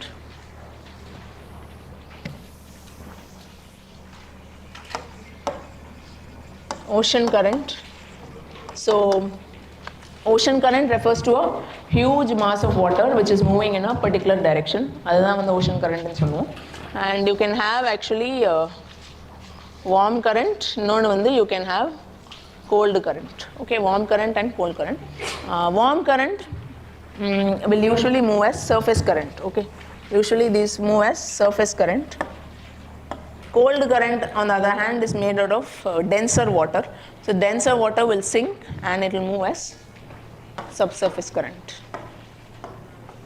Okay, so sometimes it is with surface and subsurface, and இன்னொன்று வந்து it can also be due to salinity. So denser water வந்து may sink and it will flow as subsurface current. For example, Atlantic kum Mediterranean kum nadula, from Atlantic water will flow into Mediterranean. Okay, Mediterranean kulla pogum. Mediterranean la poitu, Mediterranean is more salty. The water will flow in from Atlantic to Mediterranean. Mediterranean la ulla water, salty water vandu sink agi, it will flow along the bottom as a subsurface current and go back to Atlantic. So like that also it can be. Okay, so subsurface current is basically denser water. It can be due to coldness or it can be due to high salinity. It can be anything. Okay, and if you look at the factors responsible for current, the number one, the most important factor is rotation of Earth. Okay, rotation of Earth nadakumbodhu, when Earth is spinning from west to east, what happens is, how is this equatorial? Yeah, because of Earth spinning from west to east, the water is piling along eastern coast. Okay, இப்படி Earth வந்து west to east பண்ணும்போது water is piling along eastern coast, so that leads to equatorial current.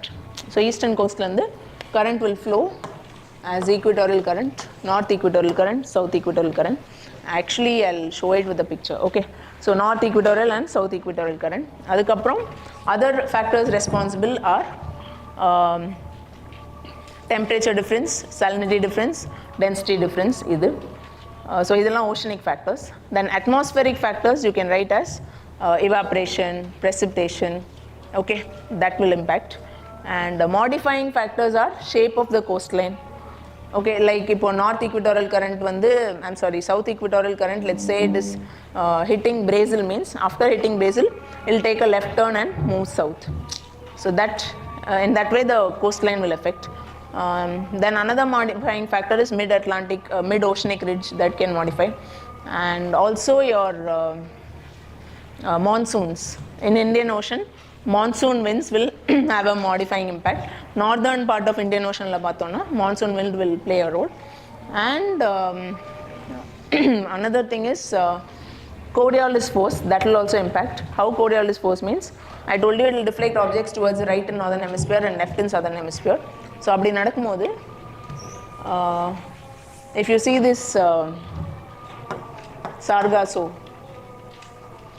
yes, Atlantic Ocean, northern Atlantic Ocean la there is an ocean gyre, okay, called as Sargasso Sea. This is called as ocean gyre. So idla enna currents irukuna, north equatorial current irukum, Gulf Stream irukum, Canary current irukum. The moonu vandu will be making a circulation.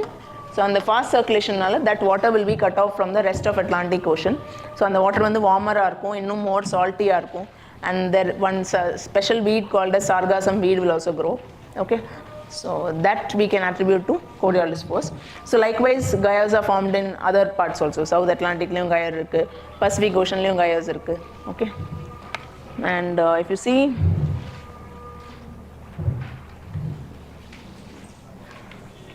one minute.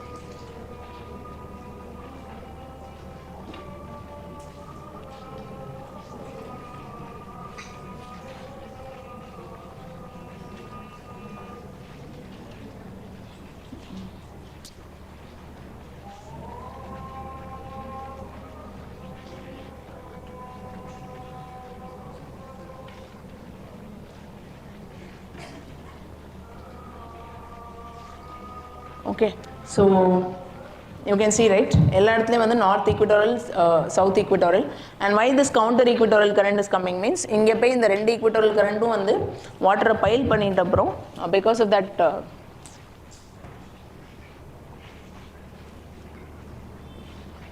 okay, unfortunately I'm not getting it.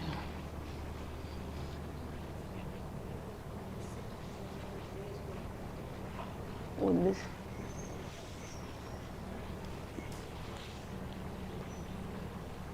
Okay, because of this north equatorial and south equatorial current piling water on the west coast, அந்த piled water வந்து திரும்ப height ஜாஸ்தியாக இருக்கும்ல, so that will flow back as counter equatorial current. Okay, so it's very easy. இப்போ அட்லாண்டிக்கில் வந்து north equatorial current, south pile பண்ணதுனால counter equatorial current வந்து இருக்குது. And this north will hit the Brazilian coast and it will flow up. It will flow up as Gulf Stream. Then Gulf Stream வந்து இங்கே cross ஆகி போய் North Atlantic drift இருக்கும். And this Gulf Stream is actually warm water. And this warm water can lead to warmer climate in this region. அதனால தான் ரெட்டில் mark பண்ணியிருக்கு. All the red is marked as, warm current is marked as red. Okay. So it will lead to warmer current in the northwest European part. And then it will come down as Canary cold current. Okay, அதுக்கப்புறம் அந்த latitudesல water sink ஆகி gold கரண்ட்டாக திரும்ப பாட்டமில் flow ஆகி it will come back. So இது மூணும் சேர்ந்து தான் வந்து this Sargasso Sea will form. Okay, and சவுத்தில் வந்து Brazilian current, South Equatorial current will take a left turn, Brazilian current. And after Brazilian current, South Atlantic, in the மாதிரி South Indian, we can also call this as west wind drift. Okay, it is called as west wind drift. It will flow entirely along the south. And Brazilian current வந்து warm current. Okay, because it is from the warm waters of South Equatorial current.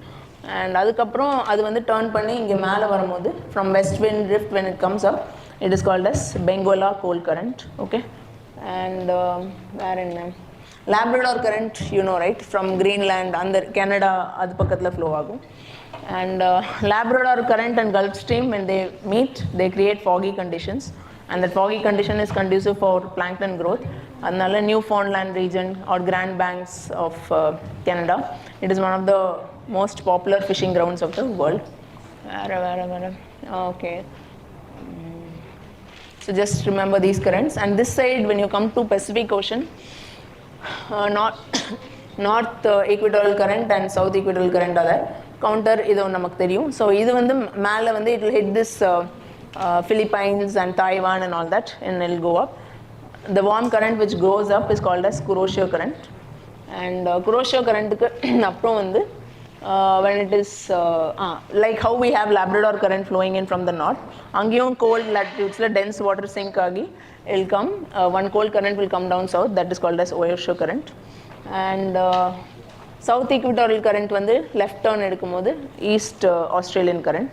Okay, because it is coming to lower latitudes and that water is warmer. அதனால ரெட்டாக காமிக்கும் போது it means that it is leading to warming in that latitude. Okay, black-ஆக காமிக்கும் போது it does not mean that it is causing warming in that latitude. That's the difference. And வேற என்ன இருக்கு, this இந்த Kuroshio வந்து திரும்ப it will cross across Pacific, ஃபுல்லாக cross பண்ணி வந்து it will come go into Alaska.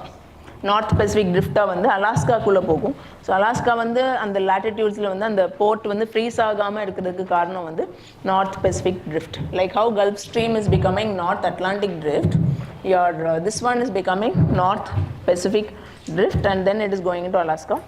So அதனால அலாஸ்காவில் வந்து warm waters and ice will melt, so port வந்து ஒர்க் ஆகும். அதுக்கப்புறம் கீழே like how Canary current is coming, one cold current will come, that is California current, and then it will join, that's all. West wind drift throughout கீழே flow ஆகுது. And எங்கெல்லாம் வந்து west wind drift வந்து ஒரு continent hit பண்ணுதோ அங்கெல்லாம் வந்து மேலே திரும்ப மூவ் ஆகும். It move as a cold current because west wind drift வந்து கீழே உள்ள தண்ணி, so it is cold water. So and Peru, இது வந்து பெரு ஒரு ஹம்போல்ட் கரண்ட், இங்கே வந்து Benguela current, here it is west Australian current. Okay, Aglas current is from this south equatorial current. Okay, so that you know. இது வந்து Indian ஓஷனில் வந்து how do I write on this? Okay, fine. North இப்போ south west monsoon சீசனில் if you see in south west monsoon season, north equatorial current is there and okay, I'm not able to write. Okay, so north equatorial current வரும், அது வந்து இப்படி flow ஆகி அதுக்கப்புறம் it will go in clockwise. Yeah, remember it like this. In summer season or in the monsoon season, it will go clockwise flow ஆகி north equatorial current வரும். இப்படி வந்து it will wash along the Indian shores and then it will complete the circle. But in winter what will happen is this counter equatorial current will develop well. So இது வந்து blow ஆகி இப்படி வரும் it will come in anti-clockwise direction and it will flow like this, and it'll come from Africa, it'll flow towards Andaman Sea, it'll flow north, then it'll flow along east coast of India first, apro west coast, apro இப்படி வந்து circle complete பண்ணும். But in the change in direction வந்து it is only in northern hemisphere of Indian Ocean. Southern hemisphere of Indian Ocean will be the same. Okay. No change in current. Fine.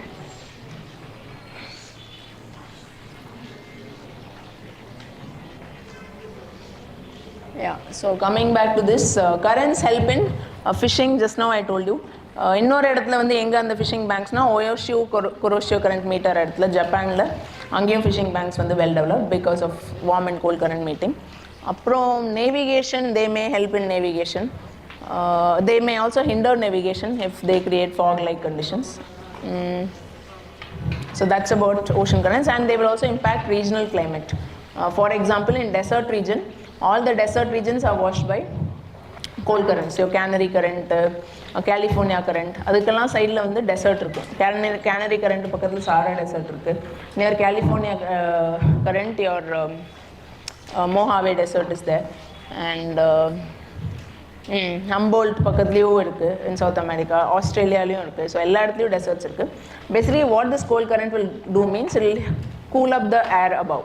So air above வந்து cool ஆயிடுச்சுன்னா conditions of stability will be reached. Stability na that air will not rise up ஆகலைன்னா வந்து that air will not no cloud formation and precipitation. Okay, so this will be the impact, and in Indian case you can say in monsoon also it is impacting. Okay, so that you can say, and this is about ocean currents.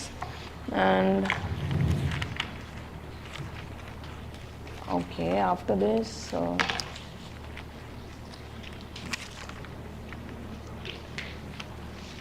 okay, little bit of human geography will revise. Maternal mortality rate,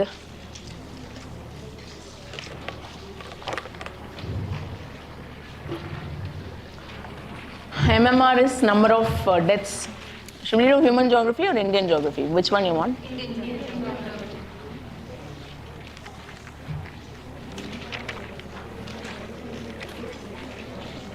Indian geography வந்து see, இந்தியாவோட latitudinal extent is 8 degree 4 minutes north and 37.6 degree north.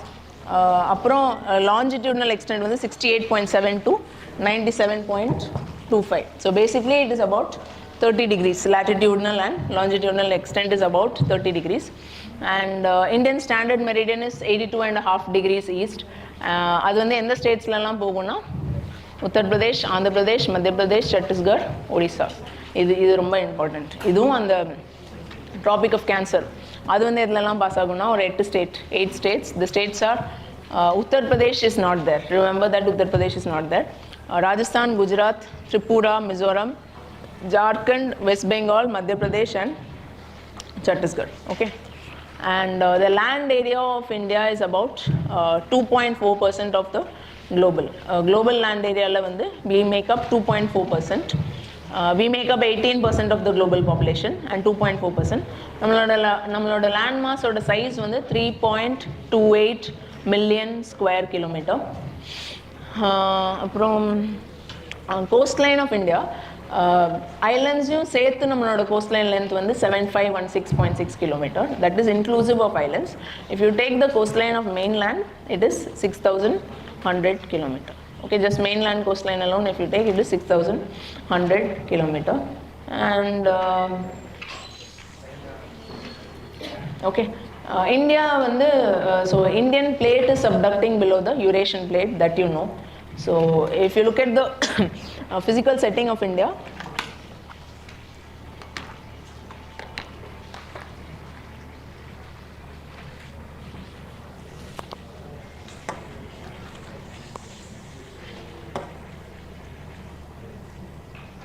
so physical setting is இங்கே வந்து we have Himalayas. Himalayas is the youngest landmass of India. No, not the youngest, actually the northern plains. Northern plains are youngest. Himalayas form ஆகும்போது தான் when Indian plate subducted below the Eurasian plate, at that time one depression was created. So one plate is subducting below another means ஒரு depression create ஆகுதுல, like ஓஷன்லலாம் trenches create ஆகிற மாதிரி one depression was created, and that depression got filled in with sediments brought by the northern rivers. So that became, what is that called, northern, the Gangetic plains and Brahmaputra plains and all that. Okay, and this is the second oldest landmass. So you can say that it is young.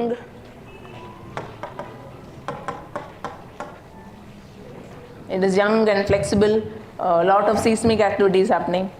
Oldest landmass is peninsular landmass. Old and rigid. Okay, it is old and rigid. Where another?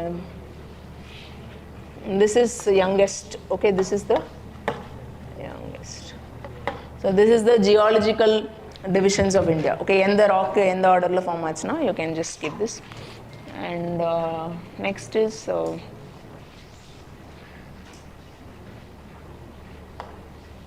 and if you see peninsular plateau, it is separated as Deccan Plateau, Central Highlands.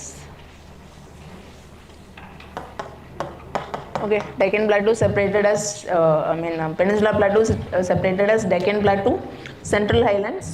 அப்புறம் இன்னொன்று வந்து you can say that Northeast Plateau. Okay, so these are the divisions of the Peninsular Plateau. So Deccan Plateau குள்ள வந்து தனித்தனி separate plateaus are there. You can say that Deccan Plateau is bordered by Western Ghats, Eastern Ghats, your Mahadeo, Maikal Hills and all that. Central Highlands வந்து it will spread over, it extends into Central Highlands oda extension eppadi irukona, it will go till Rajasthan. Under Thar Desert we have Central Highlands, and the desert sand kulla base vandu Central Highland Plateau da. Then it will extend to Delhi in the north, Delhi Ridge, Aravallis, so angiyum extend agum.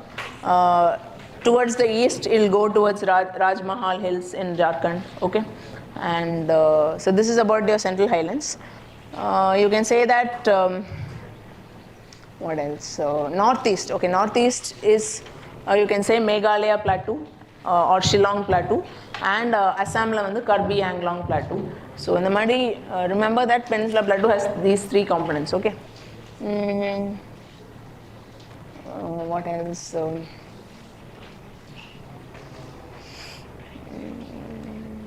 Yeah, about Himalayas.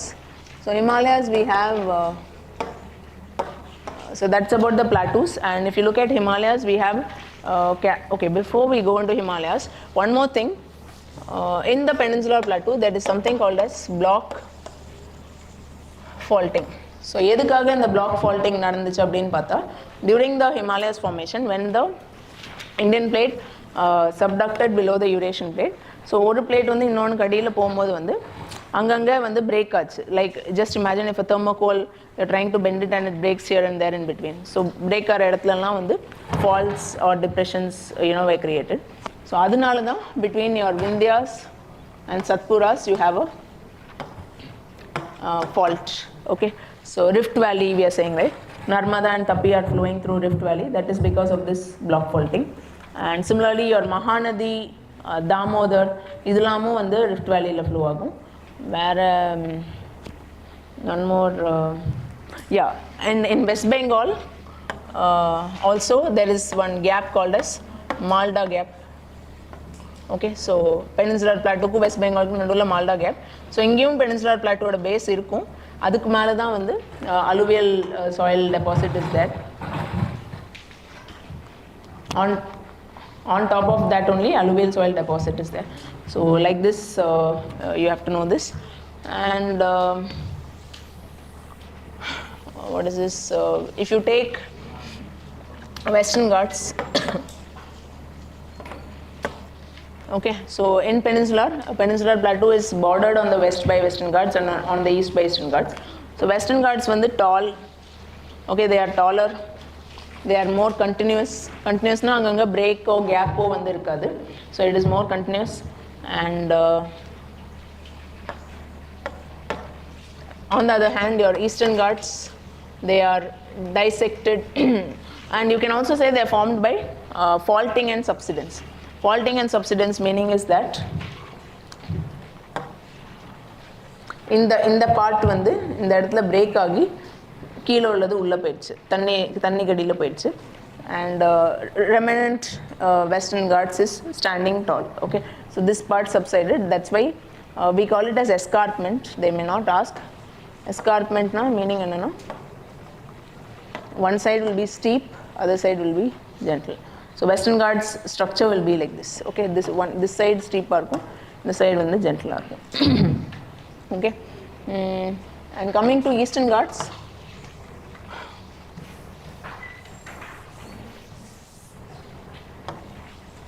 so Eastern Ghats vandu the altitude is comparatively less. Okay, Eastern Ghats oda altitude vandu comparatively less, and it is not continuous also. It is dissected by rivers.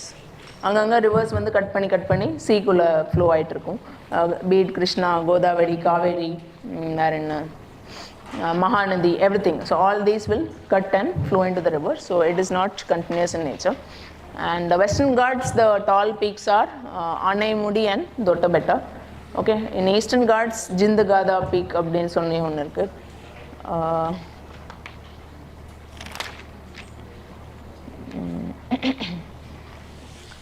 And okay, so this is about your and one more thing, Western Ghats are known by different names.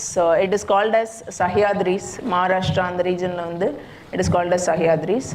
Keela it is called as Nilgiri Mountains. Okay, in Karnataka, Tamil Nadu, Kerala. Yes, and Eastern Ghats you have different local names. For example, Javadi Hills, that is in Tamil Nadu. Javadi Hills is near Velur. Okay, Chevroy Hills, that is near Salem. அப்புறம் நலமானா பால்கொண்டா அது ரெண்டும் வந்து Andhra Pradesh. Okay, so like that. And okay, so next is physiographic division of Himalayas. Okay, before that I'll tell you the coastal plains also. Western coastal plain and eastern coastal plain. So Western coastal plain, if you see, it is narrower compared to Eastern coastal plains. Okay, Western coastal plains vandu narrower irukum, Western Ghats vandu taller ah irukum, Western coastal plain vandu narrower. Okay, so just remember that. If you see Western coastal plain, here estuaries are common. Okay, in Eastern coastal plain delta is common. Okay, reason is that here this is an emergent coast, இங்கே வந்து submergent coast. Western coastal plain வந்து submergent, இது வந்து emergent coastல வந்து delta possible. Emergentனா அந்த coast வந்து rice ஆயிட்டு இருக்கு. ஸோ ரிவர் வந்து அந்த silt sedimentலாம் கொட்டும் போது that can form a ஒரு formation இருக்கும், that we call as delta. வேற submergent plainனா அது வந்து அடியில் முங்கிட்டு இருக்கு. ஸோ அப்படி ஆகும்போது என்ன ஆகும்னா everything will go into water, so it cannot come above the surface. So அதனால delta இருக்காது, that we call as estuary. And here along Western coastal we have backwater. Okay, Kerala lalam we have backwaters. And here in Eastern coastal வந்து you can say maybe lagoons. Okay, Chilika Lake and all that is there, so you can say lagoons. And this one is more conducive for because it is submergent, it is conducive for ports. It is conducive for port development, whereas emergent la vandu it is, you can say it is less conducive for port development. Adavadhu inge vandu natural harbors are possible, there you may have to create artificial harbors. And Western coastal plains, different names are there. Gujarat, Maharashtra, Gujarat region la vandu it is called as Kutch and Kathiawar coast. In Maharashtra and parts of Maharashtra, Goa and northern part of Karnataka,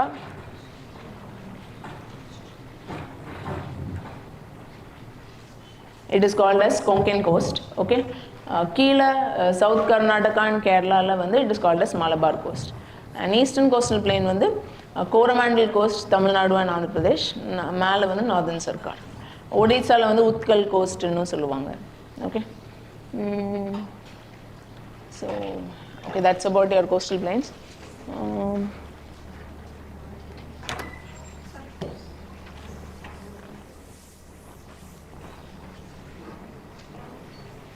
And along the western coastal plains, the west flowing rivers make estuaries, east flowing rivers make delta. One more reason, one more reason why delta is formed on the eastern coastal plain is because in the rivers they have a longer course. நிறைய தூரம் flow ஆகி வரும்போது it can carry more silt and sediment. It is eroding and it's traveling a longer path, so it has more scope to collect silt and sediments. So if you see Ganga, Mahanadi, Krishna, Godavari, Kaveri எல்லாத்தையும் பார்த்தா வந்து he'll be bringing in more of silt and sediment which it will deposit and make delta, whereas western flowing rivers are having shorter course. For example, Narmada, Tapi, Bharatpula, Pediyar, whatever. So on the rivers oda course is shorter irukradnala silt loadum kammi, so there is less scope for delta formation. Okay, keep that in mind. And coming to this Himalayas, so a little bit we'll revise what are the features there in Himalayas. So Himalayas if you see the division, first northernmost la irukkiradhu Trans Himalaya. Okay, adukaprom that is not the highest altitude range. Trans Himalaya kaprom we have the highest altitude is seen in Great Himalaya, Himadri or Inner Himalaya. Okay, highest altitude ranges are seen in Great Himalaya, Himadri or Inner Himalaya. Adukku aduthathu next middle range is called as middle inner or middle lesser or Himachal Himalaya. Middle lesser or Himachal Himalaya. So in the moon and the name, be very very clear about it. Okay, inner in சொல்றது Great Himalaya, middle lesser or Himachal ங்கிறது middle Himalayas. Shivalik's only one name is there. Okay, and the length, overall length of Himalaya is 2500 kilometer, and width will vary from 160 to 400 kilometer. Kashmir region la innum broader irukum. Northeast, Assam, Arunachal, these places it will be Darjeeling la arambichu width koranjirum. So if you look at Kashmir Himalayas, we can also call it as Northwest Himalaya. So adla important ranges Karakoram, Ladakh, Zanskar, idella Trans Himalayan range la ulladhu. Aprom Great Himalayas or Inner Himalayas, and then Middle Himalayas that is called as Pir Panjal. In Kashmir, the Middle Himalaya, there's a specific name that we call as Pir Panjal. And between your Great Himalaya and Pir Panjal, okay, remember the ranges clearly. Between Great Himalaya, or you can say between Himadri and your Pir Panjal, you have Kashmir Valley. Shivalikkum adukkum Doon Valley kediyadu. Kashmir Valley is not a Doon Valley. It is between Great Himalaya and Pir Panjal. So remember that. Glaciers, Baltoro, Siachen, Hisper, Biafo. Okay, Baltoro, Siachen, Hisper, Biafo. These are some of the important glaciers in Kashmir region. And அப்புறம் அந்த Ladakh cold desert, so cold desert பற்றி நம்ம அப்புறம் சொல்லலாம். Okay, in Kashmir Himalaya, another important feature is Kerava formation. Okay, means it is a special kind of soil. It's glacial clay plus other materials. Okay, some fluvial deposits are there. So எல்லாம் சேர்ந்து ஒரு fertile soil formation மாதிரி form ஆயிருக்கு. அதில் தான் saffron cultivation நடக்குது. Okay, saffron cultivation is happening over there. And after that, if you look at the passes in Great Himalayas, the passes are Zojila. Great Himalaya la irukra important pass Zojila pass. Aprom Banihal pass is in Pir Panjal. Okay, Pir Panjal la Banihal pass. Fortula Zanskar, and Kardungla is in Ladakh. These passes are mentioned in NCERT, 11th NCERT, so you should know. Okay, அது தாண்டியுமே அவங்க கேட்பாங்க, but இதெல்லாம் கண்டிப்பாக தெரியணும். Okay, and lakes Dal lake, Wular lake, both are fresh water lakes. Pangong Tsomoriri இது ரெண்டும் salt water lake. Rivers Indus, Jhelum, Chenab. These are the rivers in Kashmir, Himalaya. Indus in India, it will only flow through Leh, Ladakh. Okay, where engiyum vandu varadu. Jhelum Chenab only will be flowing through Kashmir. And Srinagar is located on the banks of Jhelum. Okay, Srinagar on the banks of Jhelum. And near Srinagar, local base level created anadunala, that river will be meandering. Okay, though it is in youth phase, the river will meander. Usually river will not meander in the youth phase. Mature phase, old phase la varumbodha, and the velocity of flow will reduce, sluggish flow will happen, and it will start meandering. But inge vandu local level base level nala meandering will happen. And important tourism shrines here are Vaishno Devi Temple, Amarnath Caves, and Charari Sharif. So these are the important ones. And dune valleys are there in Kashmir, Himalayas also.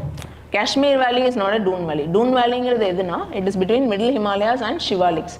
Adu rendukkum naduvula irukradha nama dune valley nu solvom. So the dune valleys are Jammu Dune and Pathankot Dune. Okay, Jammu Dune and Pathankot Dune. These are all facts straight from NCERT. So idella definitely you cannot afford to miss. Okay, be clear with it. And Himachal or Uttarakhand Himalayas, it lies between Ravi in the west and Kali in the east. Okay, lies between Ravi river in the west and Kali in the east. Northern part in northern part you have Ladakh cold desert and Lahul Spiti. Okay, you have Ladakh cold desert, but your Ladakh cold desert will start from Trans-Himalayan range itself. So the Himachal but anyway, Dauladhar. So one more thing, the Himachal Himalayas, I told you different names irukkum. Kashmir la vandu Peer Panjal Himalayas nu sonnolla. In Himachal it will be called as Dauladhar. In Himachal the name is Dauladhar ranges. And Nagatiba vandu Uttarakhand. In Uttarakhand it is called as Nagatiba. Yes. And altitude vandu around 1000 to 2000 meter altitude la vandu these British people came to make some settlements. British people came to make some settlements, and because they were not able to tolerate the summer heat, so on the Dharmasala, Mussoorie, Nainital, like that, lot of hill stations were made. And Dehradun. Okay, so these important hill stations are there. And important tribals in this region, Bhotia one tribe is there. Bhotiyan solli or tribal group irukkranga in Himachal. And Gujars, Bakarwals. So basically these tribes are in Engana, Himachal, Kashmir. Bhotias in Himachal Himalayas. But these Gujars, Bakarwals, Bhotias, what you have to remember about them is they are involved in transhumans.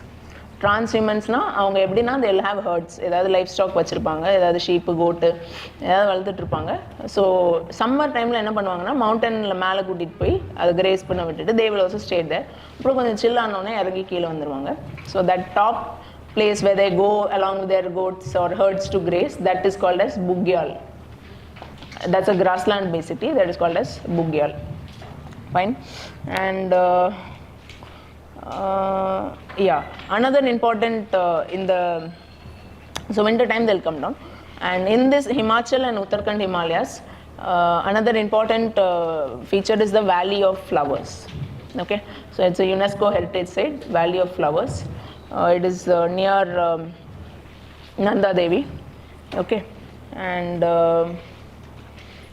in Uttarakhand Himalayas we also have the Chardham sites, Kedarnath, Badrinath, Gangotri, Yamunotri. Okay, and Darjeeling and Sikkim Himalayas. When you come to Darjeeling, Sikkim Himalayas, Teesta is one important river which is flowing here. Inge irukra or important glacier vandu Zemu Glacier. Yes, and Rangit river unku, Rangit no river also is there in Sikkim. And Kanchenjunga is a very important peak here. One more peak on the idula Uttarakhand Himalayas la vandu Comet அப்படினு சொல்லி Nanda Devi is one peak. One more important peak is Mount Comet, Kamet. Okay, Kamet. Nanda Devi, you know, that peak you know. Actually namalku officially the second highest peak in India is Nanda Devi only. Okay. அப்புறம் இந்த இது விட்டுட்டோம்ல, Kashmir ஹிமாலயாவில் there's a deep gorge, Nanga Parbat, through which Indus will enter into Pakistan. அது பேர் வந்து Nanga பர்பத். It is a பீக்குன்னு சொல்லுவாங்க, கார்ஜன்னு சொல்லுவாங்க. ஏன்னா வந்து இப்படி இருக்கும். So this is the peak, this is the where water will flow. So that's why it is peak, and it may be called as a peak, it may be called as a gorge, anything. Okay. அப்புறம் in Darjeeling and Sikkim Himalayas you have Lepcha tribe. அந்த இடத்துல இருக்கிற try வந்து லெப்சா அப்படின்னு சொல்லி ஒரு important try இருக்கிறாங்க. And many Nepalis also are living here. This region in Darjeeling and Sikkim Himalaya, the slope is moderate and the soil has thick humus, so it is conducive for tea plantation. Soil has thick humus, moderate slope, and it is conducive for tea plantation. Arunachal Himalayas la வந்து Shivalik formation இருக்காது. Okay, yeah, we are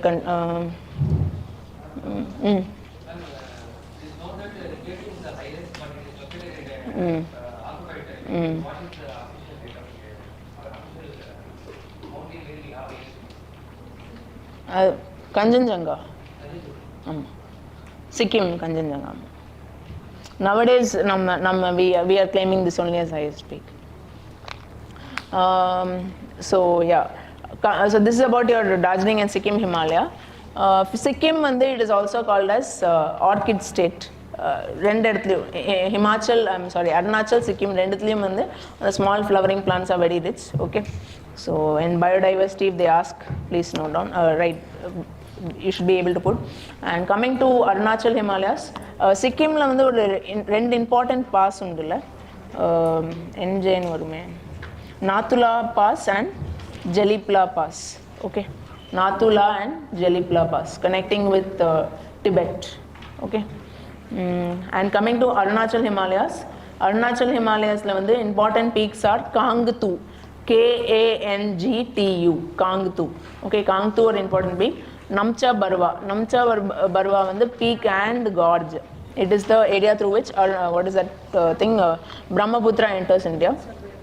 Okay, and other important rivers in Arunachal Himalayas are Kameng, Subansiri, Dihang, Dibang, Lohit. Okay, and this region actually has high tidal power potential, but we do not tap it so much because of the reason that and the seismic risk நிறைய இருக்கிறதுனால நம்ம அதை அவ்வளோ harness பண்ணுறது கிடையாது. And the tribes over here you can say that Monpa, Dafla, Abor, Mishmi, Nishi, these are some tribes. And Arunachal Himalaya வந்து ஷிவாலிக்ஸ் இருக்காது. So நம்ம பார்த்தோம்ல அந்த different parallel ranges of Himalayas, அது வந்து காஷ்மீர் ஹிமாச்சலில் தான் இருக்கும். சிக்கிம் சைட்லேருந்துலாம் வந்து and then obviously will be there in Nepal, so it's not there for us. But Sikkim onwards, when you go eastward, that different ranges will not be there. For example, in Arunachal there is no Shivalik formation, but there is something called as Duar formation. And on that Duar formation, they grow tea and those kind of things. Okay. Where eastern hills and mountains, Patkai Bum, we call this as Purvanchal Himalayas. Okay, Purvanchal Himalayas in Solomon. What is this? Patkai Bum, Mizo, Naga hills are there, and in this place, Barak River is one important river. It flows through Mizoram, Assam, and Manipur. In the moon state line flow agum. And Mizoram la vandu there is something called as molasses basin, which is made out of soft unconsolidated deposits. Sutti irukra hills la irundhu nariya silt and sediment got washed and came down, and it formed molasses basin. Manipur la important feature is Loktak Lake. Okay, so this is about your Himalayas. And 1 minute.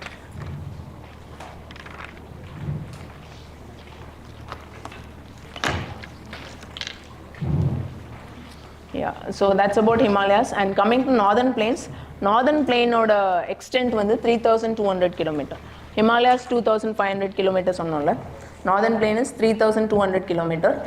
Width வந்து 150 to 300 km. Width is 150 to 300 km. alluvial depth அது கேட்க மாட்டாங்க 1000 meters, so forget that, no need. And the important zones are Babar, Terai, Bangar, Kadar. So Bhabar வந்து ஹிமாலயாஸ்லேருந்து just இறங்கினோடனே வந்து இந்த gradient குறையிறதுனால reverse வந்து எல்லாத்தையும் கீழே கொட்டிடும். ஸோ நிறைய பெபிள்ஸ் அண்ட் பெரிய பெரிய போல்டர்ஸ்லாம் இருக்கும் அந்த பெல்ட்டில், that is Bhabar. And so அந்த இடத்துல வந்து தண்ணி will be flowing under the rocks and you will not be able to see. Okay, and next is Terai.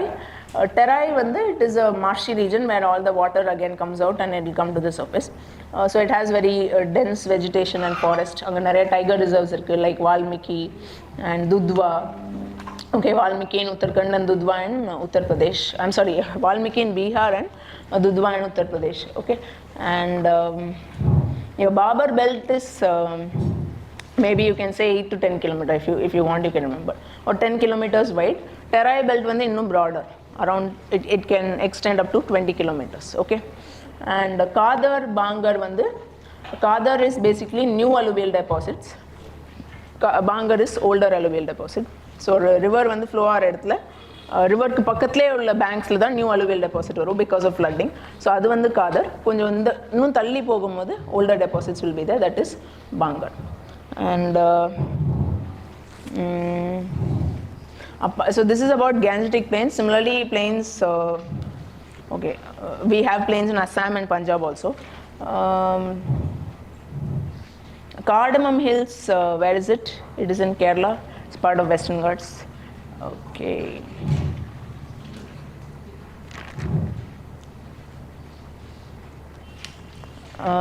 Indian desert is also called as Marustali. Marustaliன்னு வந்து இந்தியன் டெசர்ட் சொல்லுவோம், because it is made out of its a place of dead அப்படின்னு சொல்கிறதுனால மருஸ்தாலி அப்படி சொல்லுவோம். Because in desert life does not exist, that's why that term. And Indian desert has many ephemeral rivers. Ephemeral ரிவர்ஸ்னால் meaning என்னென்னா they'll be flowing for a short term and அப்புறம் வந்து மழை பெய்யும் போது இருக்கும், அதுக்கப்புறம் it will disappear. And this plateau, you want me to do plateau again? அதில் என்னென்ன இருக்குது? You want me to read the list? Already பண்ணேன், but okay fine, I'll do it again. So Delhi Ridge, Raj Mahal. A Patland plateau is what means? Chota Nagpur plateau. Chota Nagpur plateau we also called as Patland plateau. Okay, Jharkhand Chota Nagpur plateau is also called as Patland plateau. Deccan plateau la vandu, okay, this we have done. That Jindagada peak is in Arakku valley. Okay, Jindagada peak ingradhu vandu Arakku valley la irukku. Where plateau I have done. Okay, about plateau, another fact you can note that most tributaries of Yamuna originate in Vindhya and Kaimur ranges. Plateau la in the hill ranges irukku Vindhya and Kaimur. So most of the tributaries of Yamuna will originate here.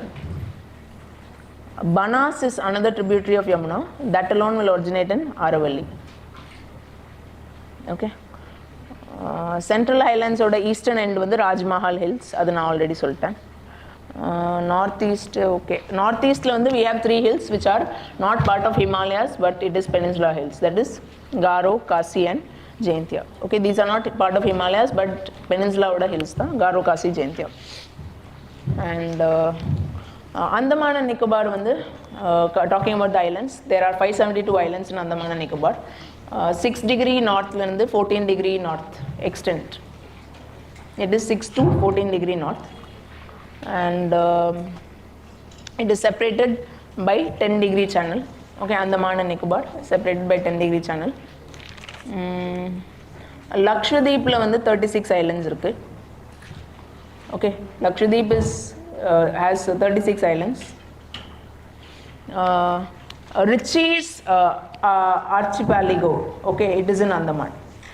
Ritchie's archipelago means it is a cluster of small islands lying to the east of South Andaman district.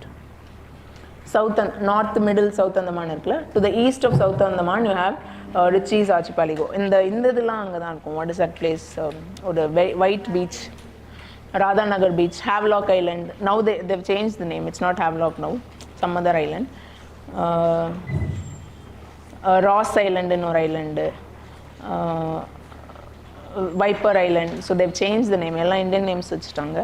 So அதுதான் ரிச்சீஸ் archipelago. Okay. And volcanic islands வந்து barren island and narcondam island. Barrenல தான் நமக்கு வந்து island is active, narcondam வந்து extinct. And Newmore Island is where? Any idea you have? It is in Ganges Delta, Sundarbans. Okay. And okay, water divide of India is, it starts from Delhi ridge la start agi Aravalli la varum, and after that it will again flow and come down till the south, and Western Ghats end Aravalli. That is the water ridge of India, water divide of India. So adukku east la vandu 77% drainage, west la vandu 23% drainage. Okay. And river basin vandu, which is larger than 20,000 kilometer in size, that we call as major basin, and less than kilometer square. Okay, kilometer square, larger than 20,000 kilometer square na major basin. Minor basin vandu less than 2,000 kilometer square, and medium vandu 2,000 to 20,000 kilometer square. Then see, rivers and the chapter இருக்குல்ல, அது வந்து ரொம்ப மறக்கும். How many ever times you learn in that 11th standard NCERT that you tend to keep forgetting. So அதுல lots of facts that you go home and read that. Okay, அது I'm not doing that. Next is the difference between Himalayan rivers and non-peninsular rivers. Himalayan rivers are perennial, okay, continuous. Peninsular rivers வந்து non-perennial. இது வந்து snow fed and monsoon fed. Peninsular rivers வந்து monsoon fed மட்டும் தான். The Himalayan rivers make larger delta, இதுல வந்து smaller delta. Reason உங்களுக்கு தெரியும். And Himalayan rivers are in youth stage, Peninsular rivers are in older stage. Yes. And Himalayan rivers are also involved in river capture like activities. இங்க அப்படிலாம் கிடையாது. And Himalayan rivers have a longer course, Peninsular rivers வந்து shorter course. Okay. And yeah, climate, this is very important. Factors affecting Indian climate. Latitude affects, Himalayas will affect. Himalaya da monsoon winter block பண்ணதுனால Himalaya affect. Oceans, land and sea, temperature difference. Because of that only monsoons. Distance from the sea, continentality effect. Example, Delhi. Altitude will affect. For example, Western Ghats hill station. Relief altitude எல்லாம் ஒன்று தான். அப்புறம் planetary winds will affect, jet streams will affect. Jet stream, for example, subtropical westerly jet stream. So அந்த jet stream வந்து வெளியே so yeah, if you look at like இப்போ India வந்து winter seasonல பார்த்தோம்னா that jet stream, subtropical westerly jet stream will be having two branches. One will be flowing in the Gangetic plains of India, இன்னொன்று வந்து ஹிமாலயாஸ்க்கு நார்த்தில் flow ஆகிட்டு இருக்கும் டிபெட்டில். Summer season வரும்போது என்ன ஆகும்னா இந்த கேஞ்சடிக் பிளேனில் ஃப்ளோ ஆகிற பிரான்ச் வந்து இட் வில் ஷிஃப்ட் அண்ட் கோ அப். மேலே ரெண்டு பிரான்ச்சுமே மேலே தான் ப்ளோ ஆகும். இந்தியாவுக்குள்ளே ITCZ வந்து மூவ் ஆகும். ITCZ வந்து கீழே சவுத்தில் இருக்கிற ITCZ we saw in pressure belt, right? So that will move and come into India. Around the center of India it will locate. அந்த ITCZ இந்தியாவுக்குள்ளே வந்தோடனே it will start attracting trade winds. So the trade winds will cross the Indian Ocean and come into India as southwest monsoon. Okay. So actually அது right, அது southern hemisphere ல இருந்து வரும்போது it will be in southeast direction only, but when it crosses hemisphere Coriolis force-னால direction மாறும். So இந்த directionல போக ஆரம்பிக்கும். So southwest monsoon. Okay. And other factors which impact southwest monsoon are so one is that ITCZ, இன்னொன்று subtropical westerly jet stream, and easterly jet stream அப்படின்னு ஒன்று இருக்குது. It will blow maximum till 30 degree north latitude. So அது வந்து it will be blowing from eastern சைட்லேருந்து flow ஆகும். அதாவது bay of Bengal சைட்லேருந்து இந்தியன் மெயின்லேண்ட்குள்ளே ப்ளோ ஆகும். பே ஆஃப் பெங்காலில் அங்கங்கே லோ ப்ரெஷர் டிப்ரெஷன்ஸ் ஃபார்ம் ஆகும்ல, அதை வந்து அந்த ஈஸ்டர்லி ஜெட் ஸ்ட்ரீம் வந்து இந்தியன் மெயின்லேண்ட்குள்ளே இழுத்துட்டு வரும்போது அந்த லோ ப்ரெஷர் சென்டர்ஸ்லாம் இந்தியாவுக்குள்ளே வந்துடும். ஸோ அந்த லோ ப்ரெஷர் எங்கெங்கே வந்து லொக்கேட் ஆகுதோ அங்கெல்லாம் மான்சூன் winds இன்னும் அட்ராக்ட் ஆகி those areas will get more rain. So how monsoon அப்பப்போ அங்கங்கே திடீர்னு நிறைய மழை வருதுல, that is because of this easterly jet stream which is bringing in low pressure centers and depression. Okay. And another important jet stream is this Somali jet stream. Somaliaலேருந்து blow ஆகும். So that will push the monsoon winds into the Indian mainland. So that role is there. One more is western disturbances that you know, right? Mediterranean Sea, Caspian Sea, அங்கெல்லாம் வந்து சீயில் வந்து cyclones மாதிரி originate ஆகி temperate cyclones. அது வந்து that will be brought into India by the subtropical westerly jet stream. That will pull and come. அந்த cyclones வந்து இந்தியாவுக்குள்ளே வரும். எப்போ வரும்னா வின்டர் சீசனில் வரும். வின்டர் சீசனில் வரும்போது அதோட பெனிஃபிட் என்னென்னா it will help the rabi crop in India. இந்த வீட் வளர்த்துட்டு இருப்பாங்கல்ல, so November December Jan Feb அந்த டைமில் வந்து ரெயின் கொடுக்கும். So that will be very very useful. And another thing is IOD, you know, right? Indian Ocean dipole. So Western Indian Ocean warmer இருக்கணும். For better monsoon, Western Indian Ocean should be warmer. Only then we'll have a better monsoon. That is called as positive IOD. Okay. Negative IOD na Eastern Indian Ocean warmer இருக்கும். That is not conducive for better monsoon. Okay. And okay, character of Indian monsoon is sudden burst. So நேத்து வரைக்கும் மழை இல்லாமல் இருக்கும், திடீர்னு வந்து all the wind and rain will come and it will start pouring heavily. And Indian monsoon has two branches, Arabian Sea branch and Bay of Bengal branch. So we are just discussing character. Break in monsoon, that is a very important character. Break in monsoon na அப்பப்போ மழை இல்லாமல் dry spells இருக்கும், that we call as break. And yeah, it happens when rain bearing storms are not frequent over ITC. So that can happen in the depressions வந்து உள்ள புல் பள்ளிட்டு வராம இருந்தா that time break in monsoon will happen. Okay, so easterly jet stream is not bringing in depressions and meaning. Okay, and seasons of India, I think we know that.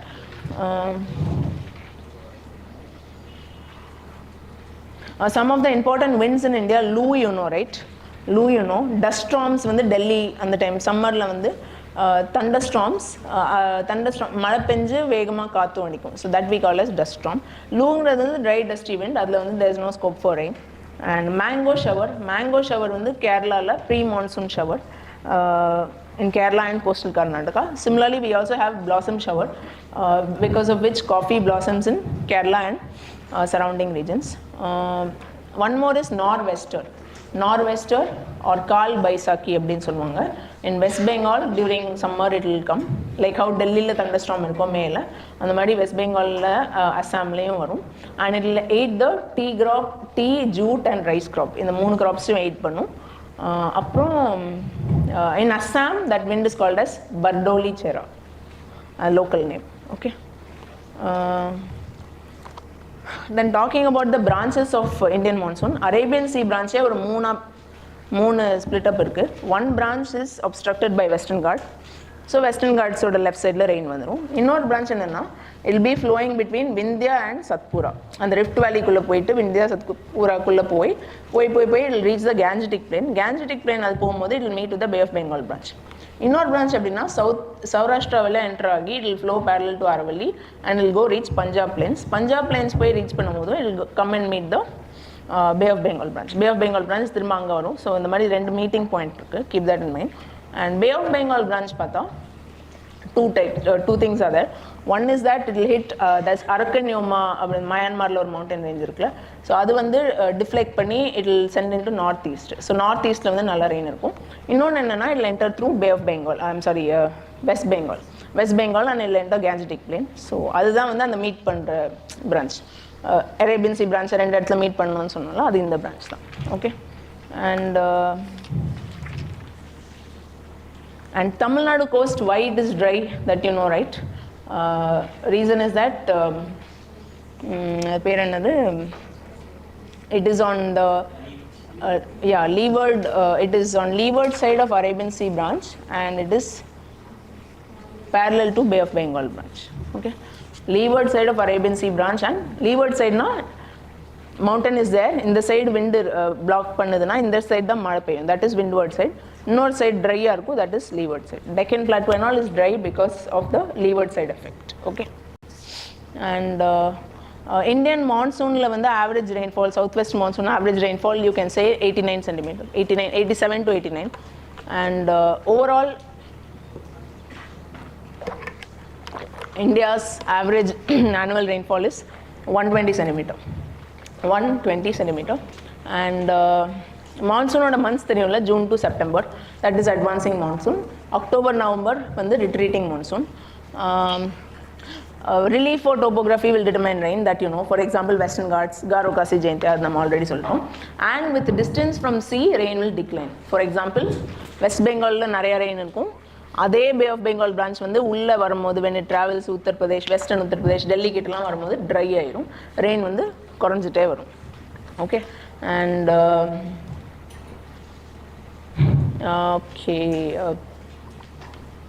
rainfall variability, that variability concept I think you know. எங்கெல்லாம் கம்மி ரெயின்ஃபாலோ அங்கே வந்து variability ஹையாக இருக்கும். அது ஒரு maths formula மாதிரி உண்டு. You remember that? You remember or not? இப்போ வெஸ்டர்ன் காட்ஸில் வந்து annual rainfall is 200. 180 பெஞ்சதுன்னா 180 by 200 into 100. Variability will be less. 20 by 200 into 100. So variability எவ்வளோ வருது? 10% வருதா? But in Ladakh, annual rainfall will be 40 centimeter only. Anga 20 centimeter less up irundha, that difference 20 la. So 20 by 40 into 100 பண்ணும்போது 50% variability. So like that. Okay, so higher rainfall areas will have lower variability. ஏன்னா இப்போ 200 சென்டிமீட்டருக்கு பதிலாக 180 பெஞ்சாலும் that is not a big difference. Okay, whereas in place of 30 centimeter, if it is going to rain even 15 centimeter less. Okay, it's not even 20 centimeter less. Even if it is 15 centimeter less, that will be a big variability. So that thing you have to, that concept you keep in mind. And soils. Okay, soils of India. What is the maximum soil? What is this called? Alluvial soil is the maximum cover, soil cover in India. And next top is black soil. Okay. Alluvial soil is ex-situ soil. ஏன்னா ஹிமாலயாஸ்லேருந்து wash down ஆகி வந்து it is depositing in the plains. And black soil is called as regur. Regur. We also call it as regur soil, or it is also called as black cotton soil, which can be used for growing sugarcane, and one more is cotton. Okay, and red and yellow soil வந்து third highest soil type in India. It is made out of crystalline, igneous, and metamorphic rocks. Crystalline, igneous rocks and metamorphic rocks. So adu breakdown agi form the red and yellow soil. When it is in hydrated state, it is in yellow color. Otherwise it is in red color. Diffusion of iron. This soil is also rich in iron, so adanaley and the reddish tinge varudhu. Laterite soils, it is found in areas of very high rainfall. So you can find in parts of Kerala, parts of Karnataka, Odisha, Salatla, northeast you can find. And the soil has very poor fertility. It can be used for growing cashew.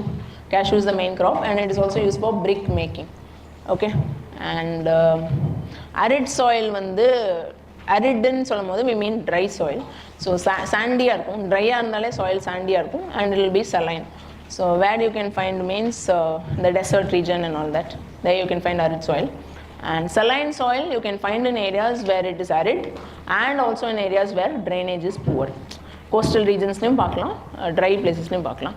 So saline in dry places, why saline means because of capillary action. கீழே இருக்கிற சால்ட்ஸ்லாம் வந்து வாட்டரில் dissolve ஆகி sometimes மேலே வந்து it will form salt pan. So அதனால saline soil can form in dry areas. இந்த coastal ஏரியாஸ்லாம் இந்த கடலில் உள்ள தண்ணியெல்லாம் உள்ள வந்து it will be bringing salt and all that. So that we call as saline. And saline soils can contain sodium, magnesium and potassium. Okay, it can contain sodium, magnesium and potassium.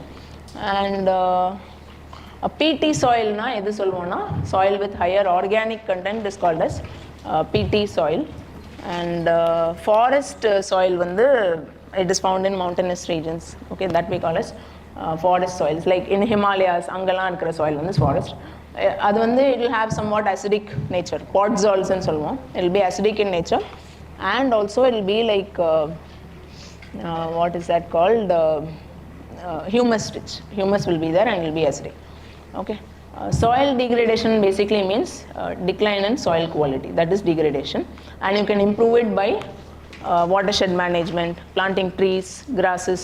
Grassலாம் நட்டினா we call it as green mulching அப்படின்னு சொல்லுவோம். மல்ச்சிங்னா அது மேலே ஏதோ ஒன்று வளர்க்குறது, இல்லைனா எதையாவது வச்சு கவர் பண்ணுறது. இந்த மாடுக்கு போடுற புல்லெல்லாம் கூட போட்டு கவர் பண்ணி they will try to prevent soil erosion. That is called as straw mulching. Okay, and so numerous soil conservation practices are there. Terrace farming, contour bunding, I think you know all that, right? அது very often அது கொஞ்சம் பார்த்துட்டு போங்க, because every time இந்த அக்ரிகல்ச்சருக்கும் they will give emphasis. அக்ரிகல்ச்சர்லேருந்து நிறைய question வரும். அப்போது இந்த சாயில் ப்ராப்ளம்ஸ், சாயில் இஷ்யூஸ் வந்து they will ask more. So what is this contour bending, what is terrace farming, what is contour gully plugging, அதெல்லாம் வந்து please see and keep. What is mulching? So you should have clarity. அது ரொம்ப simple concepts தான். You can easily score in those questions. Definitely they are asking every year because it is related to agriculture and all that. Okay, shelter belts na, growing trees, remember? So and ஒரு dessert வந்து spread ஆகாமல் இருக்க அந்த விண்டோட ஸ்பீடை break பண்ண they make shelter belts. Wind breakers ன்னு சொல்லுவாங்க, shelter belt ன்னு சொல்லுவாங்க. Okay, basically it is one few rows of trees they'll plant, trees, bushes ஏதாவது நட்டி வைப்பாங்க. Okay, and mulchingங்கிறது வந்து கவர் கிராப்பிங்னு சொல்லுவோம். Cover cropping also means mulching. Basically you are covering the soil with something, that is cover cropping. So please read about these. இது கொஞ்சம் definitely they will ask. Okay, and vegetation, plant community, shall I do போணுமா உங்களுக்குலாம்? No. Plant community is left undisturbed for long, that we call as vegetation. Evergreen and semi-evergreen forest, main type of forest. See, one important thing you remember. Okay.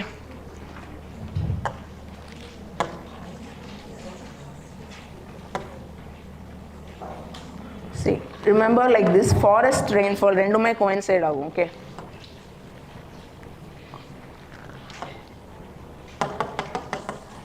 Low fat irukadu, but anyway, this is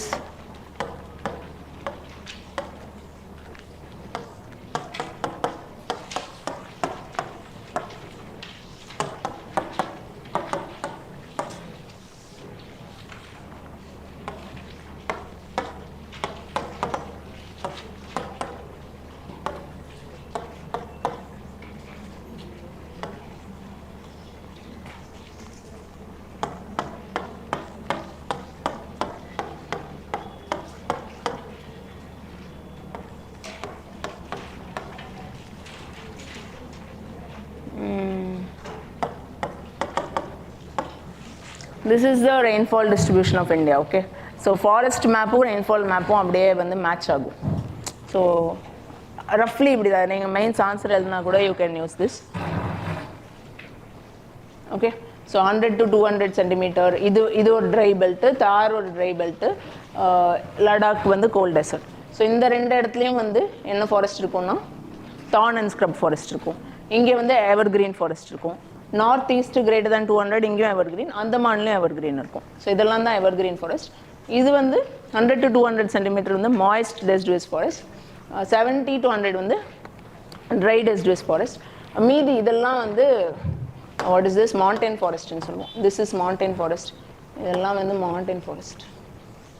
this and all we say mountain forest. இது வந்து cold desert, மேலே Ladakh is your cold desert. Okay, so evergreen forest வந்து it is warm and humid climate and rainfall is greater than 200 centimeter, temperature is greater than 22 degrees Celsius all year round. winter season அங்க வந்து கிடையாது. and well stratified shrubs, creepers லாம் இருக்கும். well stratified means there's a competition for sunlight. அவ்வளோ trees வளரும். so எல்லாமே proper layers of trees will be there to ensure proper utilization of sunlight. and semi evergreen அப்படின்ற ஒரு forest இருக்கு, that will be found in less rainy areas. Okay, greater than 250 centimeter இருக்கிற இடத்துல எவர்கிரீனாக இருக்கும். ஒரு 200 சென்டிமீட்டர்லாம், so make it 250. Okay, 200 centimeter 180 அப்படிலாம் இருக்கிற இடத்துல வந்து it will be semi evergreen. Okay, அப்புறம் example is ebony, mahogany, rosewood. Fine. And tropical deciduous forest வந்து we have 2 types, moist deciduous, dry deciduous. Moist deciduous வந்து டீக், சால், ஷிஷாம், சாண்டல்வுட் இதெல்லாம் வந்து moist deciduous. Dry deciduous வந்து you can say tendu, palas, khair, axlewood இதெல்லாம் வந்து dry deciduous forest. And less scanty rainfall இருக்கிற ஏரியாவில் வந்து we call it as thorn and scrub vegetation. So you can say neem, ber, babul, cactus, khejri. Okay, grasses, tussocky grasses. So இதெல்லாம் வந்து thorn and scrub. Okay, I'm sure you'll be familiar with the trees now. Himalayas வந்து ஹிமாலயாவில் இருக்கிற forest வந்து mountain ஃபாரஸ்ட்னு சொல்லுவோம். So Himalaya vegetation if you see it will vary from tropical to tundra. ட்ராபிக்கலில் ஆரம்பித்து துந்திரா வரைக்கும் so much of variety will be there in vegetation.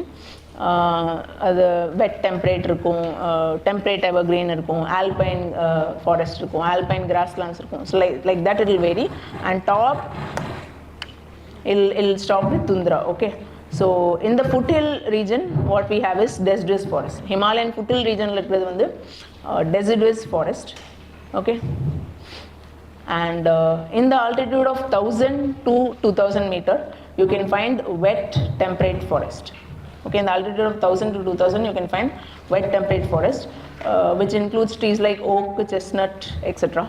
Okay, 1500 to 1750 meter la vandu pine, chinar, walnut will be there, and 2200 to 3000 meter la vandu blue pine, spruce, these kind of things will be there, and also temperate grasslands are there. 3000 to 4000 la vandu alpine forest like silver fir, juniper, rhododendron, pine, birch and all that. Top la vandu mosses and lichens. Okay, southern forest vandu shola forest, that is very very important. இங்கே வந்து tropical to tundra-லாம் இருக்காது, two types. Okay, it will have actually subtropical and temperate type vegetation. The vegetation will be of subtropical and temperate type. அவ்வளோதான், அவ்வளோ நிறைய variation இருக்காது. ஏன்னா ஹிமாலயாஸில் வந்து height ஜாஸ்தி, அதனால ஒவ்வொரு லேயரில் ஒவ்வொரு கைண்ட் ஆஃப் வெஜிடேஷன் இருக்கும். இங்கே அப்படி கிடையாது. It's not so much height and all. ஒரு 2000 மீட்டர்ஸ்குள்ளே தான் இருக்கும். So not much variation is there. And we have sholas. So sholas are like they are like temperate evergreen forest. Okay, you can find shola in Nilgiri, Anaimalai and Palni hills, and the species are magnolia, laurel, cinchona and wattle. Okay, Himalayas, western Himalayas, there is one very important endemic species which is called as deodar. Okay, that's a very important one. Okay, and so shola forest illadam. And then we also in the coastal I missed that coastal region we have littoral or swamp forest or mangrove forest. Okay, ivladam. And social forestry, you know, right? Forest க்கு வெளியே எங்கேயாவது forest வளர்க்கணும். It can be in urban area or rural area. urban ஏரியாவில் வந்து ரோடில், railway track, industrial ஏரியாஸில் வளர்ப்போம். Rural ஏரியாவில் means on the farm, commercial பேஸிஸில் பண்ணால் அக்ரோ ஃபாரஸ்ட்ரி, சும்மா அந்த மரத்தோட பெனிஃபிட்டுக்காக பண்ணால் ஃபார்ம் ஃபாரஸ்ட்ரி. வேறு கம்யூனிட்டி ஃபாரஸ்ட்ரின்னு சொல்லுவாங்க, அது வந்து காமன் லேண்டில் பண்ணுவாங்க for food, fodder, fuel, fibre, fertiliser, these kind. 5F, இன்னொரு F என்னன்னு தெரியல. Okay, so 5F needs. Okay, and 1 minute.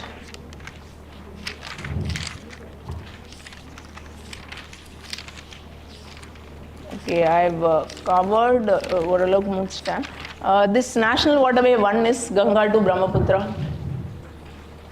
National waterway 2 is Brahmaputra on, I'm so sorry. National waterway 1 is on Ganga river, that is Allahabad to Haldia. National waterway 2 is in Brahmaputra, Sadia to Dubri. National waterway 3 is West Coast Canal from Kottapuram to Kollam. Okay, it is also called as Udyog Mandal Canal. Udyog spelling you know, no? Then Mandal. Okay, Udyog Mandal Canal. So on the name use பண்ணி சொன்னாலும் it is National waterway 3. And National waterway 4 வந்து Vijayawada along Krishna river. Okay, Vijayawada to Puducherry will come till Pondicherry. அப்புறம் National water Buckingham Canal and all is included in that. National waterway 5 is Brahmani and Mahanadi. National waterway 6 வந்து Barak river from Lakipur to Banga. Okay, these are the places. அப்புறம் ஒன்னே I missed telling you. I'll just tell you this also. What is that thing called? El Nino water circulation, that alone, அது மட்டும் சொல்லிட்டு விட்டுறேன். No, அப்புறம் that's very important, no. So actually எப்படி இருக்கும்னா, so இது Madagascar. Okay,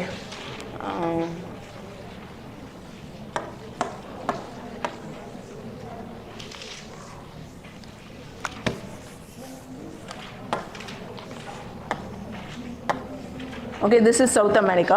So El Nino அப்படிங்கிறது எப்போ நடக்குதுன்னா basically it's a counter equatorial current, right? அந்த counter equatorial currentங்கிறது warm current. Some years, once in 2 to 7 years, that warm equatorial current will develop well and it will wash along the shores of Peru. So அப்படி wash along the shores of Peru பண்ணும்போது Peru cold இல்லைனா பெருவில் வந்து Humboldt current of Peruvian கரண்ட்னு சொல்லி ஒரு கோல் current இருக்கும். அப்படி கோல் கரண்ட் இல்லாமல் இந்த சில வருஷங்களில் வந்து when this El Nino counter current comes, it will become warm. So warm ஆகிறதுனால இது வந்து லோ ப்ரெஷர் ஆயிரும். இது லோ ப்ரெஷர் ஆனால் ஒன்ஸ் இந்த சேஞ்ச் நடக்கும்போது எல்லாமே everything will change. Okay, so this will become high pressure. இது ஆமாம் ஆஸ்திரேலியாவில் வந்து ஹை ப்ரெஷர் ஆயிரும். மெடகாஸ்கர் வந்து Indian மான்சூனோட another thing is for another condition that is needed for Indian monsoon is that this place should have high pressure, but this will also become low. So இப்படி low ஆயிட்டதுனால என்ன ஆகும்னா here air will rise, okay, and it will subside here and it will come like this. Again here air will, in Madagascar low pressure la inga air will rise and it will subside here. Okay, இப்படி ஆயிடும். So this we call as Walker cell. Okay, இல்லைனா Indian மான்சூனுக்கு எப்படி இருக்கும்னா otherwise normal time circulation. So this we also call as El Nino southern oscillation. ஏன் southern oscillation னா temperature, pressure, the pressure conditions are changing. Usually இங்கே low pressure இருக்கும், high pressure இருக்கும், ஆஸ்திரேலியாவில் low pressure இருக்கும். But in tropical Pacific regions, in tropical Pacific, because the pressure conditions are changing, because this is becoming low and this is becoming high, oscillation in pressure is there, that we call as southern oscillation. And normal conditions la eppadi irukuna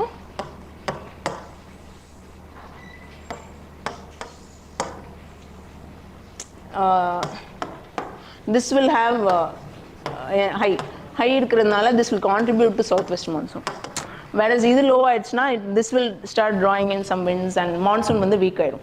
So El Nino enso nadakumbodhu we have weak monsoon. ஆஸ்திரேலியாவில் இந்தோனேஷியாலலாம் ட்ராட்ஸ் இருக்கும், monsoon வந்து week ஆயிடும். பெரு, Ecuador, Chile இங்கெல்லாம் வந்து நல்லா மழை பெய்யும் because of low pressure. You know right, low ப்ரெஷர்னா air will rise, unstable condition, cloud formation, rainfall. And இன்னொன்று in central Pacific, that region, central Pacific இல்லை யா அந்த ஹரிக்கேன்ஸ் அங்கே ஃபார்ம் ஆகும் near that Central American region. Okay, in Central American region, hurricanes will form. So these are the effects of El Nino. La Nina is just opposite of El Nino. இன்னும் அந்த high pressure, low pressureலாம் வந்து like இங்கே இருக்கிற high pressure வந்து it will become higher. அப்புறம் இங்கே வந்து high pressure again will become higher. So இன்னும் strong ஆயிடும். So இன்னும் our monsoon will become stronger. இன்னும் கொஞ்சம் நல்ல மழை பெய்யும். But El Nino is more frequent than La Nina. More than La Nina, El Nino is frequent. And one more is El Nino Modoki. El Nino Modoki is nothing, just a அது எப்படின்னா Australia இங்கே இருக்குது, your Antarctica is here, here low pressure will be there. In the middle of Pacific, low pressure will come and இந்த Walkers எல்லாம் ரெண்டாக split ஆயிடும், அவ்வளோதான். So that is El Nino Modoki. ஒரு வாக்கர்ஸ் எல்லாம் இருந்துச்சுல்ல, so that will split into two. So எங்கே low pressure இருக்கோ அங்கே ஏர் ரைஸ் ஆகி, so in the middle of Pacific it will be raining. That is El Nino Modoki. Okay, so that's all. Okay, you can go now.